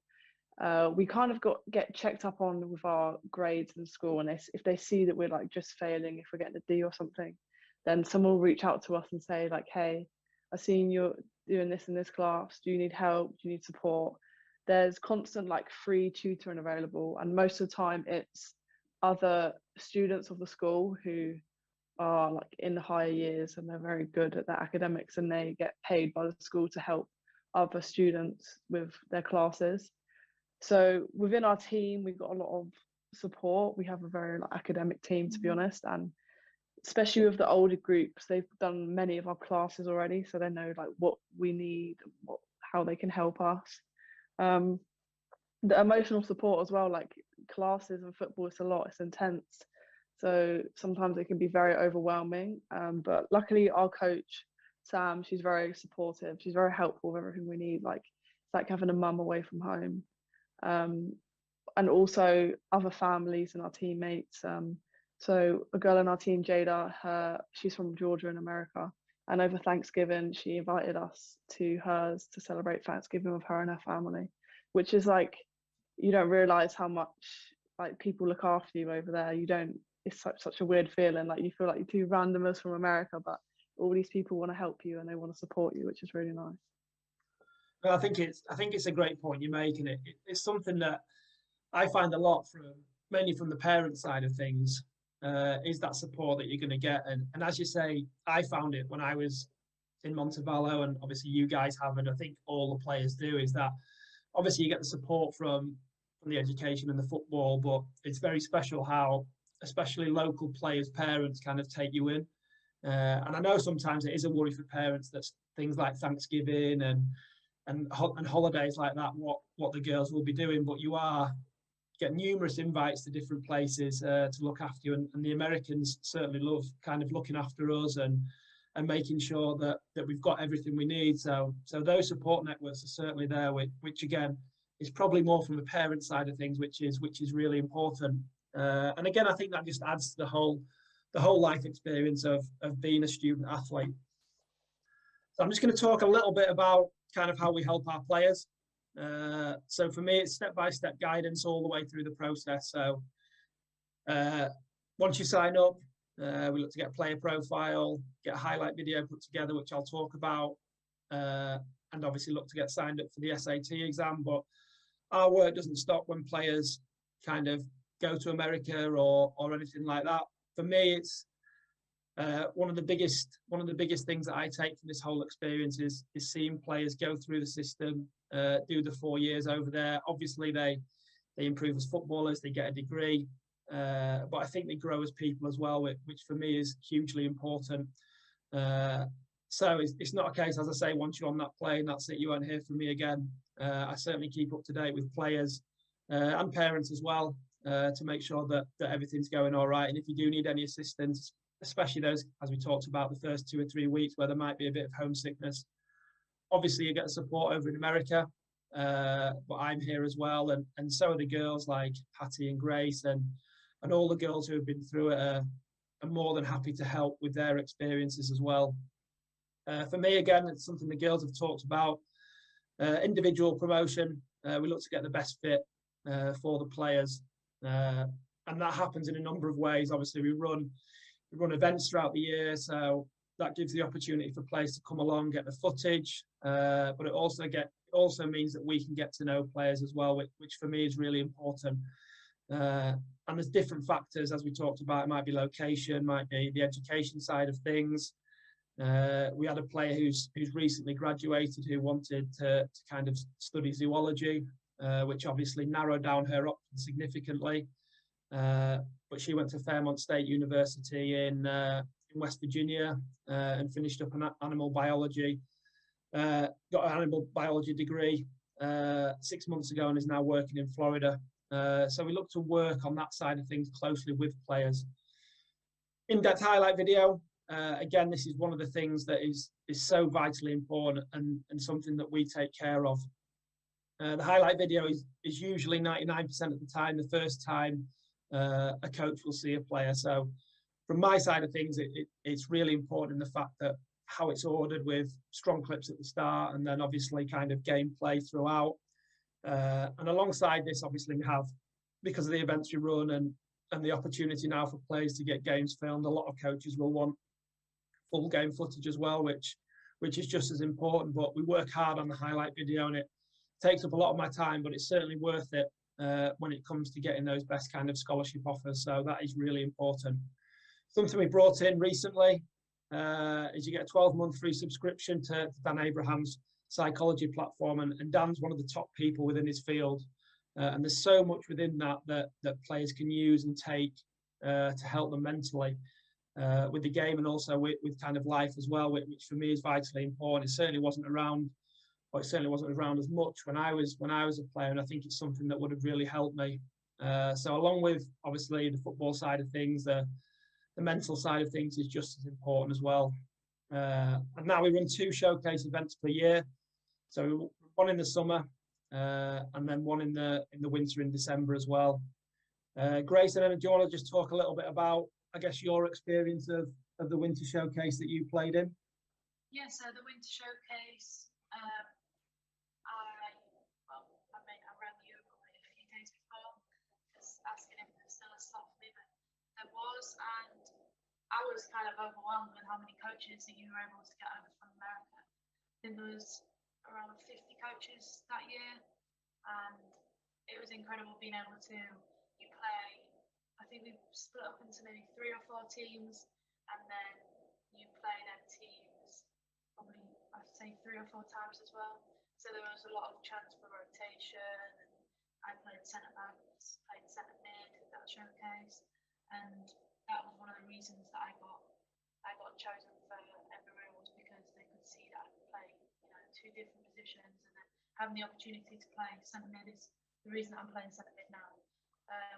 After the showcase finished, they then put on kind of mini interview speed. I think he called it like speed interview, speed dating style talk with the coaches. So my dad was there with me, and then I spoke to a few coaches after that showcase as well, which was really interesting because I just got to see an insight into the different types of colleges and putting some names into my head so that I could go and leave from there with different universities in mind, because I've never been to America, so I just didn't really know where to start. But I probably had about 13 or so coaches, and then I was emailing them after the showcase, and then it all went from there really. Just it started everything off. It was amazing. Definitely, and as I say, that was kind of when we just used to run 1 showcase event a year, and now it's changed to 2. And the reason for that really was one of the positives that has come out of the whole pandemic, in the fact that when everything shut down, obviously the travel from America shut down, so coaches weren't able to get over. So for me, it was really important that we still offered the opportunity to players, for coaches to watch them play live. So what we did is we brought a company in who take care of the live streaming and all the video filming, and it went so well that we continue to use the live streaming now. So it opens it up, as Grace said, to kind of the coaches that come over. The one we've just had, even with the restrictions that were still in place, we had over 25 coaches the December just gone. But we also live streamed it to hundreds of coaches over in America, and it gives players that extra platform to perform. And as I say, it used to be just 1, which was in the winter, but we wanted to offer a second showcase in the summer, where again players can play. It's live streamed. There's probably not as many coaches in attendance in the summer one because they're back in America. Well, because it's live streamed, it just gives players that extra platform. And again, it's all about that extra opportunity to be seen by coaches over in America. So the SAT exam, You also get the official guide for that, which again we brought in a few years ago, which is really important and helps players. It's a bit daunting at first. It comes through and it's about 600, 700 pages. But the main thing about that, the study guide, is the fact that there are practice exams in the back which you can work through.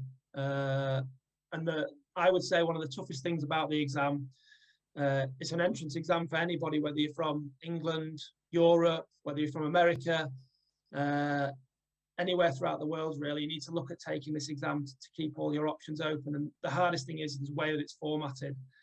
Because it's an American standardized test, it's a lot of multiple choice and things like that. So what the study guide gives, it gives you the opportunity to do past papers, which is really important. And then one of the last things you do before kind of going down, before flying out to America, is you go to the embassy in London. Hattie, I'll come back to you if that's okay. Do you want to just talk a little bit about the experience of obviously the visa interview, the preparation and the guidance that you go through as well? Yeah, so for me, it wasn't too complicated. I just got the train to London. I think Vauxhall's the nearest train station. And then from Vauxhall, it's like a 5-10 minute walk to the embassy. With that, you need your passport, you need a few documents. You go there, they give you like a wait time. You go to like this screen interview type thing. They don't ask you really any questions. You give them your passport. They just verify that it's you. They ask what school you're going to, stuff like that, really. And then they take your passport for about 5 days. Then you receive your passport again through the post with your visa in it. I think it can be seen as very like daunting, but it's actually a very easy process. And also at the visa at the embassy is also full of student athletes. So everyone there is also feeling the same thing that you're feeling, but it's not like a difficult experience or anything. I think it's pretty straightforward, but like also John helped us with everything, telling us where to go, what we need to do when we're there. So yeah, I don't think it's okay. It's not too bad. No, and especially as I say, for you girls, it was during the start of the pandemic, so it was a little bit more stressful anyway. But it is something that some people worry about. Within the 7-8 years of doing this now, we've never had anybody have any issues. And it's just one of those things you go through, and we help and make sure and answer any questions that you've got and give you a list of things to take.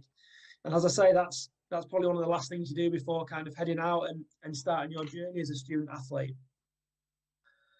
Just to give you a little bit of a background, or such as there's some obviously one-off costs that come alongside the service fee that we have.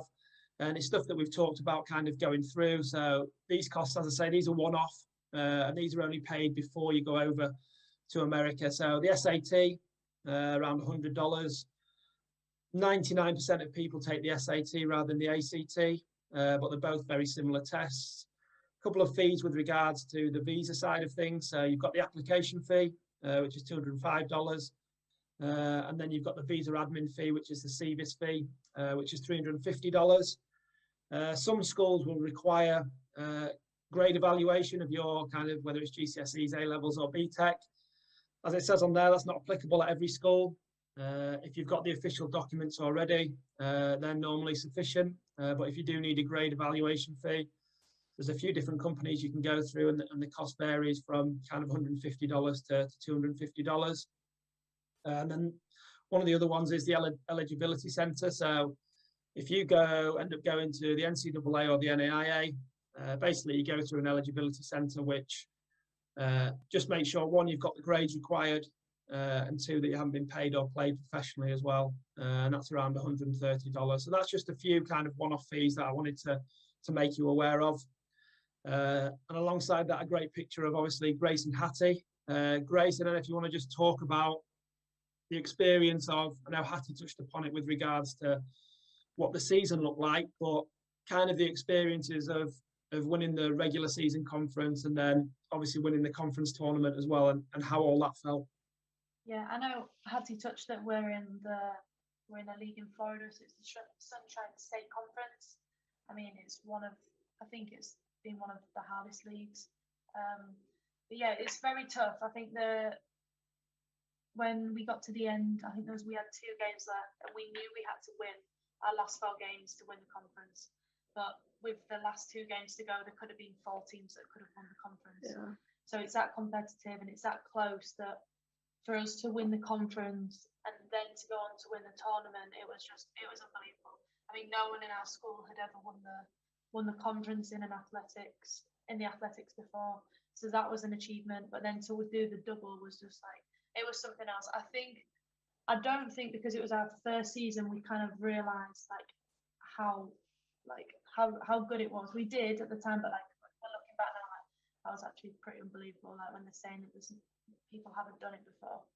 But yeah, like I mean, the difference in America as well is you go into overtime, so you don't finish a draw, then you go into 10 minutes overtime, then another overtime, Which and is then it's golden goal. goal. Yeah. So like there was a couple of games we won on golden goal, which were like unreal. It was like winning an FA Cup final, and it was a conference game. The fans at the ground are amazing as well. We had a lot of people watching, dressed up, you know, cheering us on. We had the band. Yeah, it was like the atmosphere of college games. Like I've never played. I think we had about 700 people in one game. Yeah. And I've never played in front of that many people before, so it was really good atmosphere. And to win the conference and the tournament, like I say, it was an achievement, like massive achievement from us and the team and the coaches. But yeah, it was crazy. No, definitely, and I think you make a really good point in the fact that, and again, it's something that might take a little bit of getting used to for players, is the fact that because the season is condensed, every game is important over there. And especially when you come towards the end of the season. And another great thing about, I guess it's a difference from when I was over there to where it is now, that a lot of games are live streamed. So obviously my dad used to kind of travel up and down England with me, watching me play. And I think it's the same for you guys. Obviously, Grace, I get messages from your dad all the way through the night about when you're playing and things like that. And I guess it must be nice, Hattie, for kind of whether it's parents, friends, other family, that they're able to watch these games live. Yeah, so sometimes we had kickoff around 7 p.m. in Florida, so the time difference made it a bit difficult, but my dad would stay up to watch the games because like he just loved it, and it was like, it's cool, like he could watch it on the TV. So it was like living the full experience. But we often had some like 3 p.m. kickoffs, which was nice. So I remember one day like all my family got together and they all watched the game together, which was really cool for them. It just gives them an opportunity because we were very restricted about like any visitors or anything like that, but there was still the opportunity to see us play, which they absolutely loved as well. No, definitely, and as I say, you both had an amazing season. Obviously, you won individual awards, but even more so important is how well the team did. And I know it'll be a really good benchmark for you guys, kind of going forward. And kind of final slide that we always talk about is, and obviously I don't want to wish time away for you girls because you've still got plenty of time left as student athlete, but the options that are after college. So obviously the picture here is of Jade Pennick, who Grace talked about kind of at the start, but Jade's a great example. She went to an NCAA Division II school, Montevallo, and then she was an All-American at the University of North Georgia before returning home, and she kind of played with us at Harrogate Town for 6 months just to get back into the game, and then moved on to kind of Doncaster Rovers and Sheffield FC before she's kind of slowly moved her way up now and is in the WSL with Birmingham, and she's a great ambassador, an SRUSA ambassador who I know a lot of players look up to. So Hattie, I'll come to you. Is what are you looking for kind of after college, whether it's football or I guess on the education side of things? Yeah, so I think one of the most vital things is that we're going to come out of it with this amazing football experience, but also a degree. And we have the opportunity to do our masters as well if we want to stay for the extra year. So we could do our masters in 5 years, and we also get 5 years of high level football. I feel the opportunities in America for females, like athletes, sports, is like even bigger than back home. Even if it's working in coaching, playing, sports science, anything like that, you do have a bit of a chip on the shoulder being English, being an athlete. But for me, looking after college, I just want to keep playing football at a high level, whether that is in America or is back in England. And also hopefully get a nice, good job in some business somewhere. But yeah, just keep playing football. That's the focus for me at the moment. But yeah, what about you? Yeah, similar. I mean, I'm studying business as well, and I've worked within weddings since I was 16. So I'd like to continue playing, but you've always got to have a plan B. And I think that's what going to America gives you. It gives you an education. And I mean, for the next 2 years, we're probably going to learn more which route we would like to go into. And our school's very good at that as well. So there's like the career services, and you can go to them. There's career expos. So there's like so many different companies that come, and you can interview with them to get like internships. So that'd be something that I look to do, is to maybe do an internship to then create relationships with different companies and then see where it goes from there, really. But yeah, playing, I'd like to travel, take my football and travel with it even more than I have done already. No, definitely. And I guess another one of the positives out of COVID is, I know it was tough when you didn't play much that first year, but you do have that extra year.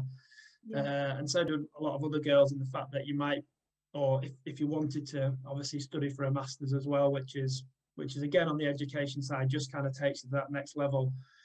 And to be honest, that's kind of, as I said at the start, I just wanted to give you the main bits of information about what being a student athlete is like. I'm going to finish up, girls, just with both of you again. If you could start with you, Hattie, if you could give just one piece of advice to players that are looking at potentially going down this route, what would it be? I think the best advice is get your highlight video sorted, get some good clips of you playing, like before on the process. Ask as many questions as you can. Get your phone, get a notepad, everything that you can think of, just write it down. Ask John, any of us, anyone you know who's been to America, just so you can kind of get the clearest view you can. And then I would just advise you to go for it, because you're only going to regret it if you don't, so you might as well try. No, yeah. Definitely. And obviously, Grace, I know you touched upon it before, because there was a time when maybe for 6-9 months you were thinking of doing something different in the UK. Mm-hmm. Obviously, any advice you would give, and do you think you would have regretted had you not gone to America? Yeah, I would probably just say, like, if you've got something that you enjoy, just stick with it, because that's what I had. Like, I enjoyed my football, but then I was like kind of like searching for something else, and I didn't really know everything about sports recruiting. So I would like just say, do your research and get prepared and find out what it is actually you want to get out of studying in America. Like, you always, I know sports recruiting are amazing at getting the right fit, like you did for me and Hattie.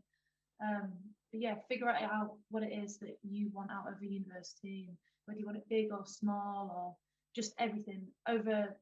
Do all the research that you can, and then you'll enjoy it. And like Kat said, just go for it, because even if you go for a year and you figure it out it's not for you, at least you can say you've done it and you've given it a go. But yeah, just go for it. That's what I'd say, because if I didn't, then I would regret it so much. No, definitely. And final point for me, as I say, you girls are a little bit biased. Obviously, I'm a little bit biased having go through it, but it's a great opportunity, and it is an experience of a lifetime. It's not for everybody, but as I say, hopefully this has given you the information. Any further information that you need, please feel free, as Grace and Hattie said, to contact any of us or anybody within the SRUSA family. But girls, thanks very much for your time. Guys watching this, I hope you find it interesting and you've got all the information. And please feel free to kind of reach out. Don't be shy and ask any questions that you've got. So thanks very much for your time. Thank you, guys. Thank you.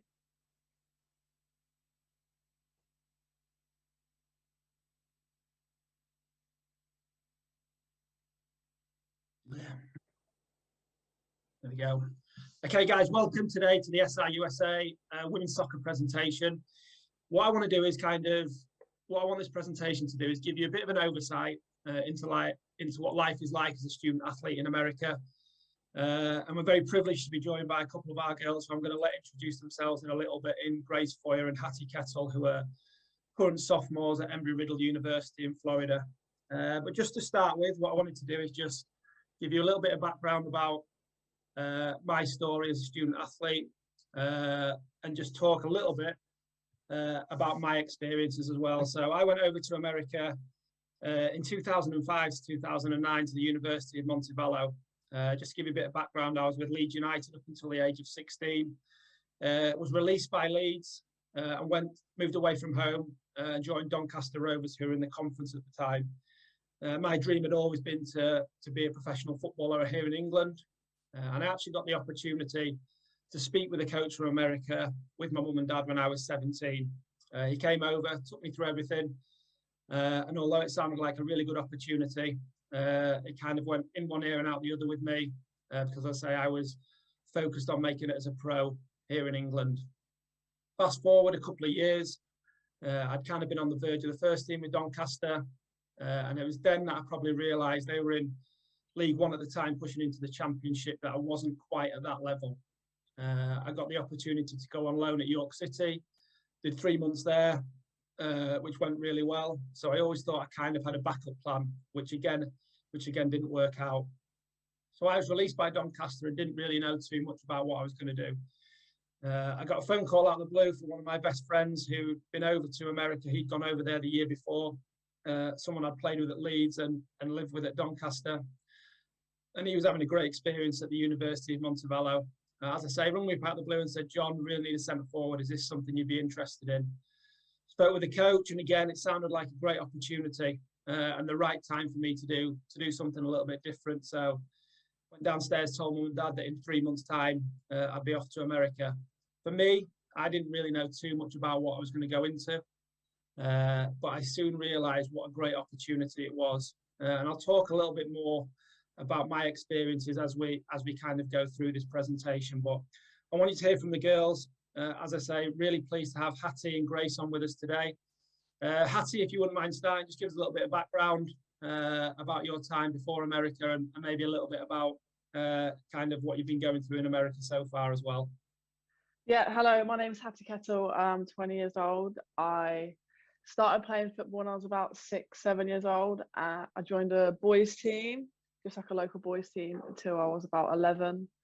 Then I moved to a Reading Academy, so girls' academy. I was there till about 14, 15.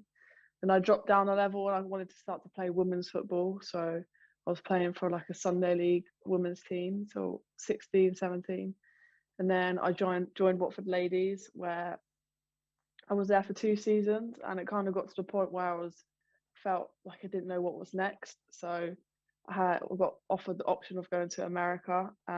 My parents were very supportive, and we was looking online for different agencies or where to go or what the steps are to get into America. And luckily we came across sports recruiting, and then it started from there really. Got in touch with John, went to a first event, was really good. It was a really good standard, had great support, and then went to the main event where the coaches come to, which was in York, or Harrogate, was in Harrogate.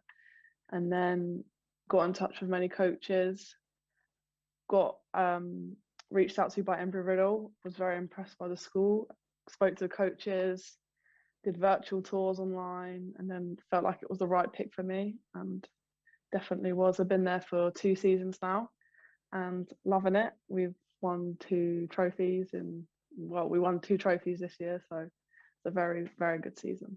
Yeah. Hi, I'm Grace. I'm 21 and I'm from York.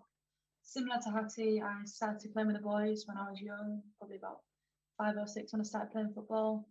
Just played for a local team called Poppleton. And then I went to York RTC, which then I stayed there till I was about 16 years old. I then went to York Ladies, played for the reserve team there when I was 16.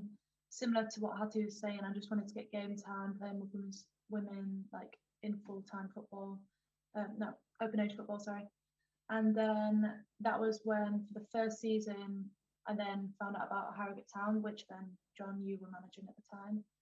And then through then, I kind of knew that there was something else I wanted to do after college, but I just didn't really know what it was. And then ended up speaking to John about sports recruiting. And then, yeah, kind of at the time at Harrogate, there was Jade Pennock was playing as well. So she came back from America and she was a very good player. And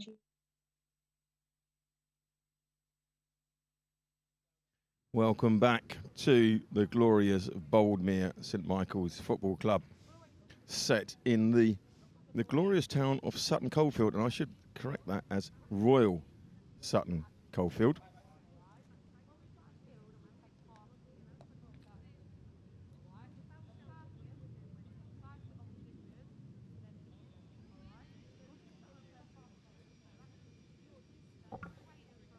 in the lovely royal town of Royal Sutton Coldfield. And we're going to have This Girl Kicks, which is a fabulous local team as well, against the yellow team of Sports Recruit USA.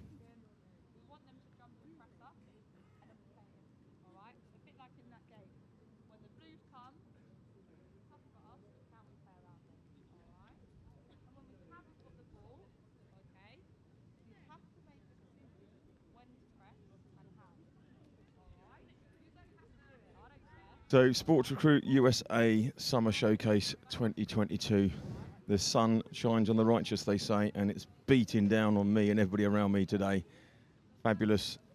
We've got a nice, as I say, location. We are in the royal town of Sutton Coldfield, and we are in the heart of England. We are in the England's second city, Birmingham.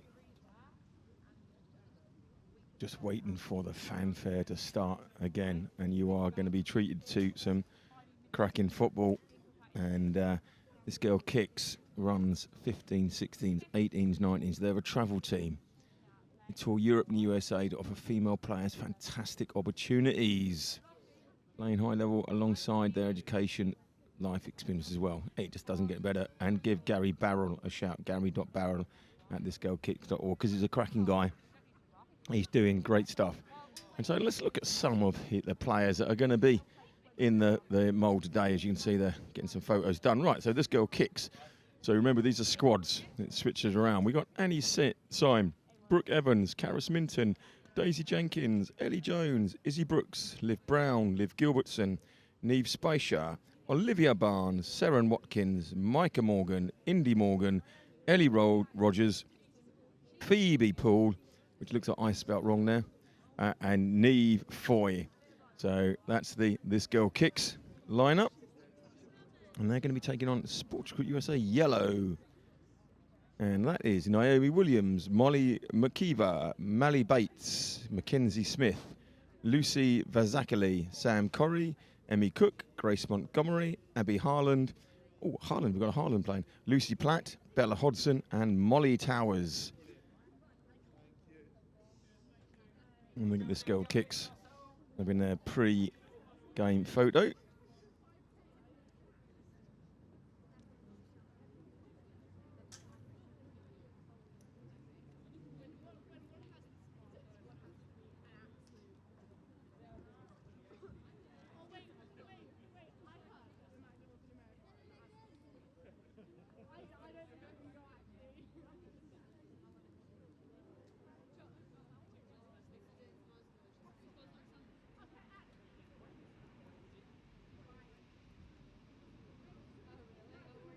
This Girl Kicks. Now, my money's on the This Girl Kicks, and the reason I say that is they play together quite a lot.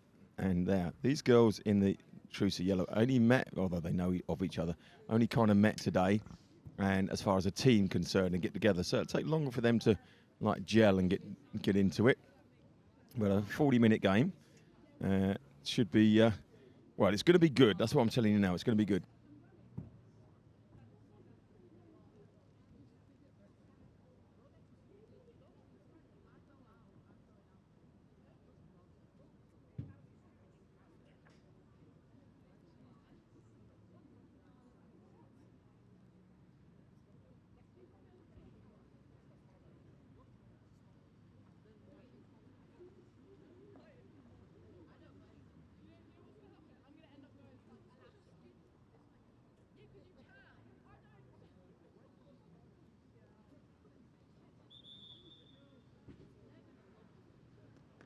And I am joined on the mic by, well, this man needs no intro because he can intro himself. Yeah, Ben Sadler. Ben Sadler. Ben Sadler. Certainly not a celebrity, but work with Jono now here at Sports Recruiting USA for. You know, you might not be a celebrity, but you're holding the microphone like a singing star, but it's called a lip mic, so it's got to touch your lip. You see, so you're not a singer, so it doesn't. So when you went, oh, okay, then nobody could hear you because it's not touching the lip. You see, so now you look like a commentator. Now you look like the professional John Motson or something like that, you know? I don't think anyone wants to hear me, to be fair, so it's probably not a bad thing. No, not at all. Not at all. So let's introduce yourself again, because it literally didn't come through. Okay, yeah, Ben Sadler. Ben Sadler. Worked here with Jono for 6 or 7 years now, so seen plenty of... You're a veteran. I know, I feel like one. After being out there all morning, but yeah, we've seen plenty of talented girls come through, from first time we see them right through to now coming back from America, so it's a fantastically rewarding role that I'm fortunate to be able to help with here. It is. I mean, I think that's all coaching is. We've got a tag starting off there, and this girl gets across and defends quickly. It is all coaching. You love to see it, but you're putting people on journeys. I know that it was all a journey, but you're putting them on their football journey, but also a journey alongside that, where they can go off and have life experiences. All right, off to the States, do their stuff, and then come back and you see them like you say. It must be really satisfying to see. We always say it's great to see the girls go and do so well and become better footballers, but for me, the biggest thing I see, because I don't see them for... Oh. All right, here's a break. Looking at this girl kicks. Early doors from range, straight at the keeper. Yeah, so I don't see them, I don't see them for a year or two at a time, so I really notice the difference between when they go and when they come back, whether that's on break or at the end of the studies, whether that's junior college or the full 4 years. And the difference you see in some of the girls, I saw one last week, Kirsty McGregor, who's come back from America after her first 2 years, and she's just a different person. The confidence, the life skills, it's wonderful to see. It really is. And do you feel that that's also kind of like part and parcel of the fact that they are, developing in the States, and it's a much better kind of like it's full on 24/7 for them? Yeah, there's so much responsibility, that goes with moving away from home. And it's not just moving 20 miles down the road to uni like I did when I went. It's the other side of the world, so there is a responsibility. And like I say, it helps you grow up in all aspects, not just maturing as a footballer and on the pitch, but the impact it has off the pitch with your studies, with... The expectations over there are high. The standards are high on and off the pitch. The facilities and off of it you get's wonderful. So, it's on the girls to take advantage of that. And 99.99% of the girls that I see absolutely do make the most of it. And it's great to see. It's a great live experience. Now, also during the stream, you'll see there, we put Emmy Cook up. So, Emmy Cook, who is, let me just go down and find Emmy on my little list. So, Emmy is fall 2023 Chesterfield Women First Team, right? And the reason we're putting every player up, so you get a chance to look at it, and then you can text to the number. It's going to crawl along the bottom like it just did. So what you do is you just put the colour. So with Emmy Cook, you'd write yellow, and then you write 10, and then you text it, and you'll be seeing that number coming across there. And then you get all the information on the player. The only showcase that one streams it with all the comms and all the details you need to know about sports recruiting in the USA, and a chance to get the information via the text message. So it's the place to be, and so that's coming across. And our job here as the commentary is not just to say, oh, lovely ball through the line there, is to bring you an insight into what it means for if you're listening and you want to go, or your daughter or your niece or your auntie, wherever it is, fancies it, you can say, look, we know the company that does it, and give you some insights like Sam's given us here into what it can bring. So that's what we're going to be chatting about.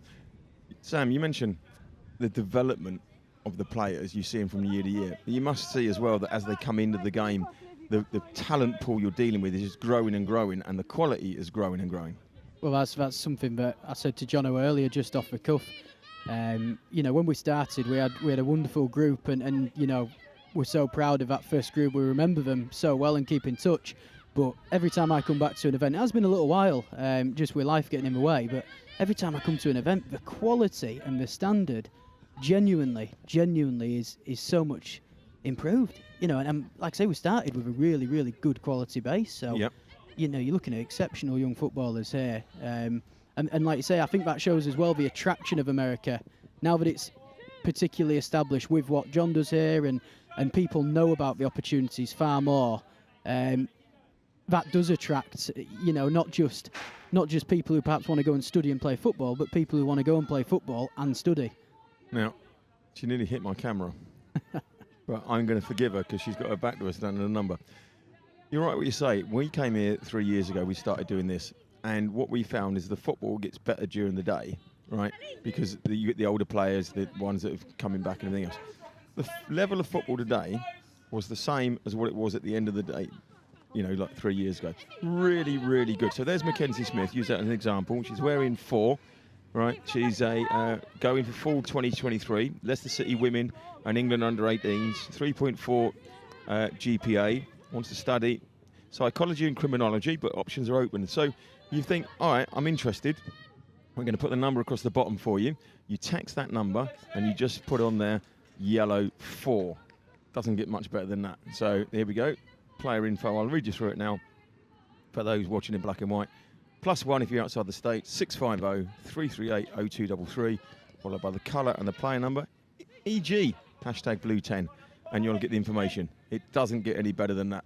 So, yeah, the talent pool, like we were just saying, going on, and I've been speaking to Jade and Jodie and John this morning, and I think the reason I go on about it is because I just notice there's so much difference already. It's really good, and that's down to, obviously, the work that's being put in grassroots, but the role models that are out there, people told, and now we've got the Euros.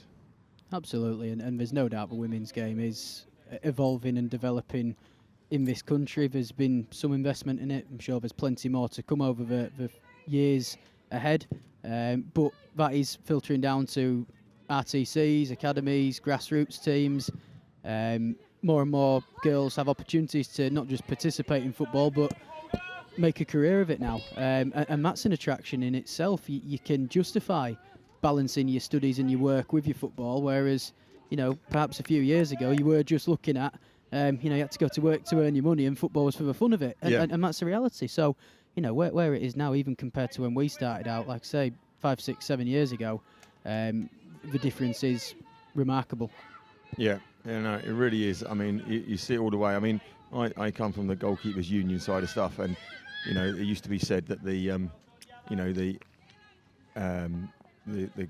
women goalkeepers are 5, 6 years behind the outfield players because they never had the coaching, they never had the training, because it was all like, you know, oh, just the kit man or the physio would do it with them. Now they get specialist training. I was watching them warm up earlier. Bloody hell, they're good. You know, they're really good, and they are at a level of boys at the same age, in my opinion. It's only the physicality that is the difference, you know? Absolutely. I mean, I went over and had a watch for 10 minutes as we've got attack here that's gone quiet, well defended. I went over and watched for 10 minutes, and like you say, the technical ability was just outstanding. And again, I come back and I just make a little point of it. You know, the drill was there to sort of allow the player, the keeper, to show that off, and all 3 of them that were warming up down to our right as we look. Absolutely, like you say, completely. Nice ball over the top, and I tell you something. Where's my little list gone? Somebody's took my list of my player. Oh, I'll get it up on my phone. 83. She's looked lively all the way through. Example A there as well of goalkeepers, as we said, cracking stop, strong palms, got it out of the awkward area. Sit here, ball come over the top, and just straight through the ball. Very, very impressive. I can get my team sheet numbers up.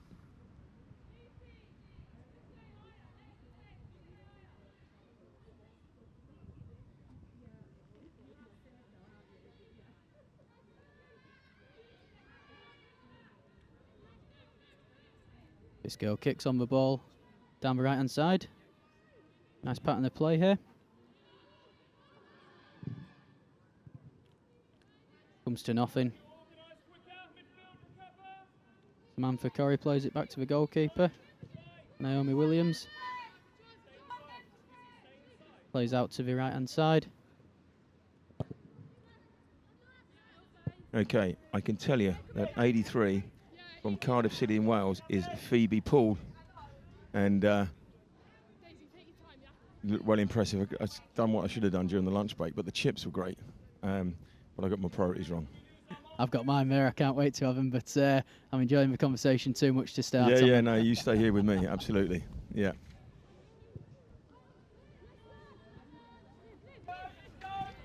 again, it shows how far the net is being cast by Sports Recruiting USA. Cardiff City there, you know, we've got girls come down from Sunderland as well. It is literally the width and length and breadth of the country that girls are coming and joining us at these events, which is great to see again.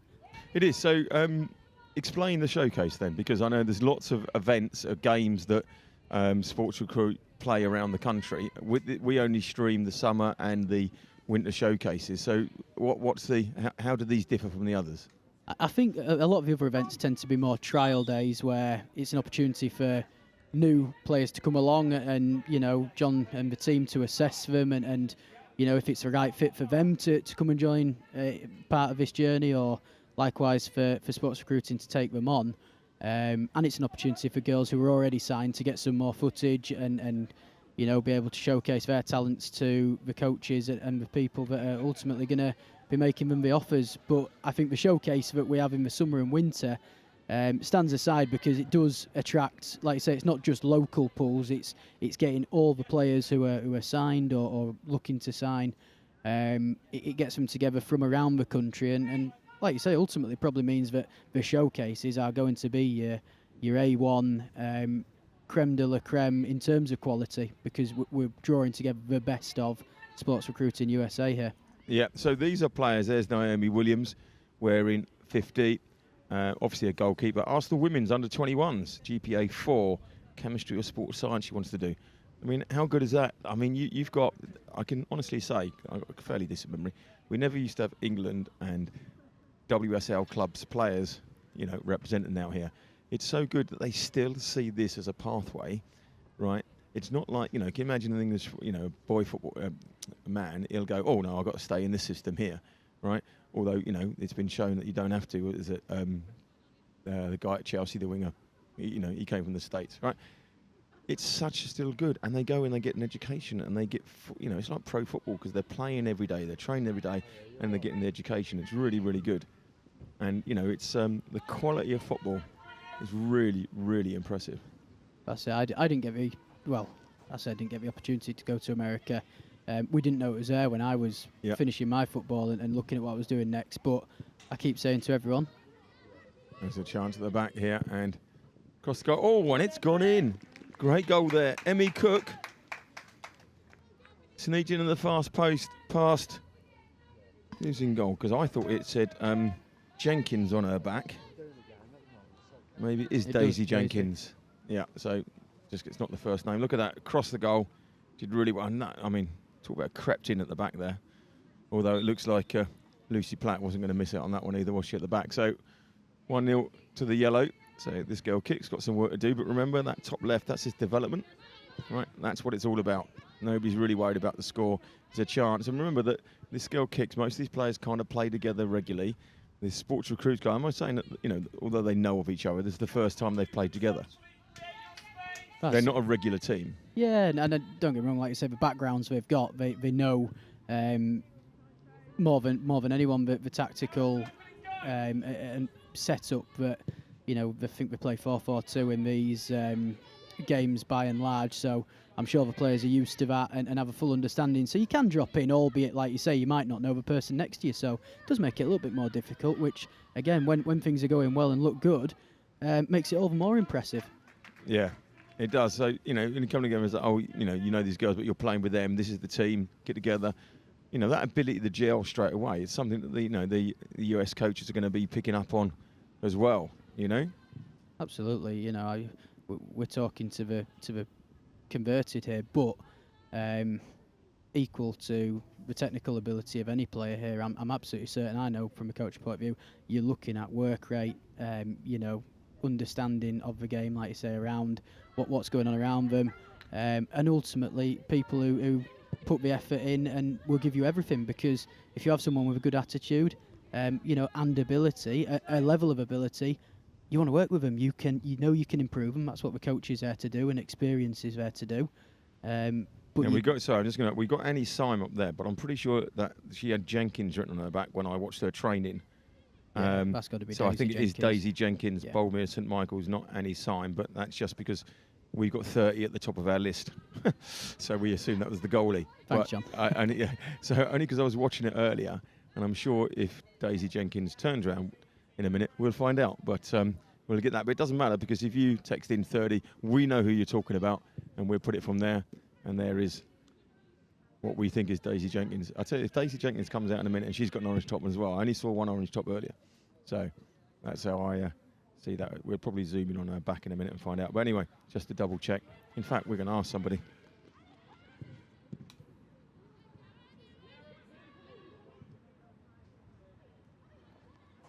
Confirming, Ben, that we're incredibly clever, and it is Daisy Jenkins. We can read.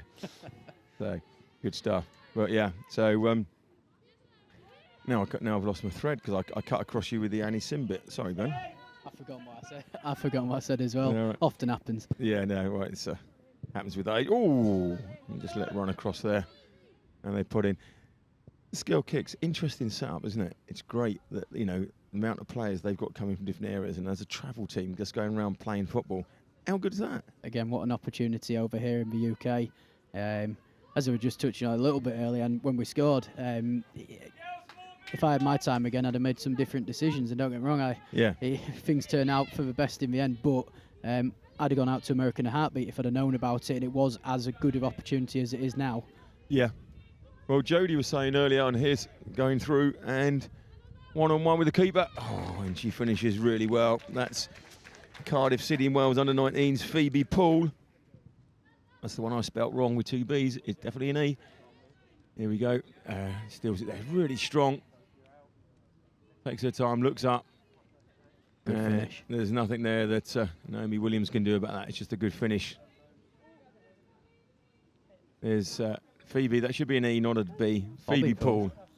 Yeah, it's not Phobby, it's Phoebe. Hold my hand up completely. I typed them in. If I say it enough, I would have thought the producer would have changed it, you know, but there we go. It was an early start, I don't blame you. Yeah, exactly. So what's you say you've been 7 years. Tell me, you and Sports Recruit, what do you do then as such, you know? Because John tells me that nobody does anything. You know, I just turn up and smile and talk to you, but... So you coach one of the teams? Is that how it kind of works? You run the trials? What is it? Yeah, John and Jeddy's dad sort of run the day-to-day business, and it's just when it comes to trial days and showcase, I think John calls on people he's worked with before and trusted to come in and help out and make sure it runs smoothly and look after players. John and I met through sports recruiting. I did a uni placement with the business back when I was at uni. That's how we met. And then we went away and set up Harrogate Town Ladies, which is right. So we worked together for about 4 or 5 years on that with Jed and John, and we've obviously just kept in touch as we've moved on to different projects.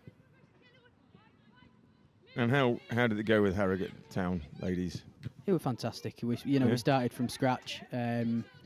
Helped SRUSA. We could use that. That was the sort of first anchor we could use to really. Get some momentum running. But yeah, it was great. We started from scratch. Had 4 great years together. Grew it to, they ended up in the North East County, so one off the National League. And we left it in a good place where it can go on now. Lucy Fazakerley there. 2023 Arsenal Women Under 21s. Fazakerley, wasn't there a Derek Fazakerley? There wasn't there? I wonder if it was a relation. Yeah, Fazakerley, that's Liverpool, Scouse Way, I'm sure. If there's a place. Yeah, it was. Derek Fazakerley, I'm sure he was the Oldham kind of area. Sounds about right. Team, may even have been Everton, that type of thing, yeah.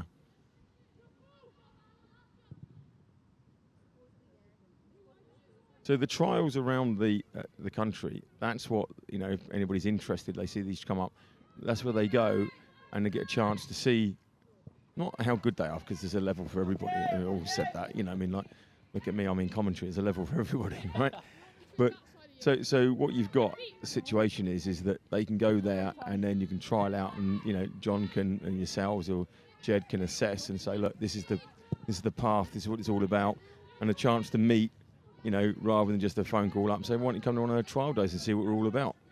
Absolutely, and it's the whole day. It's not just, obviously it comes down to what goes on the grass ultimately, but there's so much more around it. presentation about what it's like to be out in America. We try and get someone in who's either out there currently and back or has been and gone. So opportunity to ask any questions you've got to Jed, John, who, like I say, done this for years and years, been through the system himself as John on the men's side. But we get girls who've been through the process. So it just gives you the information that you'd need to decide, look, is it something we're interested in and want some more information and pursue, or you know, it might not be for me. But I'd say with fair certainty that, again, 99% of players who turn up do find it interesting and a good opportunity. Yep. Now we're having a water break because although we're speaking to Jade, it works out in Georgia. It is hot, and let me tell you. Shall I give you a little bit of an insight here? Right. So this is artificial grass, obviously 4G. Now, if we were in real grass in the sun, the floor temperature, not today, but would be say it was 38 degrees. Right. Artificial grass in the sun is 62. All right. So that's 24 degrees of like ground temperature hotter. So these girls are running around out there. Now we think it's cool. We're in the shade here because I set this up this morning. I made sure I was all right. Right. But they're running around out there. It is 24 degrees hotter than if they were running around on grass. And that shows, you know, so it's only 45 minutes. That's why the water break is needed. You know, chance for them to take on some fluids and, you know, get back out there and show what they're all about. I've stood around coaching, supporting, whatever you want to call it, for a couple of hours this morning at 10 a.m.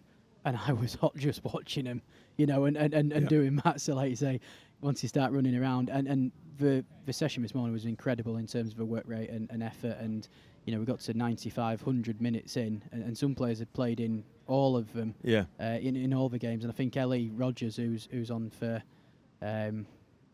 Bisco Kicks, she was right back. She was right back for 90 minutes this morning, and she's back out again. You know, so again, just the effort and endeavour, and what that tells you about the player and the person, more importantly. Again, that's the things that people will notice on days like today when sun's shining and it is hard work. Yep.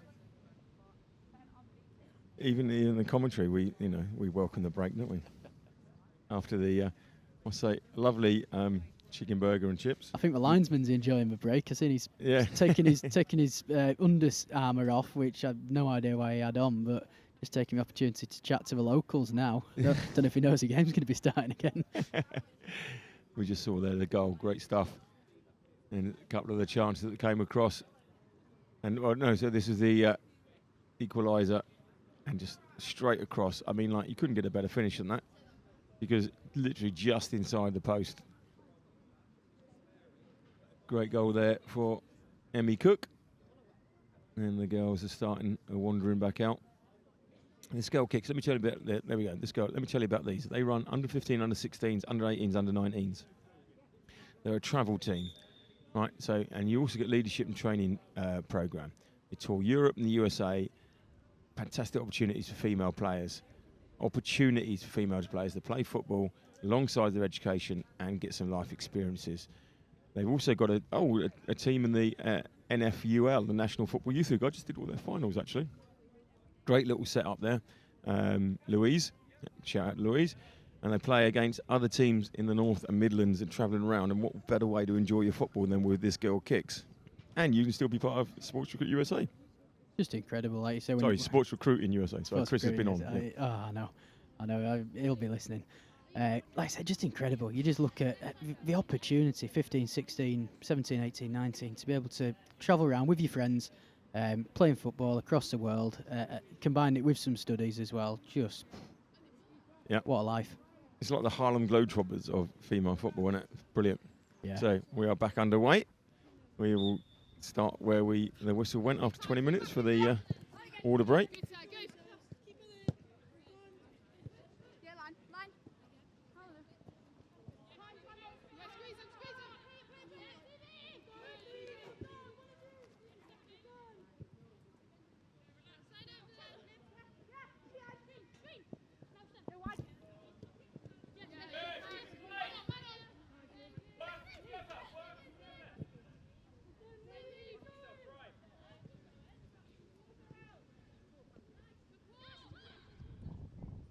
Great run there by Nefoy.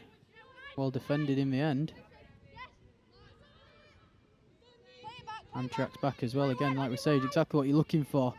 Done the hard work going forward. It's easy to decide I'm not going to get back in, but gets herself back in and, you know, affects the play. Yeah. And it's stuff that, like, you say 7 years ago, I say 3 years ago, it's stuff that you didn't see as much of. I'm really, really like shocked, astounded, whatever. But I think the level is so good, Or maybe it's just the hot summer and it was the winter when when we first won it was freezing cold and everything else, and the limbs were warming up. But it really is, great stuff. And as you say, the quality of players that John Sports Recruiting USA have got on board now, And it's that quality that is out in America and like say developing in England as well. It drives it, and it's like a cycle of improvement and development. You've got to be better, fitter to go out there to the teams you want to go out to now. Therefore, when you come to events like this and when you're playing your grassroots or your club football here, you're having to be on it all the time because there's someone else now who wants that place. Yep. It's not a case of, like you say, maybe 10 years ago, it might have been the opportunities maybe wide of a mark, but may have been a little bit easier to come by because that pool of players who want to go out might not have been there or as strong. So big. But my understanding, if I'm right, is still that the demand in the women's side outstrips the supply. So, I'm sure at one point that's got to sort itself out. We'll just go there to Bella Hodgson. Entry 2023, left winger, Derby County Women's Under-21s. Once again, just like, I'm not sure where Derby are in the grand scheme of things in the pyramid, but these are all like, players now coming from, previously it would be one or two players, but nearly every player is playing for what, would be a recognised league club that have got a women's programme. Absolutely. There's some very talented girls who aren't involved at, professional, semi-professional clubs, RTCs or first team development level. Some really good players who come from grassroots football, and you do get a different experience from playing, if it's open age football at a young age. You get different experience and develop different qualities perhaps, sometimes a little bit less technically focused, but again, that work ethic, that understanding of the game that you can't really teach bar getting the experience and being involved in them games and in them environments. Yeah, it's like you say, it's different. There's Liv Gilbertson that also played this morning, played some time, and now this girl kicks. And Liv is she a Boldmere St Michael's? Sporting. What do you reckon that is? Halsa? Silent K? I'd go Kalsa, but Kalsa. I don't know. I don't know anything. I beg to your greater knowledge in this department of pronunciations. So I'm from Yorkshire. I don't pronounce anything correctly. That's quite right. I couldn't agree more. No, it is lovely coming up to Birmingham, and then obviously I come from down south and speak the Queen's English, so it's it is an education for me, but I love it. Middle ground there. Yeah. And do you get a chance to go out to see that, what SRUSA are doing out in the States and their coaches? Is that something that you get an opportunity to do? Short answer is no. Right, okay, fair enough. Not because I don't want to or because it wouldn't, be a great experience just to have the time. It's been a few years since been able to get down to one. I think life and work and unfortunately the real job keeps us busy enough. But Jono spends a lot of time, going to see people and Jed, and like I say, the girls get the opportunity to go out. They often get invited as part of the process is to go and have a look at the facilities where coaches, again, we're talking to the people who know best, but coaches will invite them over and show off what they have to offer, and it is incredibly impressive from what they send over. Unrivaled, certainly a step above what you get at an English university in terms of the sport provision. Yeah. Now, the first year we did this, it was COVID, so there was no coaches that came across. I know when we did the winter, we had some coaches that popped across as well. And so getting back to that type of thing, it's great to see the coaches saying, this is a quality event, we need to come across and be part of it and see this. I mean, talk about ticking boxes. Speaks volumes, especially when you've got a really decent quality live stream. with, you know, a questionable co-commentator here, but don't knock yourself. No. but you know, like you say, you've got access to this, but you still come over and want to see players, because some coaches work like that. You know, everyone's different, but some players or some coaches can just watch footage and look at stats and make a decision based on that. But there's plenty of coaches who do say, you know, in England and I'm sure in America, do say no, we need to see them and be there before we can make a decision, which I can understand in many ways. There's Abby Harland. Now, do you reckon Abby Harland is related in any way? From Middlesbrough women, so Middlesbrough is close to Norway, isn't it? You know, so maybe there's a bit of the family connection there, but I think it's Harland AA and she's HAR. I do know her dad. I used to play cricket with him. She's Right. from Harrogate originally, Yeah. and he couldn't be more opposite from Erling Haaland, Right. and his dad as you get. You're right. That's a fair point. And we cleared that up then. And, you know, just wondered if it was the, you know, northeast, just like, you know, play on the name type of thing, you know, and the spelling stuff. Yeah. And so, Harrogate Women, is that something that you're not running anymore, or that you've moved on from, or? Yeah, so we set it up. I mean, I work full time for the club for Harrogate Town, off the pitch, sort of on the men's side. But when I moved on to my next club, I obviously had to leave that there. 'Cause Yeah. I've moved other side of the country. But you travelled as well, Oh yes. just not across the pond. No, Morecambe's not quite as I don't know. exotic as some of You've the got a nice places you statue, could go. just a nice statue of Eric there, haven't you? It is a lovely place in the summer on a sunny day when you can see across the bay, but And you can get donkey rides up Morecambe Bay still. not so good when it's raining sideways, which it often does, I Yeah, must well, say. It's called the English summer, what do we expect, you know? But I've been in Florida and it's rained for 2 hours That's every it. day, and then it stops again. It's lovely. And then sun comes out and it's 38 degrees Yeah, again. exactly. So obviously the other side that that you get is, you're at Morecambe, and then there's some good girls come along. It's like as a coach, it's not difficult, but it's kind of like you can say to them, look, I'd love you to be here. You're great, but you know what? There's such a great opportunity. This is the company to go with. Try this out, because not only do you get professional football, you get the education, you get the degree, everything goes with it. And Jade was saying earlier that it's student first, player second. But what a great way! I mean, what a brilliant way to improve your kind of like football over a 2 or 4 year period, just by playing all the time while getting the education. John hasn't paid me to say it genuinely, but If he has, I want to cut. like I say, it would just any day of the week. If anyone asked me, boys or girls, male, female, if anyone asked me, is it something I should look at and a good opportunity, I would say, do it in a heartbeat. If you don't want to go to university in England for a reason, do this. You've got absolutely nothing to lose and so much to gain. Opportunity there. Fell to, I think it was it? No, I was going to say it was Haaland, and then was going to play in that game. Lucy Platt. TNS, that's in the Welsh Premier League. Oh, it says the Welsh Premier League. See, I do know a little bit. I wants to study law with a 3.44 GPA, so she's clever and she's good on the pitch. It just doesn't get much better than that. Don't forget, if you want that information, text +1 650 338 0233, followed by the colour and player number as it says on the screen. So, if you did want details about Lucy Platt, it's #yellow10, and the next thing you get it through. And there's Daisy Jenkins. See, look, we've corrected things because we are good. She actually plays for Bolton St Michael. She's a local here, and I tell you something, she's incredibly good in that. What I need to say something else in that warm-up when I was watching that session with the keepers. Wow, impressed me. From the goalkeepers union. So, 10 minutes to go. 7 minutes to go. Can't remember now.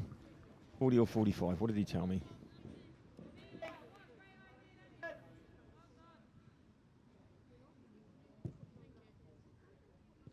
It is 45. So 11 minutes to go now. And one of the girls needed a water break. It is hot out there. So at the moment, one apiece.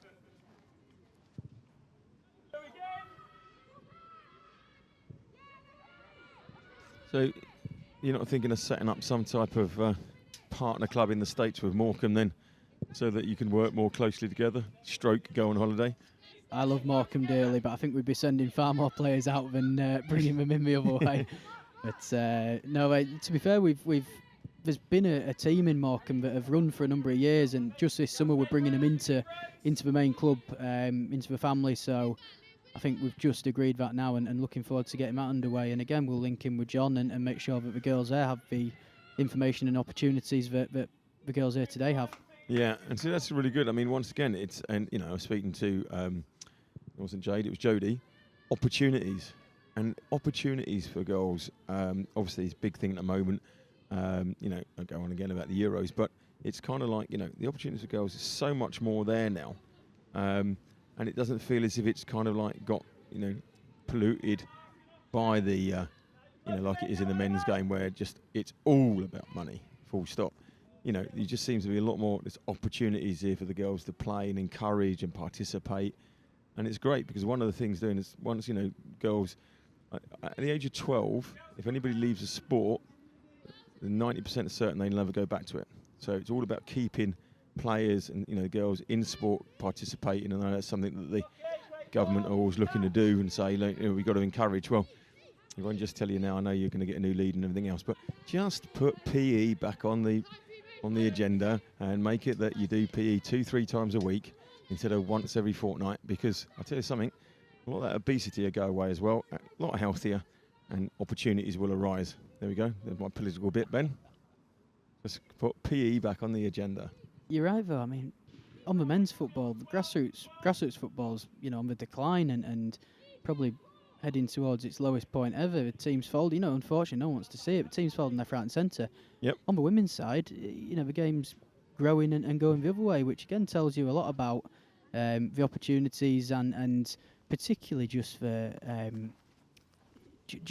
standards. And I don't mean necessarily the technical ability as such, but just referees enjoy refereeing. Yep. I'm not going to speak for them, but they enjoy refereeing female games more than they do men's games. I talk to referees all the time. I wonder why that would be.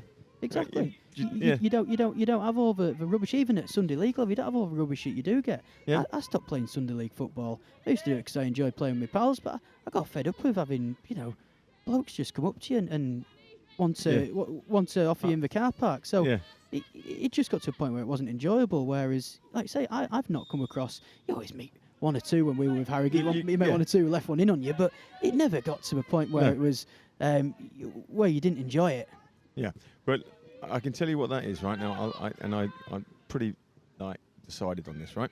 You blame the FA, FIFA, right from the top, right? Because I did a game, rugby game, about 2 or 3 years ago, Wednesday, and straight at Jenkins, but a good strike.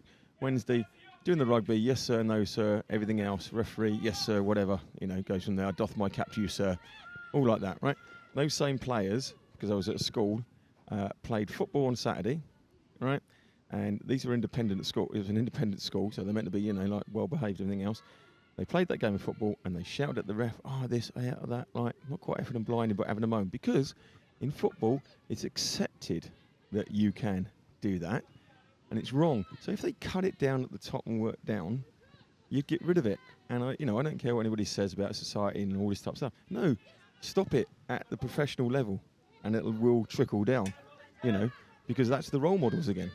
They're beyond the point of return for me in the men's game. I don't see how they can do that. They've come out with the blue card or whatever it is in grassroots football that no one uses because, again, if you use it, the player just turns around. I've seen it. The player just turns around and gives you more abuse. I mean, you get sent off. But I think they're beyond the point of return. The descent you see now at Premier League level, it's just embarrassing.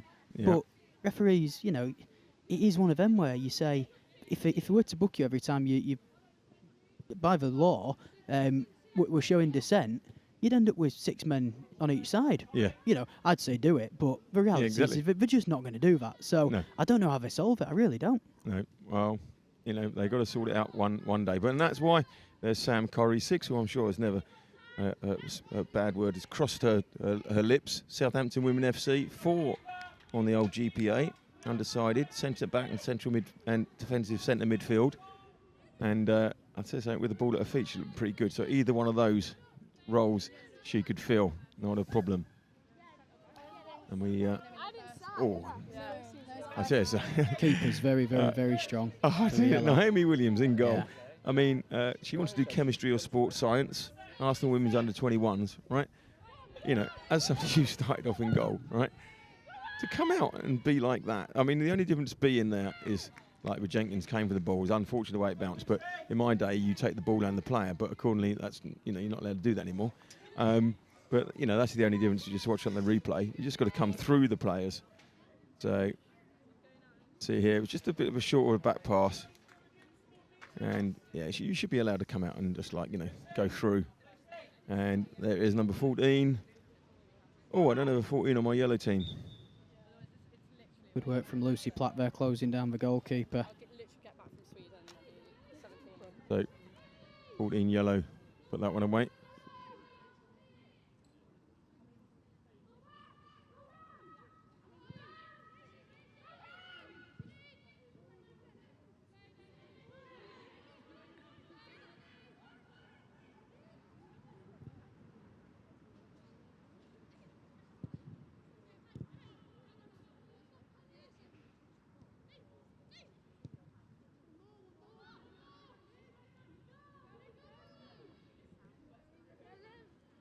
Okay, getting it right. So Bella Hodson is wearing 14, not 11. And Molly Towers is wearing 12. So we're getting it right now. So a good finish there from Bella Hodson. All 2023 left wing of Derby County women under 21s. No, a great game. So are you getting a chance to see any of the Euros, Ben? This game. Sorry, I didn't turn you on. Ben, I'll ask you again. You get a chance to see any of the Euros? I had the England game on Wednesday night, but I was on Zoom calls at the dining table and just had it in the corner of my eye. So I saw the goal, took the time to decide whether it was a goal or not. But I think it seemed to be a fairly comfortable win. I know you can't say about 1-0, but from what I caught of it, they were in control, not under much pressure, didn't do a great deal at the other end. But in tournament football, as you see all the time, it is ultimately about the results. And 1-0 every game, you win the tournament. Yeah. Yeah. As Greece showed at a Euro tournament, which I couldn't put the year on for you, but 2004. 2004, won every game 1-0. And my God, it was a boring bit of football, but nobody really remembers that too much now. It's the name on the trophy, isn't it? Yeah, exactly. You know, so it kind of like is what it is. Don't forget 1-650-338-0233, followed by the colour and player number, and you will get all the details about any of these players sent to you. Amazing system. Only recruiting showcase that does that for you. None of the others give you the insights that, you know, that you want to hear about the game and the people and the experiences. And when I went to get the lunch, there was a presentation of all the parents in the room there, just some of the people that have been out there talking about it.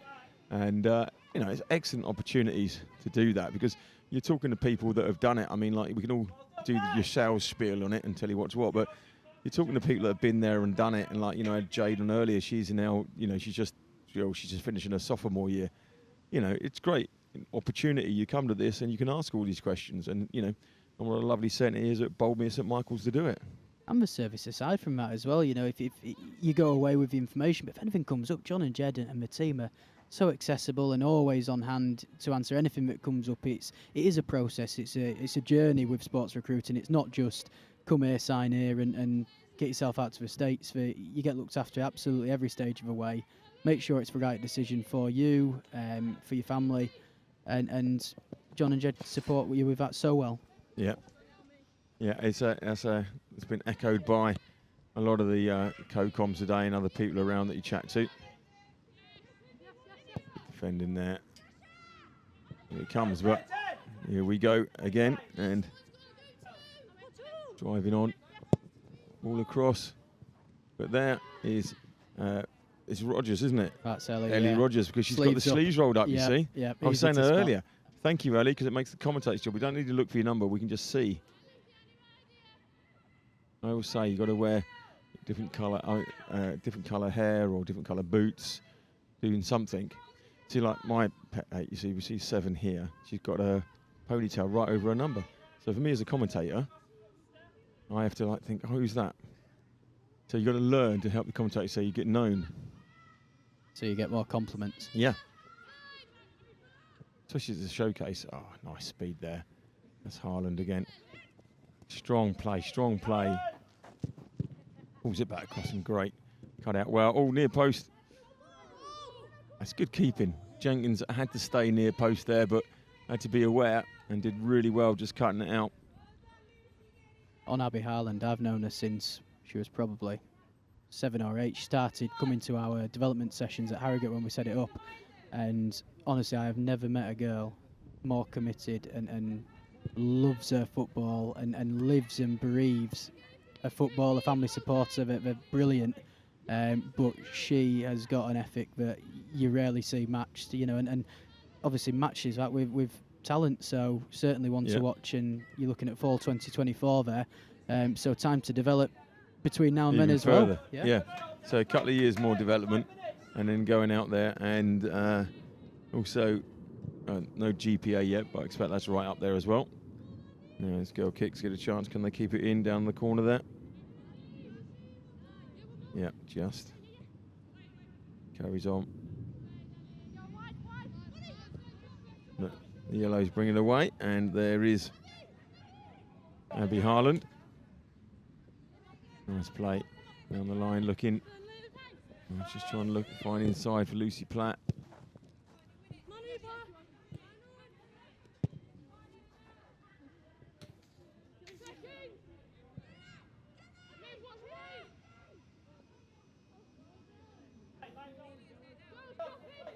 Stay alert, that's what they're saying. That was Indy Morgan, Cardiff under-19s. Ball across, man at the back post. Oh. Did a flag go up or something? Yeah, I think a flag went up because everybody stopped and the ball didn't go in the back of the net. So I was wondering that it was a flag. So there, number 14, we know is Bella Hodgson.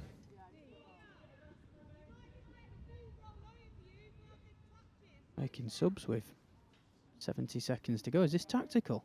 Well, can't be 2-1 down. Yeah, but you see, the thing is that we were told that the clock doesn't stop for the water break, but they just add time on. Now, to me, just stop the blinking clock. I know. But we don't. And so what we got is, however long the water break is, that makes it a 47, 48 minute half. Why don't we just stop the clock? You know what I mean? I know. Bit of rugby there. Yeah, I know. Just like, we're having a water break. Got a chip break here, someone. Yeah. Oh, it's for coaches, luckily. Thought I'd seen in white, but it's... so that's the same Jade that's eating the chips that was mentioning earlier about how the, diet's healthy important out there. And the yellow food's not so good for you. Full athlete. Yeah, yeah. He looks disgusted and opens the box again. I say no more. Picked over the back, and Jenkins will come and clear that up. As we must end in the dying throes of the game.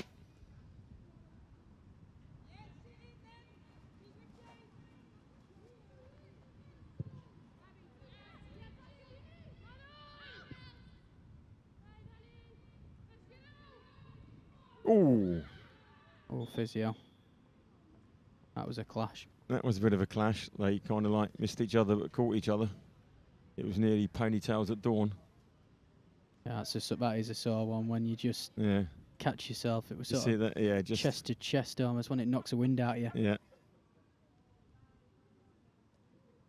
I could never get close enough to other players for that to happen. It'll pass me.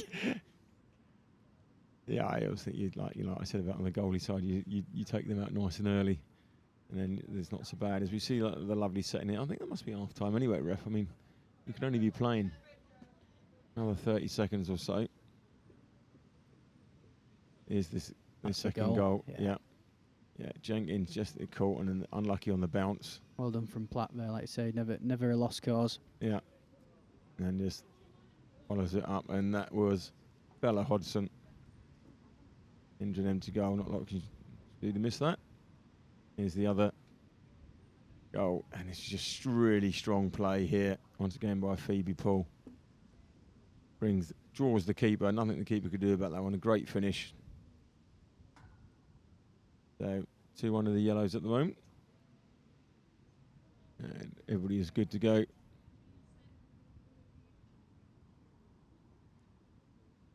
It looks like my coffee's going to have to wait a bit longer. You can, you know, and so does your burger as well. Good job. I like chips with curry cold. Yeah. Makes no difference to me. Did you get the curry sauce? I ordered it and I didn't get it. But Well, I asked for gravy and we're out of gravy. And being from Yorkshire, that was a blow. Gravy. That was a blow. But I think you find it's allowed to come with mushy peas and it's allowed to come with curry sauce. Gravy. I think it's only acceptable sort of once you get north of Leicester. Yeah, that's a fair point actually. Yeah. Right. Although I'm sure some of the coaches listening going, what, you mean biscuits and gravy? Yeah. Yeah. Although Jade was saying earlier that she likes grits. And cheesy grits at that. What are grits? So grits is what you get for breakfast in America. And you go, oh, we'll give them some porridge. And you taste it and you go, no, that's not porridge. And on that note, there's the end of that. Ben, thank you very much for joining me for this game. Really appreciate your insight. It's all turned there. We're going to be back with you in about 10 minutes for the next episode. And stay with us for the Sports Recruit USA Summer Showcase.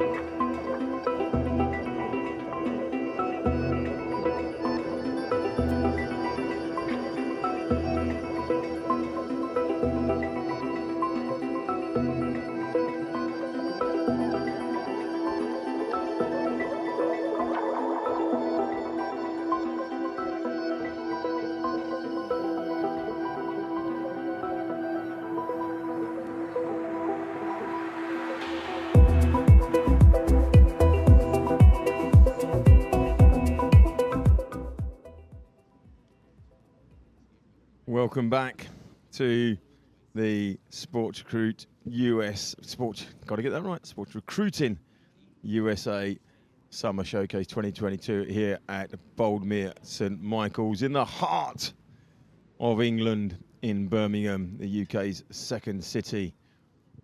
And I am so pleased to say that I'm joined on commentary by the one and only Mr. Jed Maloney. Jed, a pleasure as always to have you alongside me and get your insight into everything Sports Recruit USA and the all the coaches that have been probably talking to you during the day. Yeah, it's great to be here again. It's fantastic day's weather. We could be in Spain. The sun shines on the righteous, Jed, and when I saw you here, I knew that the sun was going to be following. Yeah. And again, great football. It's been great to watch.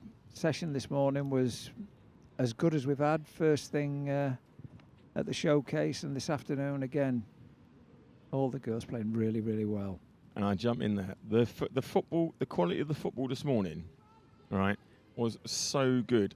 And I don't just mean that so good because I'm comparing it to what it was like 3 years ago when I was coming, where in the morning it was okay and it got better and better. Yeah. This morning was better than what we had in the afternoon 3 years ago when you were bringing the more established players, older players out. Yeah, that's right. The quality of the play is just amazing. And the technical of the girls. And there, we see the first goal. Yep, great cross. Great cross. Keeper couldn't quite deal with it all. And popping in the back of that is Laura Hume, available 23. Huddersfield Town women with a GPA 3.44. But great play. Look at that for a ball. Great ball from 16. Yeah. And then the ball across from Gwen Walters. And the keeper couldn't quite keep that one out, Naomi Williams. And, as we say, Laura Hume. And that looks like a Reading women under 21s 1-2 there. Cross and goal play together. Is it 16? No, it was 16 it was made 11. the pass, didn't she? Yeah, 16 made the pass through to 7. Yep. So we had the Reading, the build-up, finished off by Huddersfield. There we go. But yeah, no, I'm Jed. I can honestly say, you know, obviously I've got to say all the right things. That's why I am. You know, but the quality of the play, the talent pool you have, the quality of the player and the play, I've been blown away by. Really, really impressive.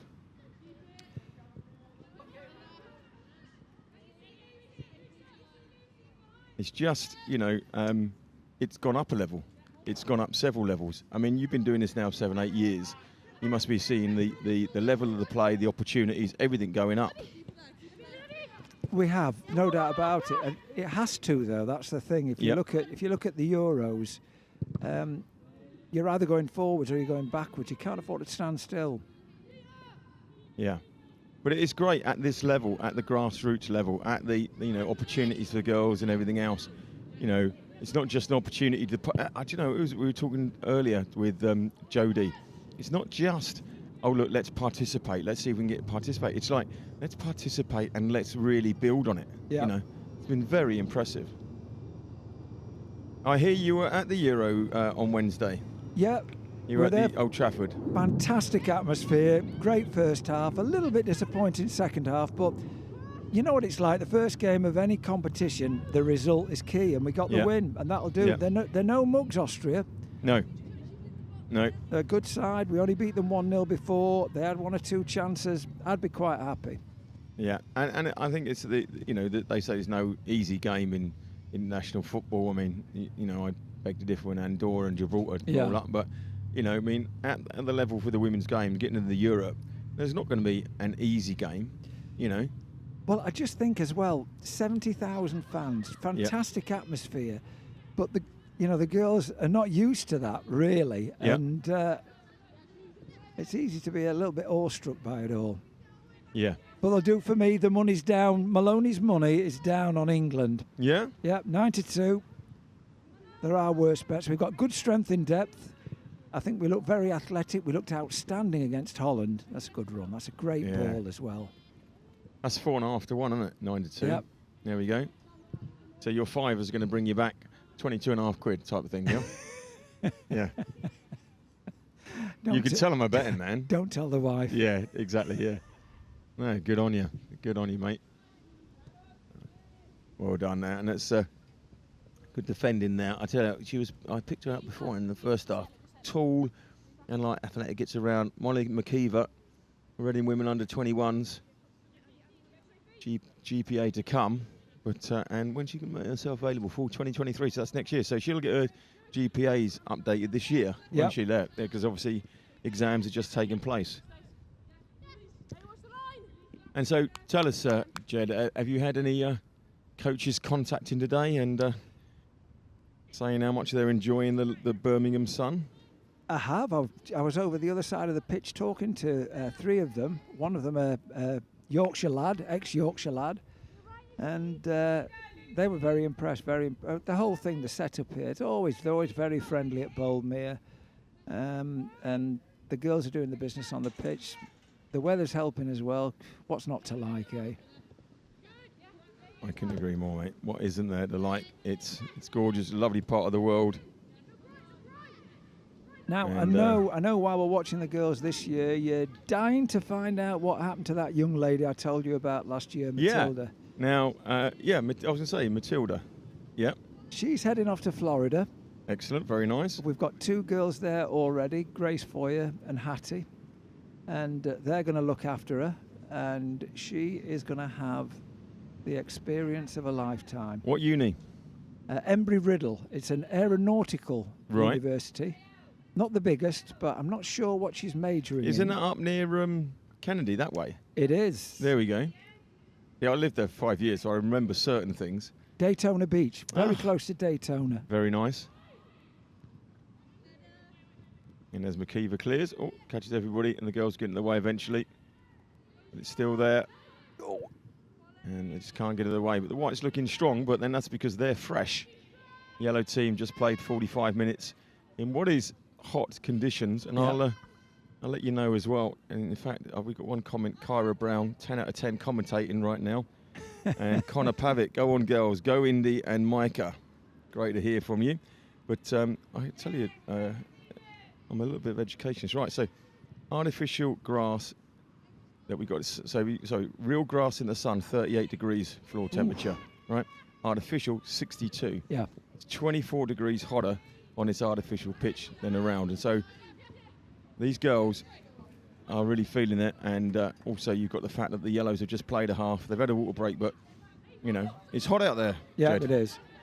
And a little story, because, you know, I referee as well. When it's like this, it's hot and your feet don't half feel it. I had a game that I refereed in, it was in the 30s. It rained at half time and completely different in the second half. It obviously cooled everything down, but it is tough. It's tough for the girls. But that is one thing, you know, I've noticed today. We are, as a country, in terms of our footballers, getting more and more athletic. Yeah. And I've always felt that was an area, I guess, for improvement. And it says to me the girls are doing just that, working really, really hard at their levels of fitness. It is, and they have to work hard at them because the good old government decided to take PE out of the, you know, which is, I was mentioning this earlier in my old Haaland just getting in there. No penalty, says the ref.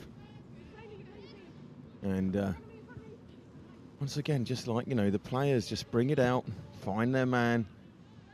You know, like your ball there, but it's really good play there. And that was bringing it out was Jasmine Gallo, full 23, Arsenal under 21s. I'm sure when we did this 3 years ago, you had the odd player that was Arsenal, Reading, or whatever. You got a lot more now because you know the talent pool, the options are there. Oh, and that is a penalty. I call this a CC ref, which is a centre circle ref. Right? He was in the centre circle, but that was a penalty.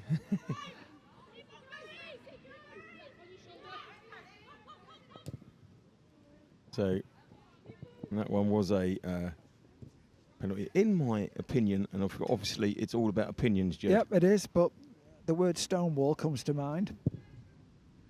Yes, I'd agree with that. Still a penalty. Making through, and it goes all the way back, and notwithstanding the fact that it was a penalty, I have been really impressed with Naomi, number 50 in goal. Yeah. And she's not only a good keeper, but pretty bright. Chemistry or sports science. Yeah. Chemistry. God, Yeah. that was not my strongest subject when I was at school. No, I think that's probably it's about 95% of the population as well. Says a man whose son is a chemistry teacher. Oh. You know, so I'd like to think I taught him everything, but I didn't think I do. But the interesting thing on that subject, though, is that people ask the question, what range of subjects can we study in when we're over in the States? And it really is very, very extensive. It's not just sports science; it's a whole range of subjects that you can study. Well, it's getting a degree, isn't it? In a business degree or a degree like in chemistry. All of those things are options for you, as well as playing non-stop football. It really is like a door for everybody and everything. There's something for everybody. So does Matilda start now? Yep, she's starting in September, August as such. That's right. Yeah. And she was centre midfield, if I remember rightly, wasn't it? She was, and she came to Sports Recruiting USA when she was 13. Yeah. And even then, you could see she was a very, very talented individual. And I think Embry will get the best out of her. Great skill. Great feet there from Lucy Platt. Where does that come from?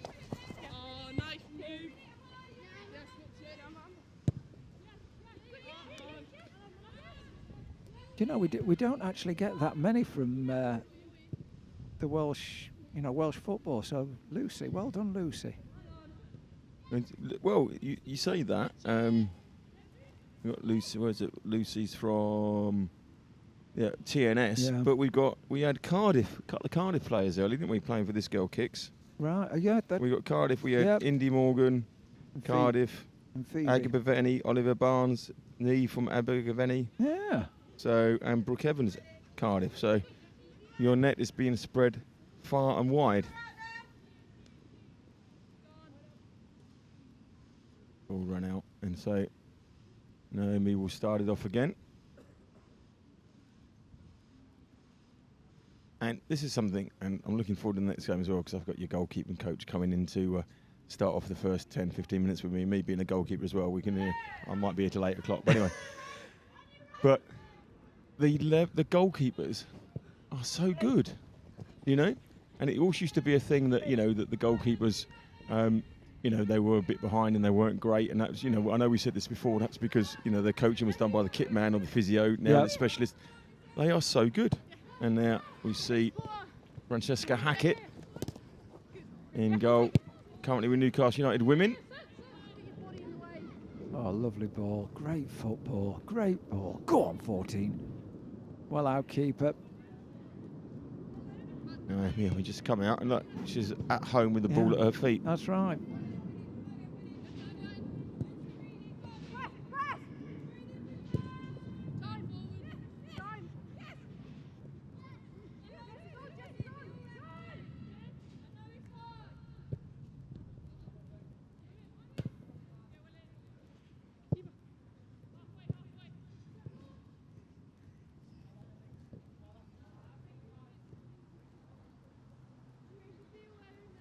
Another one to watch out for in the Yellows. Number 9, Abby Harland. We've known Abby for quite some years, and she's now at Middlesbrough. Recently at York RTC, and bags of potential. Scored goals for fun at York RTC, and hoping to do the same at Middlesbrough. And she's still got another 2 years before she goes across. Fantastic, really.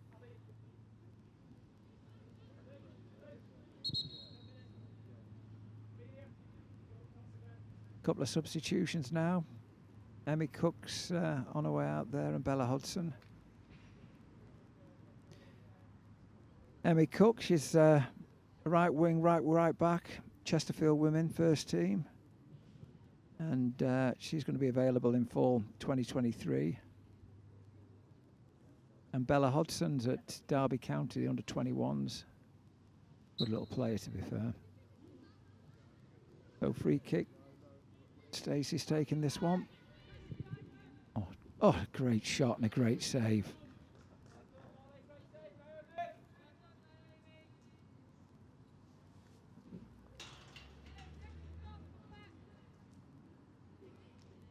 I've been really impressed with Naomi and the yellow team goal, but that was a hell of a shot. I think it was Molly Towers. No.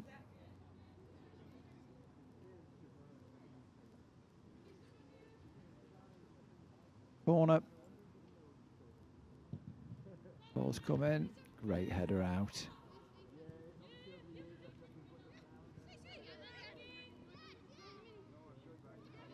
Pretty solid in defence of the Yellows, to be fair.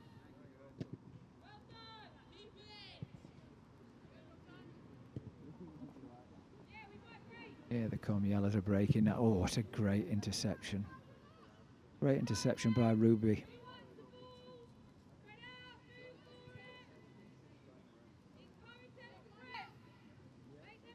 Rock solid at the back is Ruby Jones. Another one of the girls that's come down from Liverpool today, along with Caitlin.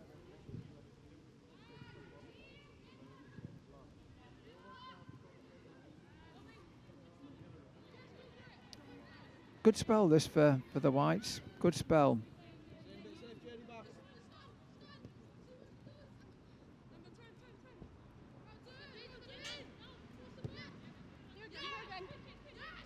Well played by Amber. Ruby again. Good ball out to the right wing. That's Caitlin, her teammate at Liverpool. Good looking cross. Is that going? It's gone in. Wow. When you say good looking cross, Jed. Yeah, good shot there, Caitlin. Yeah, well said. Yeah. I think even Caitlin's smiling, to be fair. I saw her play actually. She somewhere. Yeah, that's a cross. Up near Liverpool, and she's talented. Talented girl. It was definitely a cross. I think she's acknowledged. Caitlin Conroy, Liverpool FC Women Under-21s. She's committed to Georgia Southern University. Yeah. GPA 3, underside, but studying history, psychology and sport in college at the moment. Surrounded by clever women, Jed. Story of my life. Molly. Oh, unlucky. Good solid play. Amber Truick. Oh, she's at University of North Carolina already. Yeah. Well, I was going to say how more kind of like, not physical, but kind of like, athletic she seemed. And she's an example of somebody that's already done a year of uni, doing everything Jade was saying is how, you train that much harder, that much longer initially start off with, and how much difference it makes. And she just looked like, that she's not even breaking stride. Yeah.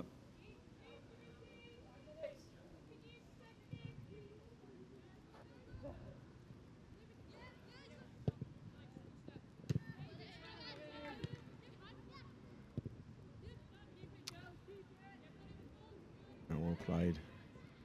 Oh, great feet. Great shoot. Feet. Oh. That's a great effort. Oh, just over that time. But once again, just really, really strong play. That was Stacey. Oh, what am I in that? What were we there? Stacey Usha. Yep, I think that'll. Right. Reading Women's Under-21s. Impressive. Obviously got a great setup at Reading, to be fair. They've got some talented girls here today.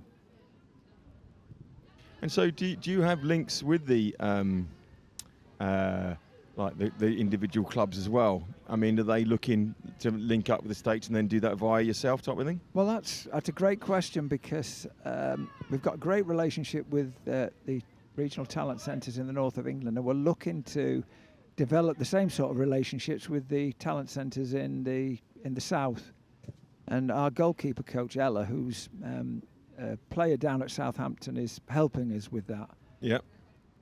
It's a little bit tricky because some of the RTCs, until they've worked with us, they see us as being in competition with them, which we're not. You're not really. What No. you're doing is, I mean, like the thing is, you're only in competition if those coaches and those players don't want players to proceed and move on up. Well, that's right. And unfortunately, there are some coaches like that, but that's not the case. You know. Well, that's right. If they, all we'd like them to do is listen to what we're all about, talk to the people that we're working with in the north of England, and then make a decision based on that. Because we've now got girls coming back from America who are playing at the highest level in this country. Yeah. So, Thank you. Look at that. How good is that? What a player. She picks up the pitch side mic for me after the ball knocks it over. But yeah, so I mean, the thing is, right, you've got a player and they're good and you want them to, what brilliant goalkeeping. It was. Because you could have argued that was a back pass, but Francesca, look at this. Brilliant. Swirling away. And she doesn't want to catch it just in case she gets penalised and heads it over. That's brilliant play by Francesca Haggett. Now, if I was in goal, I would have caught it and then argued. I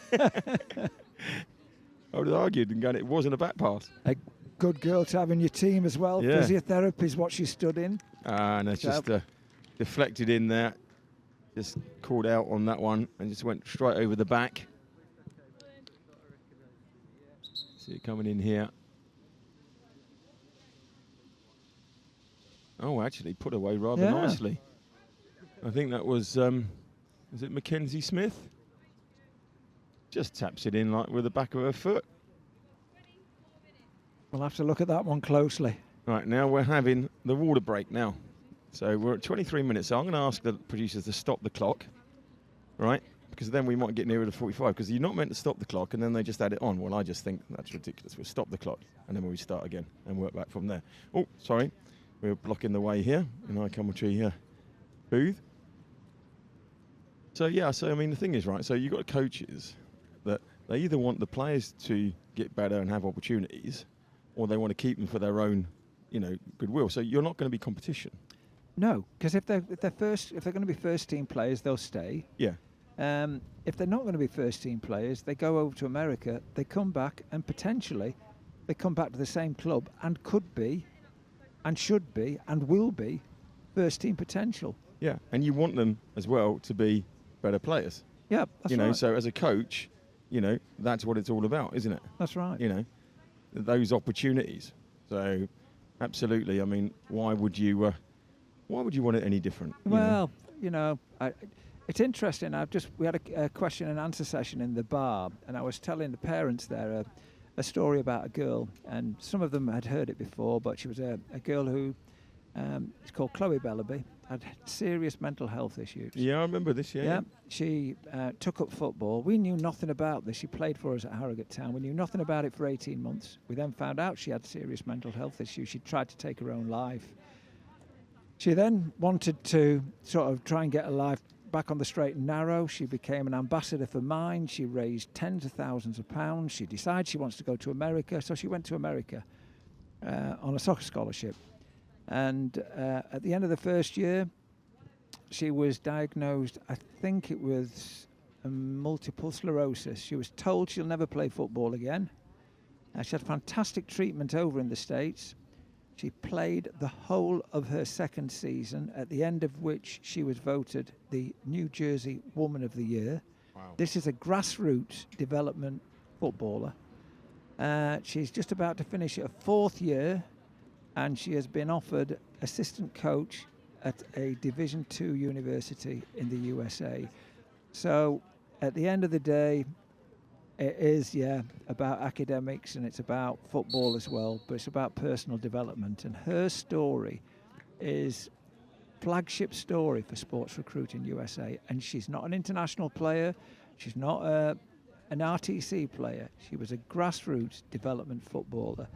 And she doesn't mind me mentioning her name. And if you want to follow her on social media, it's Chloe Bellaby. And she is an ambassador for Sports Recruiting USA. So if any girls go over to America and they're having a tough time, they can speak to her and she will respond within seconds.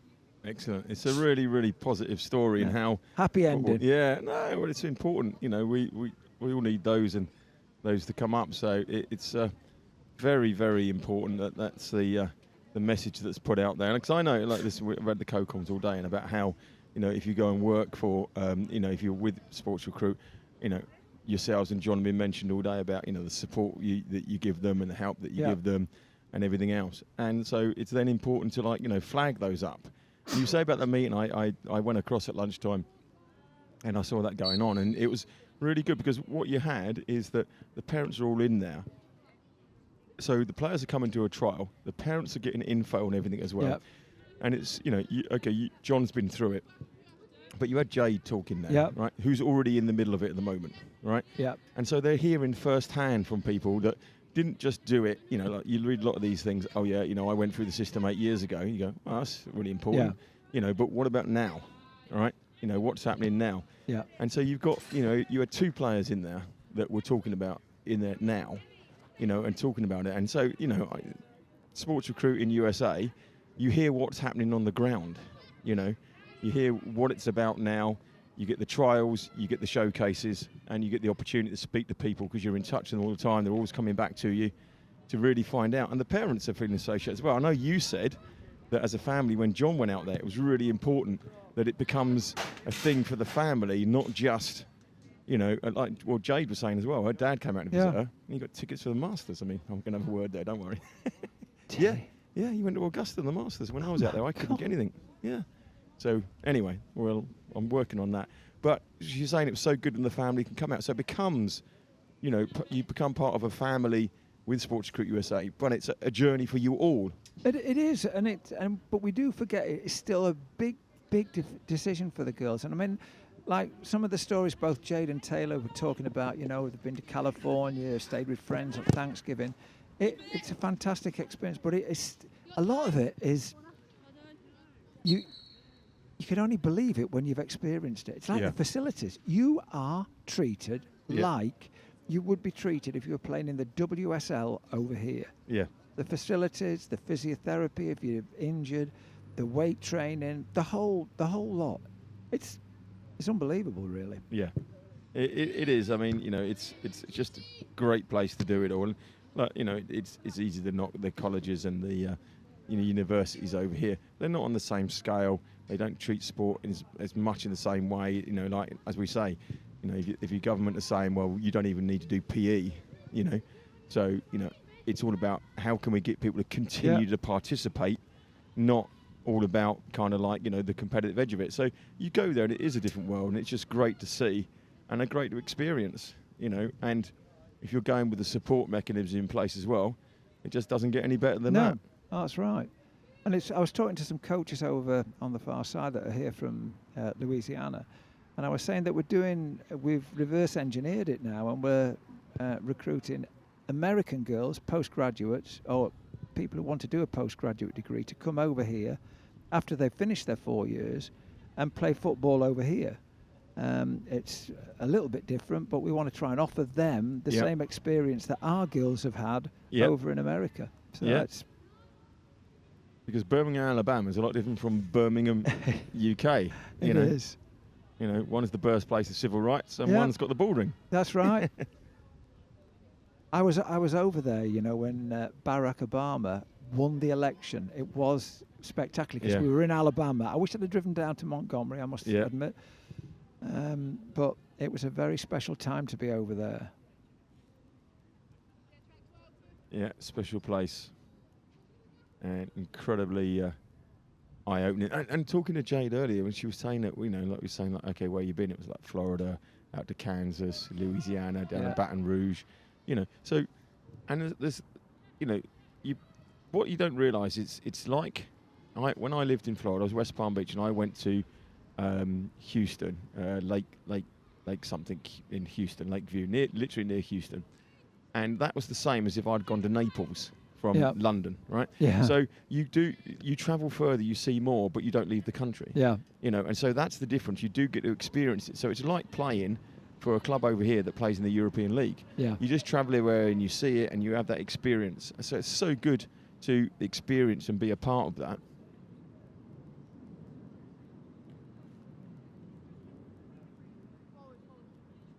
Right, 14 white. I've got to get a number on that, because a name, I should say. My little list doesn't have a 14, but I know they swap around. There's no 14. Oh, no, that was in the yellow.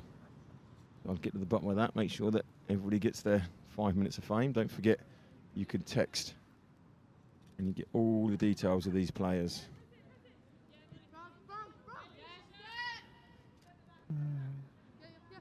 The only showcase that offers you a opportunity to text in and get details on players.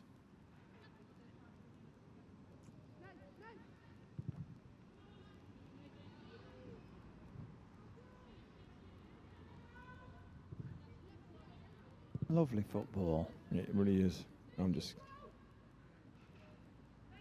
I do think the girls' game, it's sort of very easy on the eye. They keep the ball on the ground. Cloughie would be really pretty impressed with. He'd be very impressed. And do you know what it says here behind me on the wall?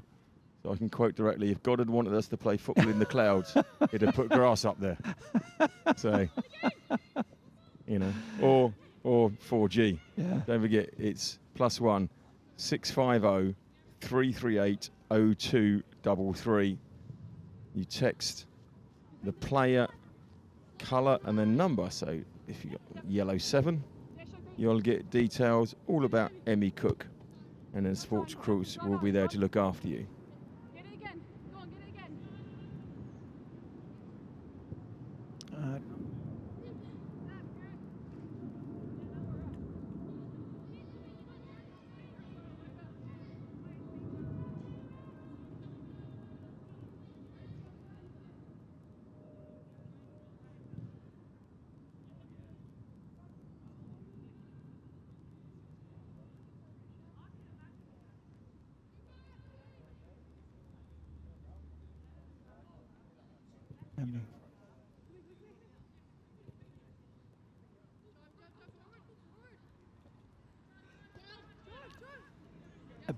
Big hello, by the way, to all the coaches that might be watching this over in the States at the moment.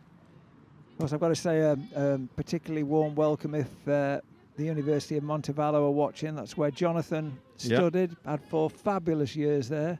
Well, that's where he became the Hall of Fame and 2 times All-American and head of women's soccer at SRUSA on the back of it. That is I've got my notes this very week, true. this time, Jed. Yeah. Do you know he was inducted Hall of Fame twice? No, I've got 2 times. All right, see, it says Hall of Fame and 2 times All-American. Yeah, so it's 2 times Hall of Fame and 2 times All-American. So explain to me, how did you get in the Hall of Fame twice? Because, I mean, once you're in, aren't you? Well, he was inducted as on the back of his goal-scoring feats. Wow. And then he was inducted again as captain of the team. And so it was like a team. The whole team got it. So it was just, it was great. I had Brilliant. And, you know, middle of nowhere. Yeah. No more than 2,000 people that lived in Montevallo. But fantastic. It was like Band of Brothers stuff. Yeah. Played with lads from Brazil, Argentina, Germany, South Africa, Australia, Canada, obviously America. Yeah, and they're friends still today. Oh, they are. And to me and Leslie and myself as well, we still speak with them on a regular basis. One fella, Tavi, he was like Montevallo's version of Messi. He was on social media this week. I was talking to him. Absolutely amazing footballer. He turned up for his...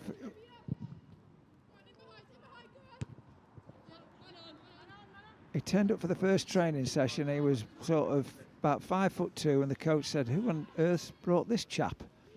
And 30 seconds on the ball, and the decision had been made. He was going in midfield, created loads of goals for Jonathan, and just what you'd expect from a Brazilian footballer. Yeah. And then you've got to be popping out there as well then, and a bit of popping down to Brazil. Which is exactly what happened one Christmas, Rich. And his mum wasn't too happy about that, to be fair. So she had to spend Christmas just with me, which is, I mean, it's not bad. But It's not bad, Jed. A lot of people will give their left arm for that, and some wouldn't. Lovely.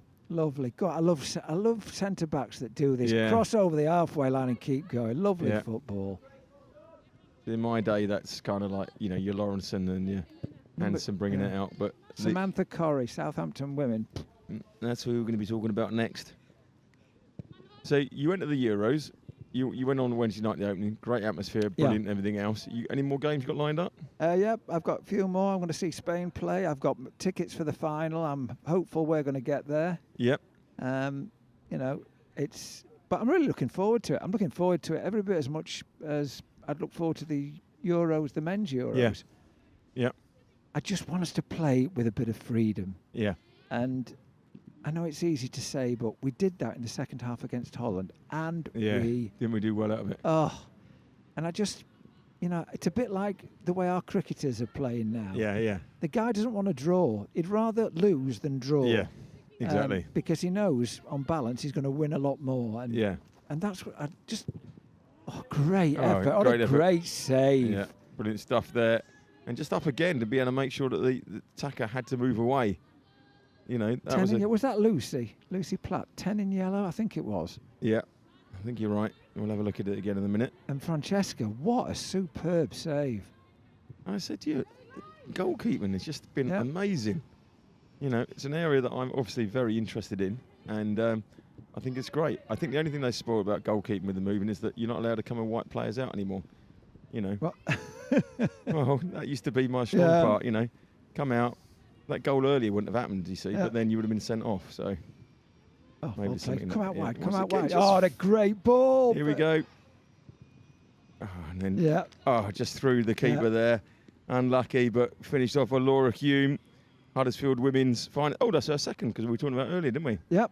Yeah, the second for Laura Hume. Now, it's got to go past 10 players before it gets to the keeper. So, in my world, it's nothing to do with the keeper. Look at that. Great vision. Been balled in. And then from close range, not a lot you can do there. And through it goes. Another thing that I'd like with England, though, is when they get a chance to shoot, have a go. Yeah. Sometimes we just seem a little bit frightened of... Because we get into some great positions. We really do. Yeah. And I think Laura Hemp, super player. She's got great pace and great feet. Thought Millie Bright was outstanding as well. She was my man of the match, to be perfectly honest. Williamson, again, rock solid. Yeah. I like our central defenders. Yeah. I just think, that, Wiegman's come in, has made a difference. Yeah. Don't want to knock good old Phil, because we needed that kind of like, publicity of a player like that coming in, and it's all about, and it's progression. I mean, it's still 2 semi-finals, and great ball in there, span around. Bella Lobley from Sheffield United under 21s. Now Bella was at York RTC. I was talking to her earlier on because we know York RTC really well, and she's been signed on by Sheffield United under 21s. And now I'm going to ask you the quiz question. Who played for Sheffield United under 21s? Well, I was going to say you, right, because of the way you phrased it. But I don't know. If I give you a clue then, she'd be one of my favourite players who's now studying or going to be studying in Florida. Oh, Matilda. Matilda. Right. There's Grace Montgomery. So good setup. Got a good setup at Sheffield United. Yeah. In fact, I'm recalling that now. Yeah, Matilda was there. Yeah. Jake Pennock is another one who came back from America, went to Sheffield United. That's a funny story, She came back from America. Jonathan and I were just setting up football at Harrogate Town. We could see she was talented. Yep. So she'd go for trials at Donny Bell's, and Sheffield United, no, you're not good enough. So we said to her, she'd come to us and asked to do pre-season. I said, stay with us for a season. And she did. Joy to watch. At our level, Lionel Messi. Great feet. Ran with the ball. Terrified defenders. 8 months later, every man and his dog from Doncaster and Sheffield United were, can we have her? Yeah. And she ended up in the WSL with Birmingham. Oh, brilliant. Not bad, eh? Yeah. Oh, pretty spot on that is. There is Frankie Hackett, 2024 Newcastle United women. Going to study physiotherapy. Now, we ought to have a word with Frankie. Was she part of that team? Did you hear that? 24,000 for a Tier 4 women's football match at... Didn't they to St James's Park? Yeah. So strong on the ball. What a great shot. I think that was... It did go in. It did go in, Oh, yeah. it came with the back stanchion. Oh, that's why. Yeah, that was a powerful, good shot. I was thinking, oh, great stuff. And it was better than I even thought. It's just so strong on the ball there. Really went through, just beating there. I think that was Abby Harland with the girl. Oh, was it 10? I think it was. I think it was Abby Harland. No, you're making that up as you go. It's 10. Come on. Lucy Platt. Yeah, Lucy Welsh Platt. Then. Premier League. I was saying we don't get many Welsh players. Maybe we need more. Yeah. What a great strike that was. It was like a bloody, it was like a rocket. Yeah.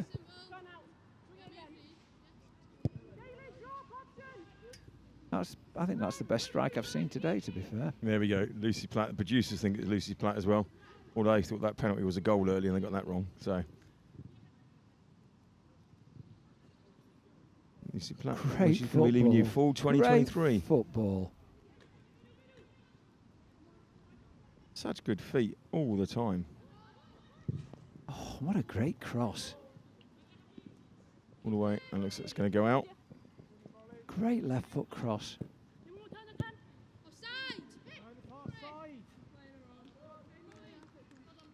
I think is that Bella Hodgson that, or was it?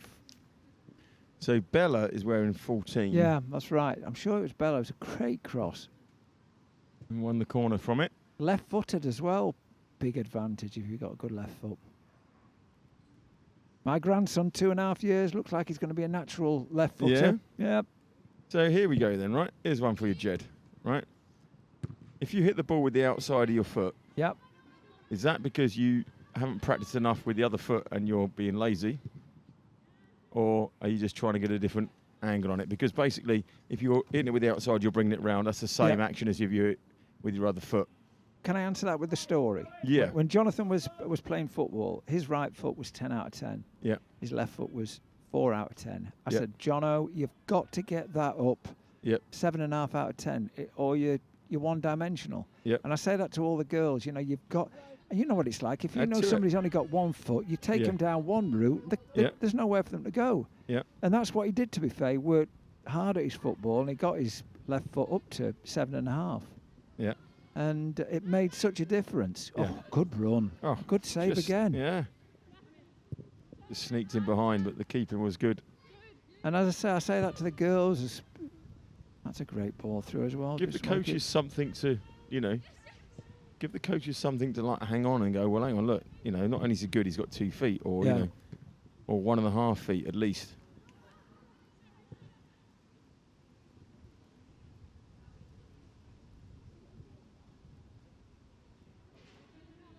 And the girl's never frightened to play football.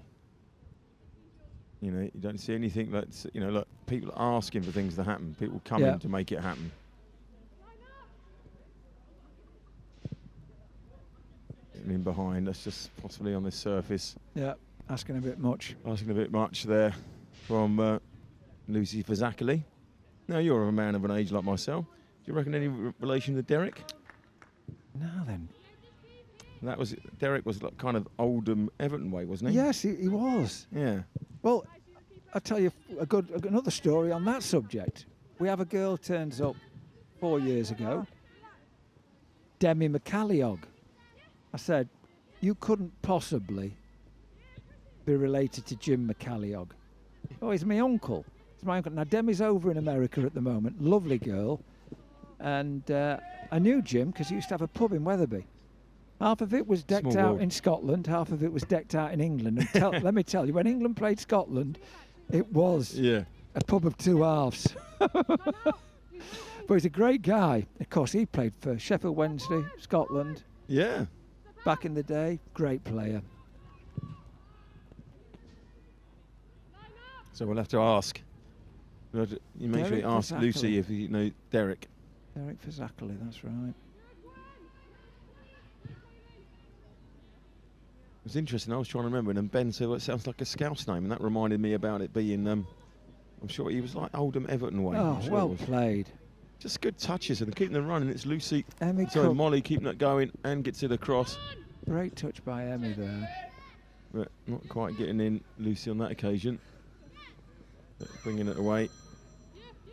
Might be somebody ringing in for a player. Yeah, and so, well, 2 minutes till half time now. So we'll be able to get back to everybody in 2 minutes.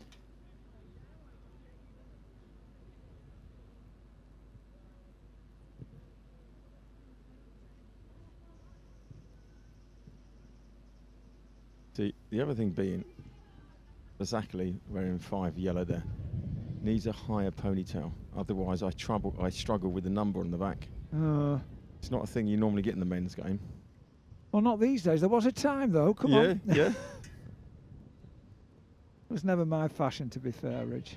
No, and I didn't have many years where I could do that, to be honest. Don't forget, for more information on the players, text +1 650 338 0233, followed by the players' team colour and number, e.g. would be blue 10 as an example. The only soccer showcase out there that gives you the ability to text in and get details and then be part of the Sports Recruiting USA family. And a chance also to find out what it's all about from people that have done it, but people that are doing it. And I think that's always an important part. You know, you read a lot about these recruitment places, and you know, look, you put emphasis on the fact that John's done it, but what you also put emphasis on is that you've still got people doing it, and you've got people doing it still talking to you, and they're involved in these days. It's not just, I did this 20 years ago and thought this would be a great idea, you know. So you come here and you're talking to people that are doing it live at the moment, you know, very important. Not just a reference, but they're coming here. You know, I was speaking to Jade. Oh, well played. What a great ball. It was, wasn't it? And Jade's here because she wants to be here, you know. That was all Liverpool down the right flank there. Now, interesting, Jade. I'll be diplomatic with what she said, but she said I was originally with another company. Yes, she was. She said, yeah. And she said they were pretty damn. Okay, now I'll tell you. Poor. So we've done her. She said she was with them. She was really poor, really bad, right? And she didn't think. And she got hold of you 6 months before she went. Yeah. Different world. Yeah. So I have no problem being biased. Right, you know. I just say everything as it is. Muller most of the names, but I can tell you exactly that, you know, that's what they were saying. Now, another quiz question for you, Rich. Do you know what the flags are on the far side of the pitch there? Can you tell me what they are, where the liner is? Okay, so I can see them. Yep. I can then just make them out. So I'm going to guess that they're flags from all the countries that you've had players, sent players. It's close. Coaches looking. Think about the United States of America. Oh, are they the 52 states? They are the 52 right. states. Flags are the 52 states. I'll tell you something. So this is half-time whistle goes. I'm going to get my cameraman to go on there. Yep. So you can see them. And I can see them as well. So for the producer to help you, under the word Boldmere on the stand, that's where you'll see them. So we want to see them at the final whistle. So I would recognise some of them. Yep. I'm going to ask Jono how many states we've had players in. I would imagine it'd be a pretty hefty number. Yeah, that's a good one to find out. Actually. Well played.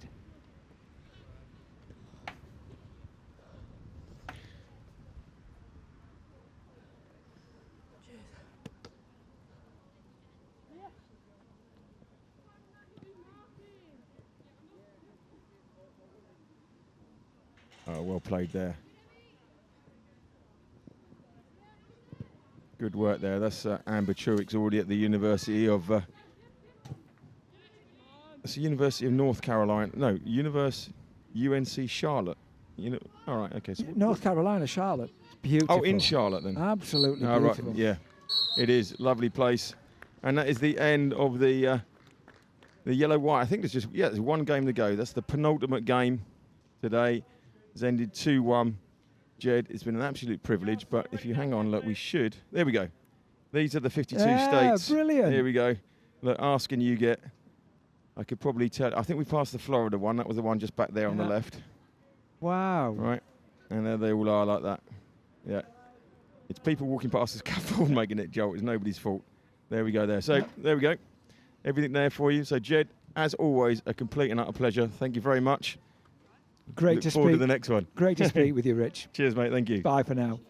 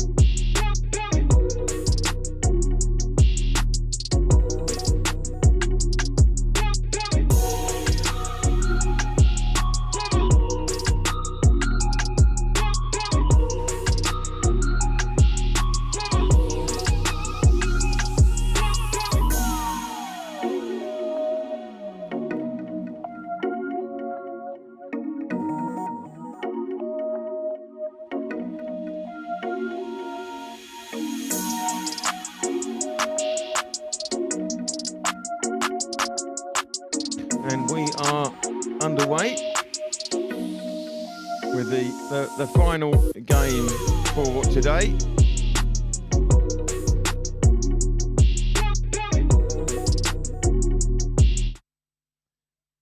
Final game of the day. It's the Skull Kicks versus Sports Recruit USA. We got off nice and sharply there, probably quicker than we were expecting, but it's good. And so the final game of the day, which has been, and so far it's been a festival of really quality football, as I've been harping on about, and so has all of my co-coms.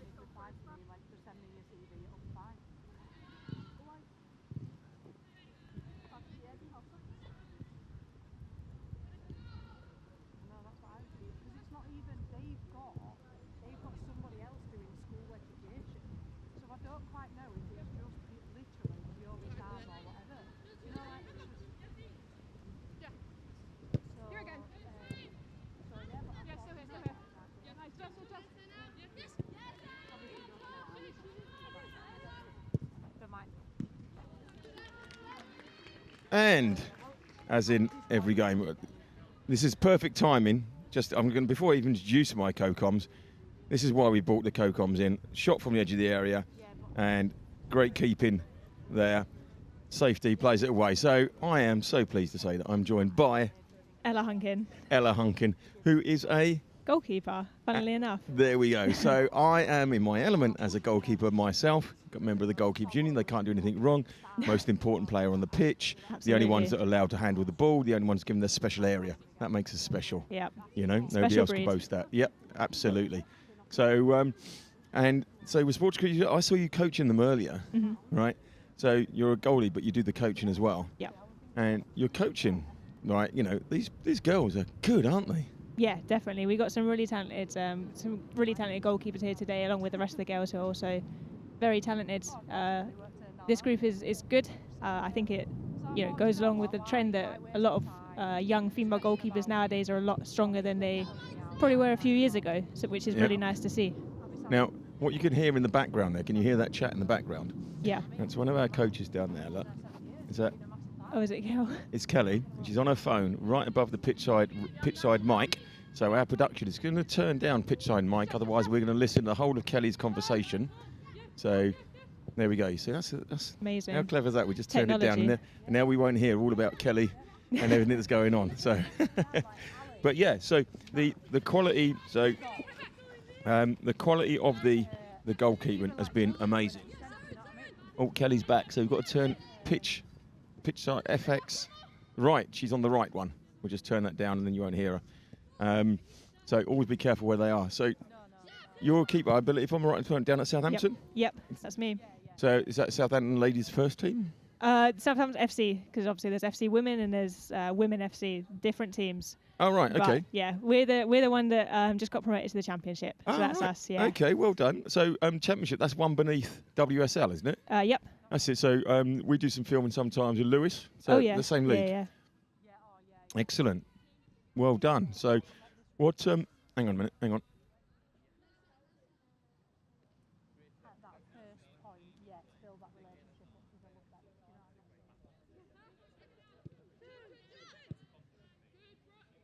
So to make sure we get the pitch side effects back, we're just getting Kelly to move so we don't all listen into the conversation. And poor lad, poor lass. So you're playing in the Championship next year? Yep. Excellent. It'd be exciting, I think. Oh, it is, isn't it? And so what's the Sports Recruit USA connection? I went out to America myself. Right. I went out there in 2016, 4 years at Delta State University in the GSC. Delta State? Yep. Where's that then? Mississippi. Right, okay, Yep. lovely. Yeah, so played against Jays West Georgia. Yeah. We beat them. All right, okay. Important to note that. It's not important to note that at all. We just thought you wanted to get that in. Yeah, well done. Yeah. But yeah, that's how I kind of kept playing football, really. Yeah. Going to America and stuff. I would definitely wouldn't be playing now if I hadn't have gone down that route. Do you route. think that's the opportunities that came, that, they're not so much here, that, so you can do that, or is the fact that, because it was there and it was full time and you were getting into it, that it came along that way? Because, you could go to university and say, I play football, but it's more intense there. It's more thorough, Yeah, definitely. I mean, I had a decent kind of go of it when I was in the UK. Still, when I was a youngster, I was in like kind of like Centre of Excellence is what you call RTCs. Yeah. But this was like nearly 10 years ago now, and it just wasn't the same level as it is today. Those professional opportunities weren't there. So for me to kind of try and keep playing as long as I could, it was the best option to go to America.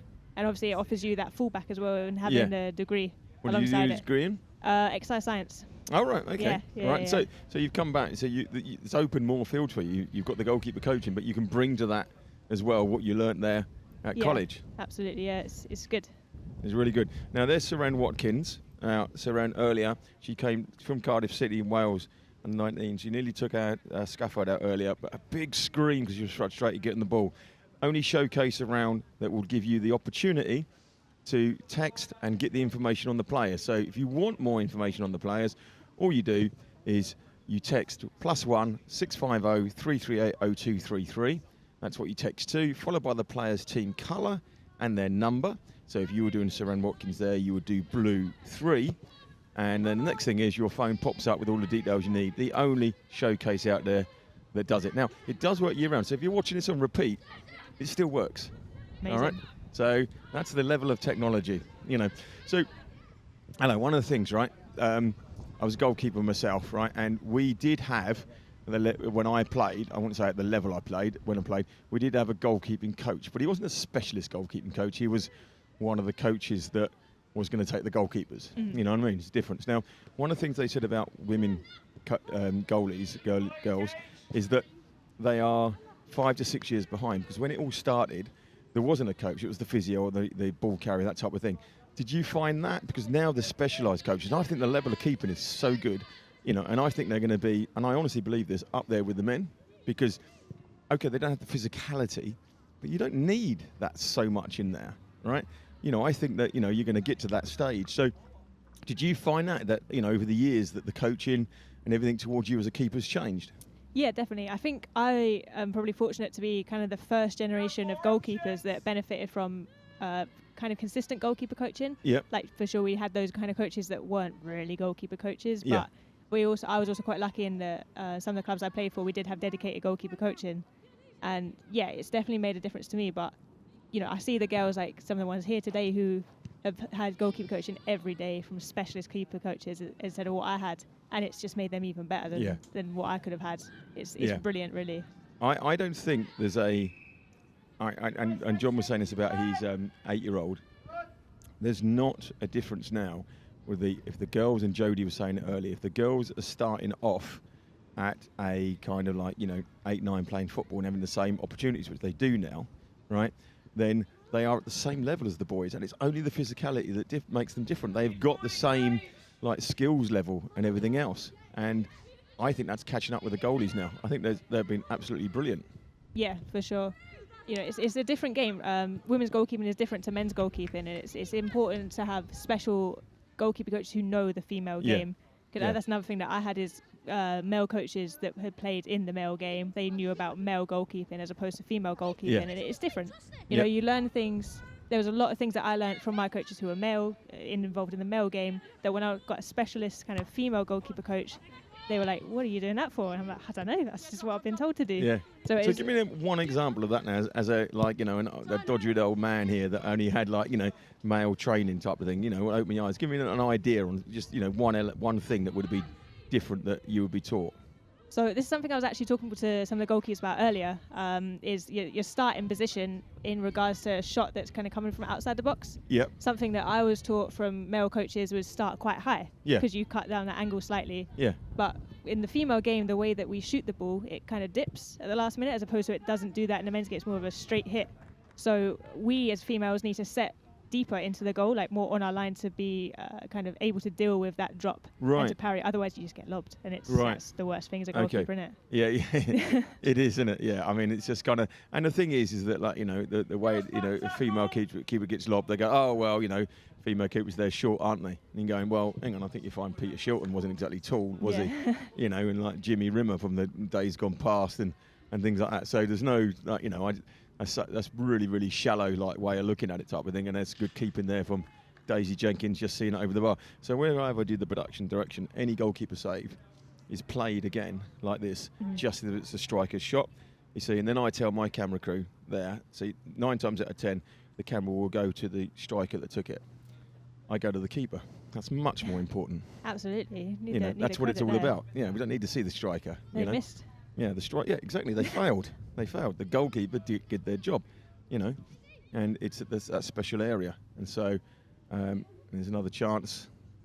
Can clear it there. And look at that. Keeper's there again. Daisy Jenkins. Now, Daisy, when you're doing the train there, impressed me. She looked really, really good. And, in all fairness, as they're all doing, there she is again.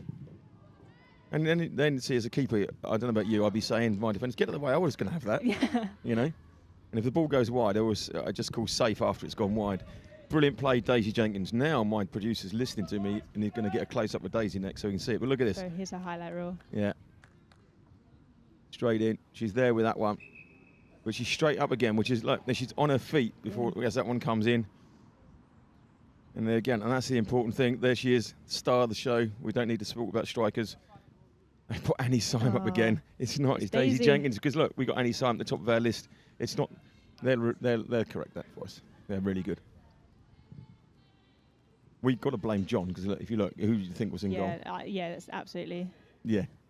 So it's Gary Barr. It's the Mr. This girl kicks himself, but we will let him off. We forgive him.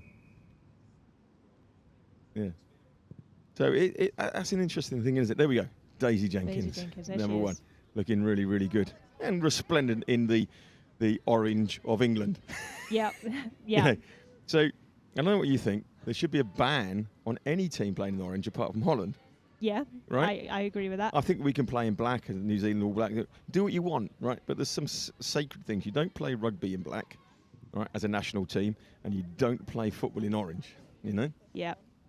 Yeah, the new Women's England kit. The England-Netherlands friendly was a bit confusing when England were wearing orange and the Netherlands were wearing white. That was a bit of a nightmare, I think. And you just say to yourself, really? Yeah, and the Netherlands with their English coach and the English team with their Dutch and you coach. Think, do you know what? And what that says, that there's a boardroom somewhere that went, this would be a good idea. We've never played football ourselves in our lives, and so we don't really know, but wouldn't it be good? That's my personal opinion anyway. Yeah. So it's an interesting thing, like you say, that you coach differently. And so would you say now that, as a female coach, if you go university, because you're going to have men's teams there as well, right? That before it would be fair to say that, right, all the goalkeepers over there, male or female, train there. But now female go over there with a female coach and you go over there. Does it differ like that? Yeah, my experience has been, obviously we can train with the boys. It's good to get that kind of intensity and that level of striking the ball. They hit the ball high. It's nasty, isn't it, really? But but we do have specialised training. I think it's very important because the game's different. We have different tactical, technical kind of importance, I guess. Like the way that we play is different to the way that the men play, and it's just how it is. And it's important that we as females know how the female game works as opposed to knowing how the men's game works. Very much. Now, also, when you come out, you're taught to be big and wide. Is it still the case, even in the female game, you're not allowed to come out and wipe the centre forward out? I'm just harping back to the good old days of when I was allowed to come out with my knees and wipe the player out, and if he got up, it was a result for him. But, Yeah, I mean, I think regardless of male or female, that's going to be... that's still not allowed? Yeah, no, it's still a red card, I think. All right, okay, fair enough. Yeah, they've changed it so much. I must say, my last season I played rugby and football, and I did give 11 penalties away. Yeah. Right? So, a combination of, I thought you could still do this, and, I thought I was playing rugby. But no, in a season, but I did save 7 of them. Not a bad record, 7 out of 11. Yeah, I know. I was pleased with that, and scored 1 in a cup game. But not, we don't have to keep going on about me. It's not about you. It's not about me. But we could make it that way. No. No, it's good stuff. So, tell me, Sports Recruit USA, obviously you were one of their star students. You went out there and everything else. What's your involvement now? You come along and help with the goalies. Is that the plan with it? Because Southampton, it's not just down the road, is it? No, not really. We're obviously Sports Recruit USA is primarily up north. Obviously, John and Jed are from that way. So we're trying to kind of reach a branch out into the south of England, which is kind of where I come in that aspect, trying to get more girls from the south involved in it because it's quite heavily northern and there's a lot of untapped talent. Yeah. Well, you picked up quite a lot of girls from Reading I noticed. One of our Southampton girls was playing earlier, Sam Corrie, give her a little shout out. Yeah. She's from Southampton, so yeah, that's what we're kind of trying to do, is extend that reach of Sports Recruiting USA. Yeah, because we were saying this, because Sam was saying that in fact, Jed was saying about reaching out and going further and, getting those connections with those clubs. Now, there's no reason a club, because he was saying some of them see it as competition. And that's kind of like, dinosaur, isn't it, in my eyes? Because you're not competition, it's opportunities for players, It's kind of like you're either going to play first team or you're not, or you're going to develop, and you develop at different stages. And if you're going out to the States, oh, what a finish. What a cracking finish that. Keeper had absolutely no chance. I think that was Micah Morgan, number 80.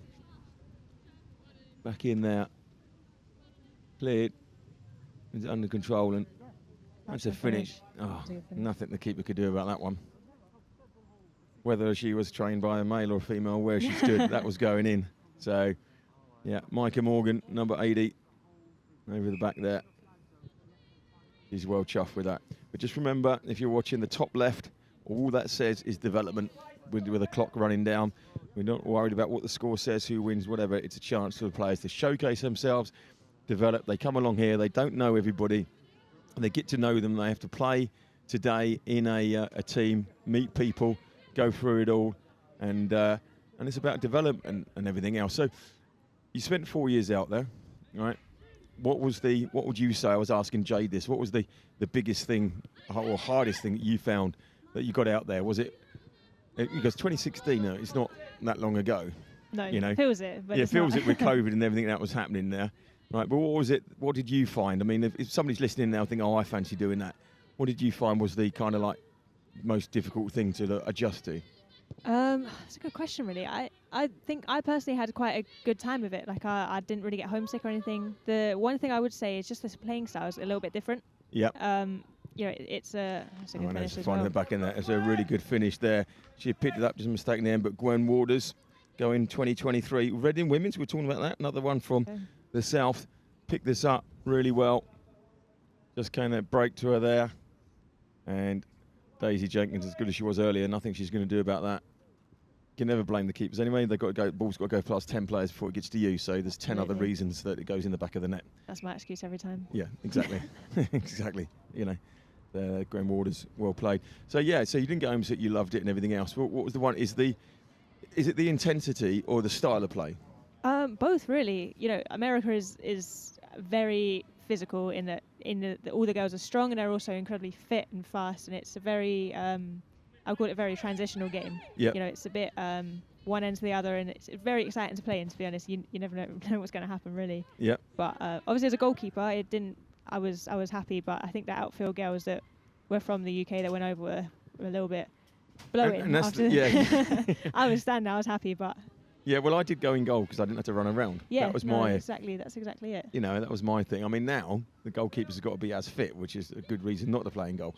But in those days, it meant I didn't have to run around because, as I said earlier, I was given special treatment, my own little area, my own gloves, most responsible person on the pitch, the only people that are allowed to touch it with their hands. There's a reason that we're responsible. It's because we're wiser than all the others. Yep. And there's another break coming through. It's just really good, strong defending. We'll hold up there. Yeah, just pushed them on there. Now, one of my traits as a goalie, this might be hard to believe, was that I just never stopped talking. Right? I got bored really easy. But I was also told, my coaches said that I just had to talk all the time. If I was playing in that game, you'd be going by now, shut up. Because I just go on and on. But it was the only way I could stay in the game. I find the keepers nowadays, not female, male, really quiet. And they're not, like, loud enough. What is it? What are you? Maybe I was a bit of a pest and a bit of a nose because they would turn around every now and again and say, shut up, or something similar to that. Right, but that was how I found that, always telling people, right, go left, go right, and they're not listening left, right, because they can't just jump off one leg to the other, but it was my way of staying in. Is that something that's still, that you still get? I think I personally do that because obviously if you're not touching a ball for 70 odd minutes, then you need to still be in the game, still be switched on. I think it's also like the type of communication and the level of detail.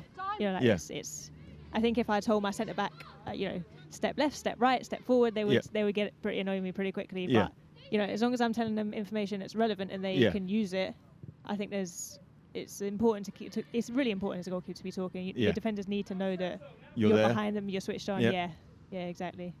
And what's your thought on crosses in the now? So if a keeper catches a 6-yard across on the 6-yard, and if I'm in the van, we replay that. That's as good as a strike, because the cross comes in, keeper goes up against someone and catches it. I know it's their job, as somebody told me once in the comments. That's their job, isn't it? Yes, but it's the striker's goal to score it. But we always replay the stuff that they miss, right? So dominate in the 6-yard box, do you?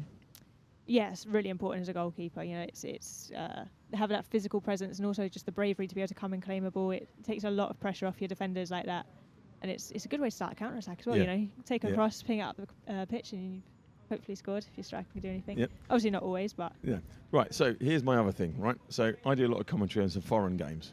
Right. And I might mention occasionally of why are you punching, right? Yeah. So where do you stand on the catching? Well, let me just put it this way. Where do you stand on catching the ball, starting an attack, not giving the ball back to the other side, against punching the ball, giving it straight back to them and another opportunity coming in? I think this is actually quite a new development. Obviously not punching in general, but obviously I don't know if people are familiar with the Premier League balls and how light they are. Yep. It's like kicking a balloon. Yep. And a good striker or a good cross of the ball can make that ball move in any which way they want. Yep. So sometimes as a goalkeeper, you try and catch that ball that's spinning, and you're just going to drop it on someone's head, and it's going to go in your net, and you're going to look a bit silly.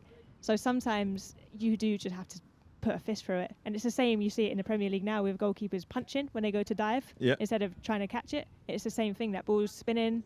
It's got, movement on it that it never used to have a few years back when the balls were a bit heavier. Yeah. So it's that kind of safety of punching the ball as opposed to trying to do the right things and the kind of technically correct things. Okay, but I mean, those goalkeepers in the Premier League, playing with those balls like that, their gloves are probably about 300 quid's worth of got kryptonite in it on like something that's just come back from the space shuttle and everything that goes with it. I mean, like, you get 2 hands on the ball, you got to catch it.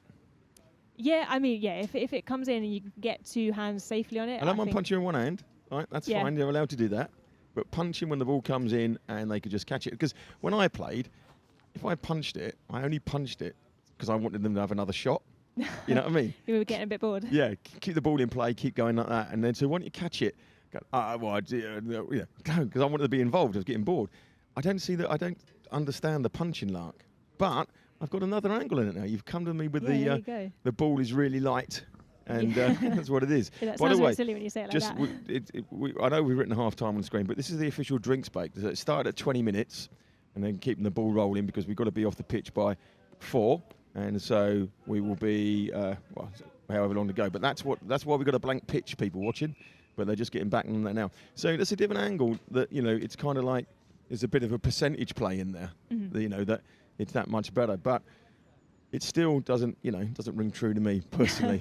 Yeah, I mean, obviously, if you can get 2 hands cleanly on it, then obviously that's what you're supposed to do. But it is a bit of a safety aspect. I think if I went to punch a ball with 2 hands where I could have caught it, I'm still going to get an earful from my coach. Yeah, so. Right, okay, that's good. So you're still taught, because I watch the Europeans, right? And I commentate on a Spanish team as well, right? In English. Mm-hmm. I'm not that clever yet, right?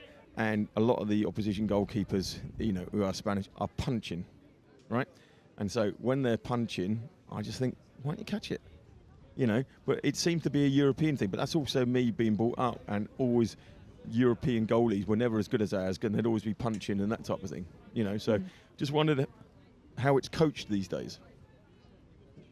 Yeah, I mean, it is very different. I think I've been lucky enough to play abroad, and it's completely different. But so do you find that America coaches similar to the UK, or have they got their own trait, their own way of doing things? You say the players are a lot more athletic, everything else. I personally think sun's out, it's easy. It's in the States, it's easier to get out, the weather. I lived in Florida. Hot. It's hot. Yeah, it's hot. So you don't want to go out. But once you're out, like I found in Florida, you either avoided it, but once you went out, you just went for it. So you would play a game, you wouldn't worry about the heat because you were in it. And then once you left it, you think, oh, right, AC car, AC office, AC house, But so you would do things and you'd really, give it a go. But down in Mississippi, it's pretty humid, isn't it? Oh, yeah, it's brutal. It's horrific. Character building? Definitely character building. If you don't pass out in pre-season, you're not trying. Yeah. Yeah, didn't some people get arrested for stuff like that? I'm joking. of Yeah, course. no, obviously. Obviously. Yeah. You know. I never passed out personally. No. Well, you're a goalie. We're not meant to. Yeah. You know, we're privileged people. Don't forget. So this is the last game. We've got about 20 minutes to go. For more information on the players, text +1 650 338 0233, followed by the players' team colour and number. And that way you will get the information sent through to you. And that's very important. We're the only showcase that does that for you. Nobody else gives you the ability. Nobody else gives you commentary, not just, good ball, left, right. We talk about it. We have people that are doing it now, that have done it. That's the important thing. I always say there's lots of other kind of like recruitment companies out there, and the guy went to America 8 years ago. This is different. You know, you get people that are doing it now. You get to hear about it. The parents are in there being talked about it by parents. Players are being taught by parents. And you get the role models. Talking of role models, Euros are on at the moment. I mean, how good is that? Yeah, you know? it's brilliant. I'm so looking forward to it. Obviously, we started it already. I was actually at the Northern Ireland Norway game last night. Brilliant. Give a little shout out to my teammate who's in the Northern Ireland squad. Oh, brilliant. Didn't go too well for them last night, but we won't talk They about that. scored a goal. What were they expecting? They scored a goal. They scored a goal. It made history. First tournament goal. Yeah, it was amazing. It was a brilliant atmosphere, to be fair. You know, it wasn't packed out, but it was a brilliant atmosphere. And they did what was really good was how they celebrated that goal. Yeah. You know, and you think, yeah, dead right. That means a lot to them and everything massive. else. It is massive. You know, these girls have worked incredibly hard, the Northern Ireland girls, to get to that first major tournament and getting that goal. They had a massive Northern Ireland contingent there. They never stopped singing. It was brilliant. And so on that, the role models for you in there, right? You know, you're seeing role models. Kids around are seeing role models. Yeah. You don't normally get that. It's just exceptional, isn't it? I mean, to have that. Yeah, I speak about my teammate who was in the Northern Ireland squad. I saw a little girl, she must have been about 6, wearing a Southampton shirt with her name on the back. I've never seen one of my own teammates names on the back of a shirt. That was a very surreal moment to me, and it kind of hit home how, you know, players in my position are incredibly privileged to have that platform and that visibility now that little girls can look up to us. Yeah. It's amazing, and the Euros is going to catapult that into another stratosphere, really. It is, because, you know, everybody needs heroes, and it's kind of like, you know, I was just talking earlier about, you know, all the players, you know, mouthing off and shouting at refs and everything else. Do you know why they do that? It's because the professionals do it. Yeah. Right? And it goes, so you're role models, and if they can keep the women's game, you know, because it's nothing to do, it's absolutely nothing to do with, there's more passion, everything else. Loads of rubbish, right? If you can just keep away from that, and so the women's game is just nicer in that way, right?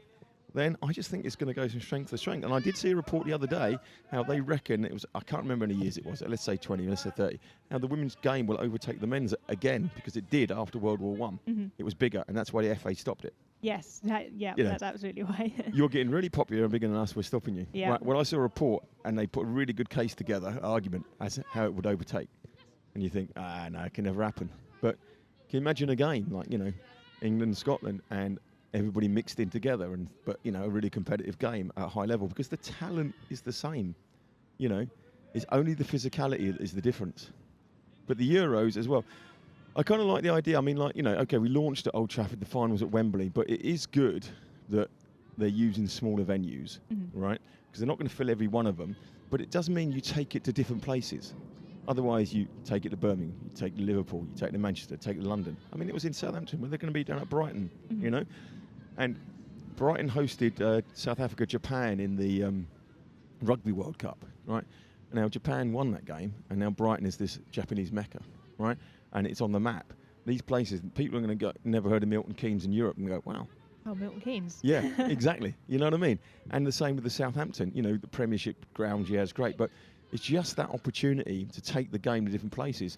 And if you've got girls looking up and looking at these role models and wanting to be something, take it to them, rather than going, oh, well, sorry, it's in London, I know you can't get there, and there's a train strike or this and everything else, and it will finish at 11 o'clock, and, oh, by the way, you know, there's no trains after 11 and there's no coaches. And go, oh, thank you very much. Yeah, it's really helpful, thanks. Yeah, Thanks, FA. but they're taking it around the country type of thing, and, you know, it's like they're actually thinking about the fans, and I think that's amazing. But, I mean, for your game, I mean, like, you are going to have 30% extra crowd at your game. Now, I don't know, it might go from 3 to 4, it might go from 30 to 50. It will grow, and that's what it needs to do. Yes, definitely. You know, you're going to find that as you travel around, and the respect after, you know, what's going to be a great England win, you heard it here, you know. you know, possibly not playing Northern Ireland. Sorry about your teammate in the final. You know? Yeah, no, probably not, unfortunately. Yeah, you know, but no, it's really, really good. I think so good for the girls' game, you know, and to be here with role models like yourself as well, because like you say, you it's hard to believe that you are now. Yeah, you're a role model because girls are looking up to you. I don't know why. Yeah, because you've been there and you've done it and you've climbed it. You know, I think it's excellent. It's really, really good. The level of football here today. So if somebody's been listening for all 8 hours of me, I apologise now, but I've been going on and on about the level of football is so good. All right, it's been going on and on all day. 3 years ago when I came in the morning, it was got better, and it was really good in the afternoon. This morning started off better than what 3 years ago started in the afternoon when the older players came down. The quality on the ball and everything else is really, really impressive. And I think the talent pool Sports Recruit USA have got, but these players are playing with other players of the same level. You know, every one of these players probably plays with another 20 players during the season that are off the same level. Mm-hmm. It's really, really good. How much of you, so when you left for the States, you were playing academy football. You've come back. How much better is that academy football and what you see now than when you left? Massively different. I look at the girls now and I'm like, oh my goodness, I would never get into this team when I was there. Yeah. I'm a bit worried, to be honest, about my place. I'm like, I better step my game up. Yeah. But yeah, no, it's a massive difference. It's really good to see.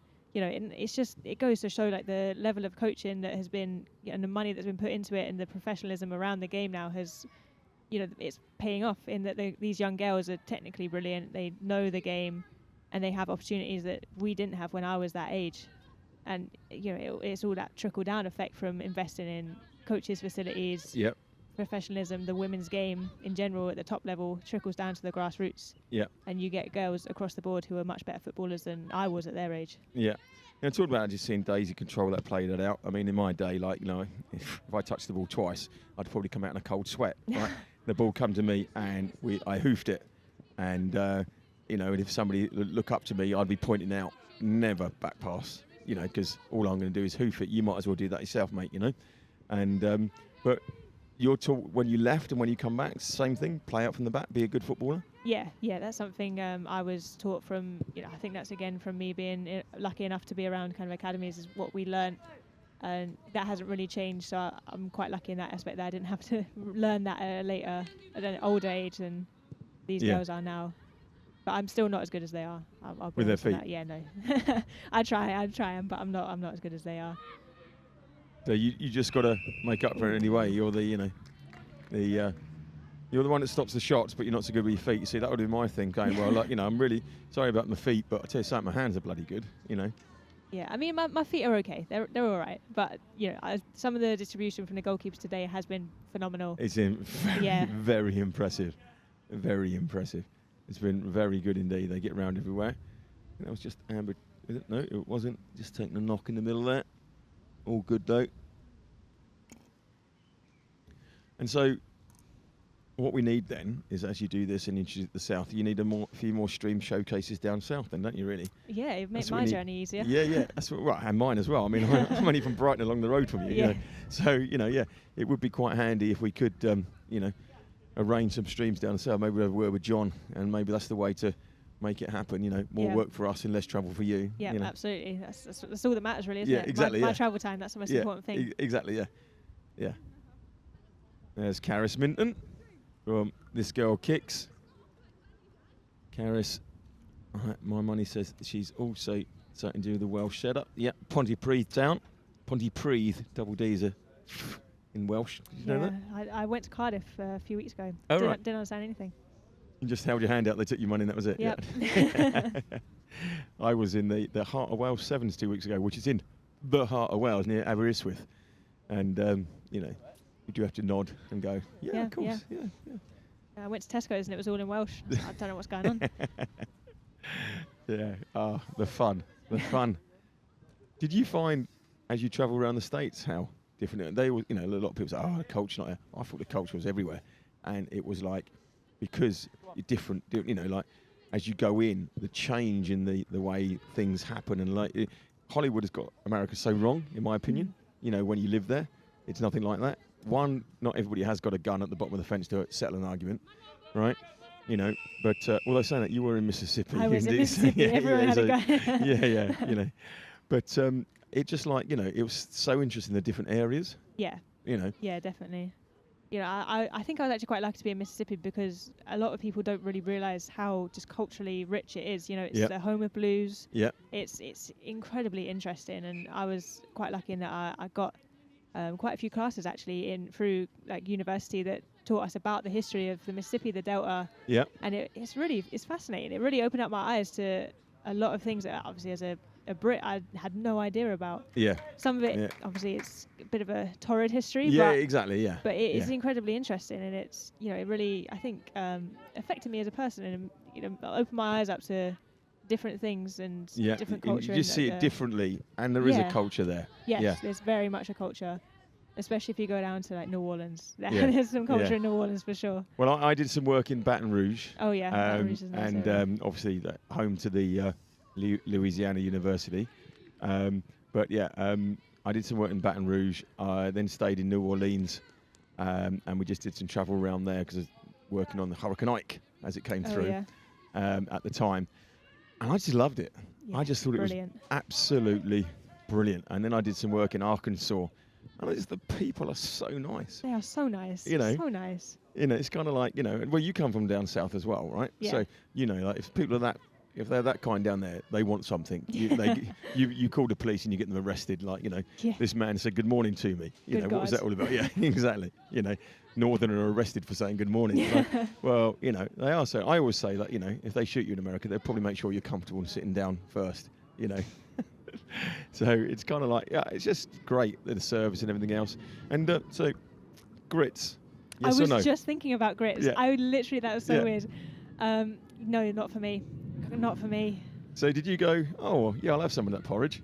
No. Oh, no. No, I looked at it. They had it in the cafeteria my first day, and I looked at my American friend. I said, what is that? Yeah.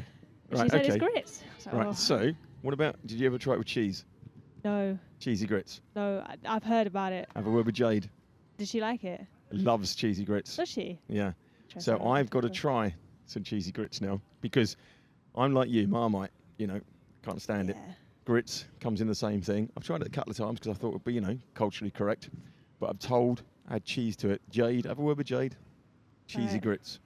Yeah, I've heard some weird things that go into grits from my American friends. And I'm like, I don't know. Yeah. Grits on their own is enough for me. Yeah, exactly. Like yeah. You know, I got excited because I thought it was, you know, some nice bit of porridge, and then it went downhill from there. Yeah, it's very, very much not porridge. Yeah, exactly. So yeah, but no, Mississippi is lovely, and like you say, the whole heritage of how the river has forged in the state. And so much of American culture comes from Mississippi. Up and down that river, really, really good. So great stuff. Now, Ella, as much as I'd like to take you right to the very end, John is going to come in now. I'm being kicked off for the boss, am I? You're being kicked off with the boss because understandable. John's going to come in because he wants to say a big thank you to everybody and everything that's been going on today. So thank you very much. Thank you. Whenever you see me on comms as a goalkeeper, part of the goalkeeping union, you are so welcome to join me. All right, brilliant. Well, thank you for having me. Cheers, Jade. Thanks, Ella. Cheers.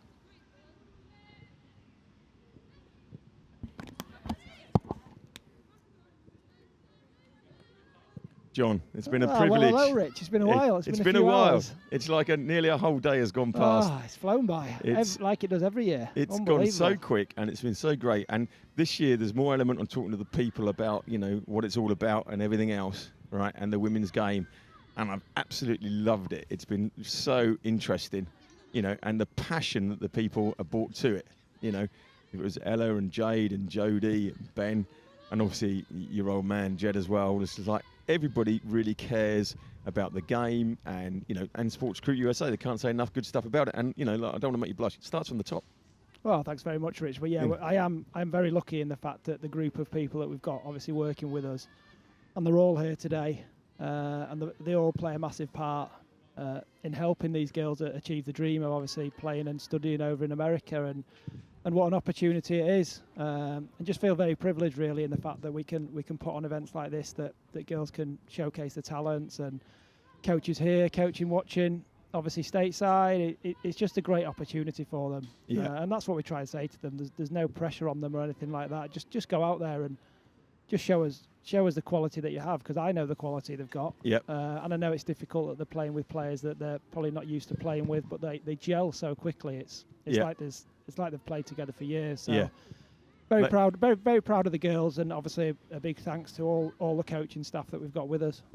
Yeah, and also some coaches have especially come over.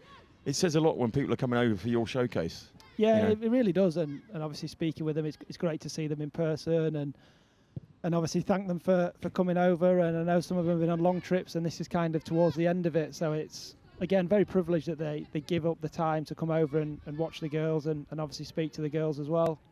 Yeah, it's really, really good. And like I was saying as well, is that, this isn't just, about John that went to the States 8-9 years ago. You've got people here, Ella, that's just come back. You've got people here like Jade that are still there.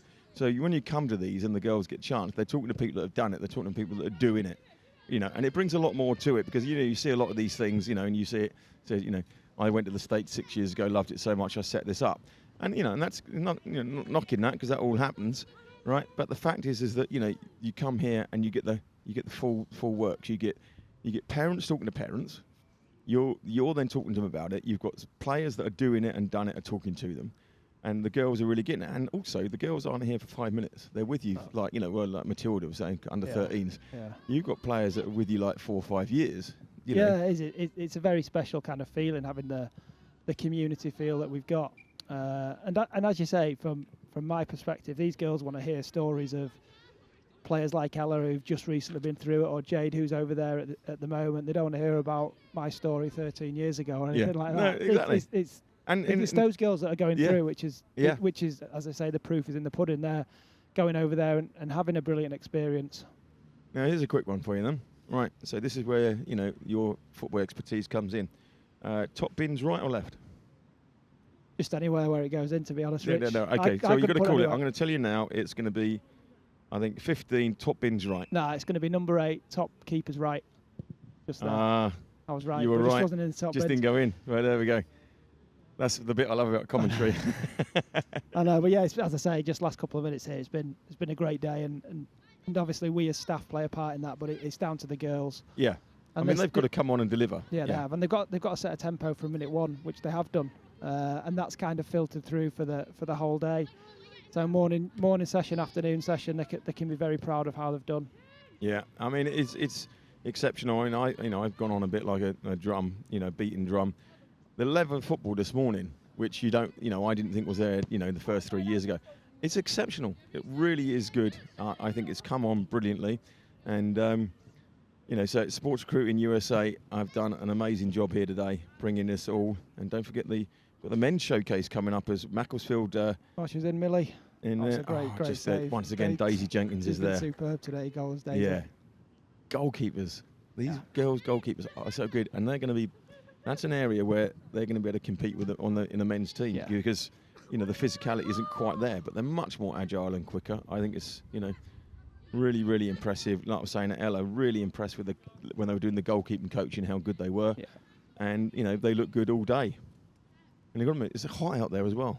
It's boiling out there. I've been in the shade all afternoon, which has been good for me, because I go red really quickly. So I'm happy which is why the University of Montevallo was ideal for me. Ideal for you. 100 degrees pre-season. Yeah. What do they say?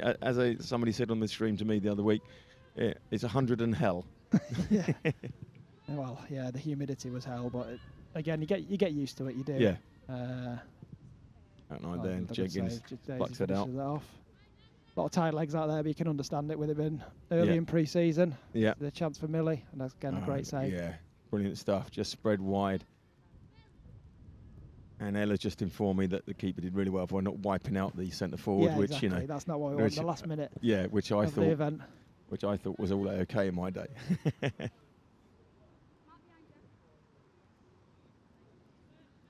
I mean, the winter showcases are nice, but there's a summer showcase, isn't there?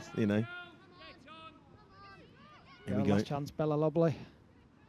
Didn't quite get hold of that one, but that's a tired leg.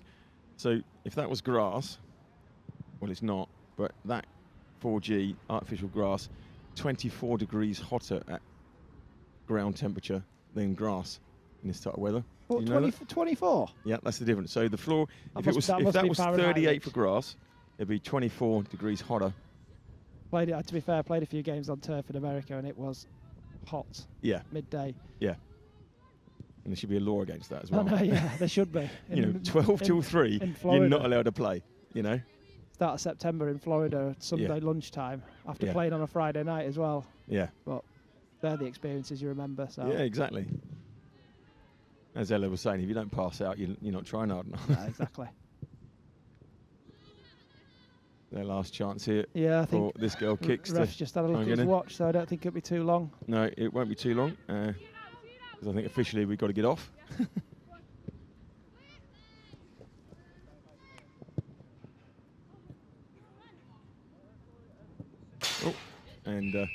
And ladies and gentlemen, that is the full-time score here at Bolmere St Michael's.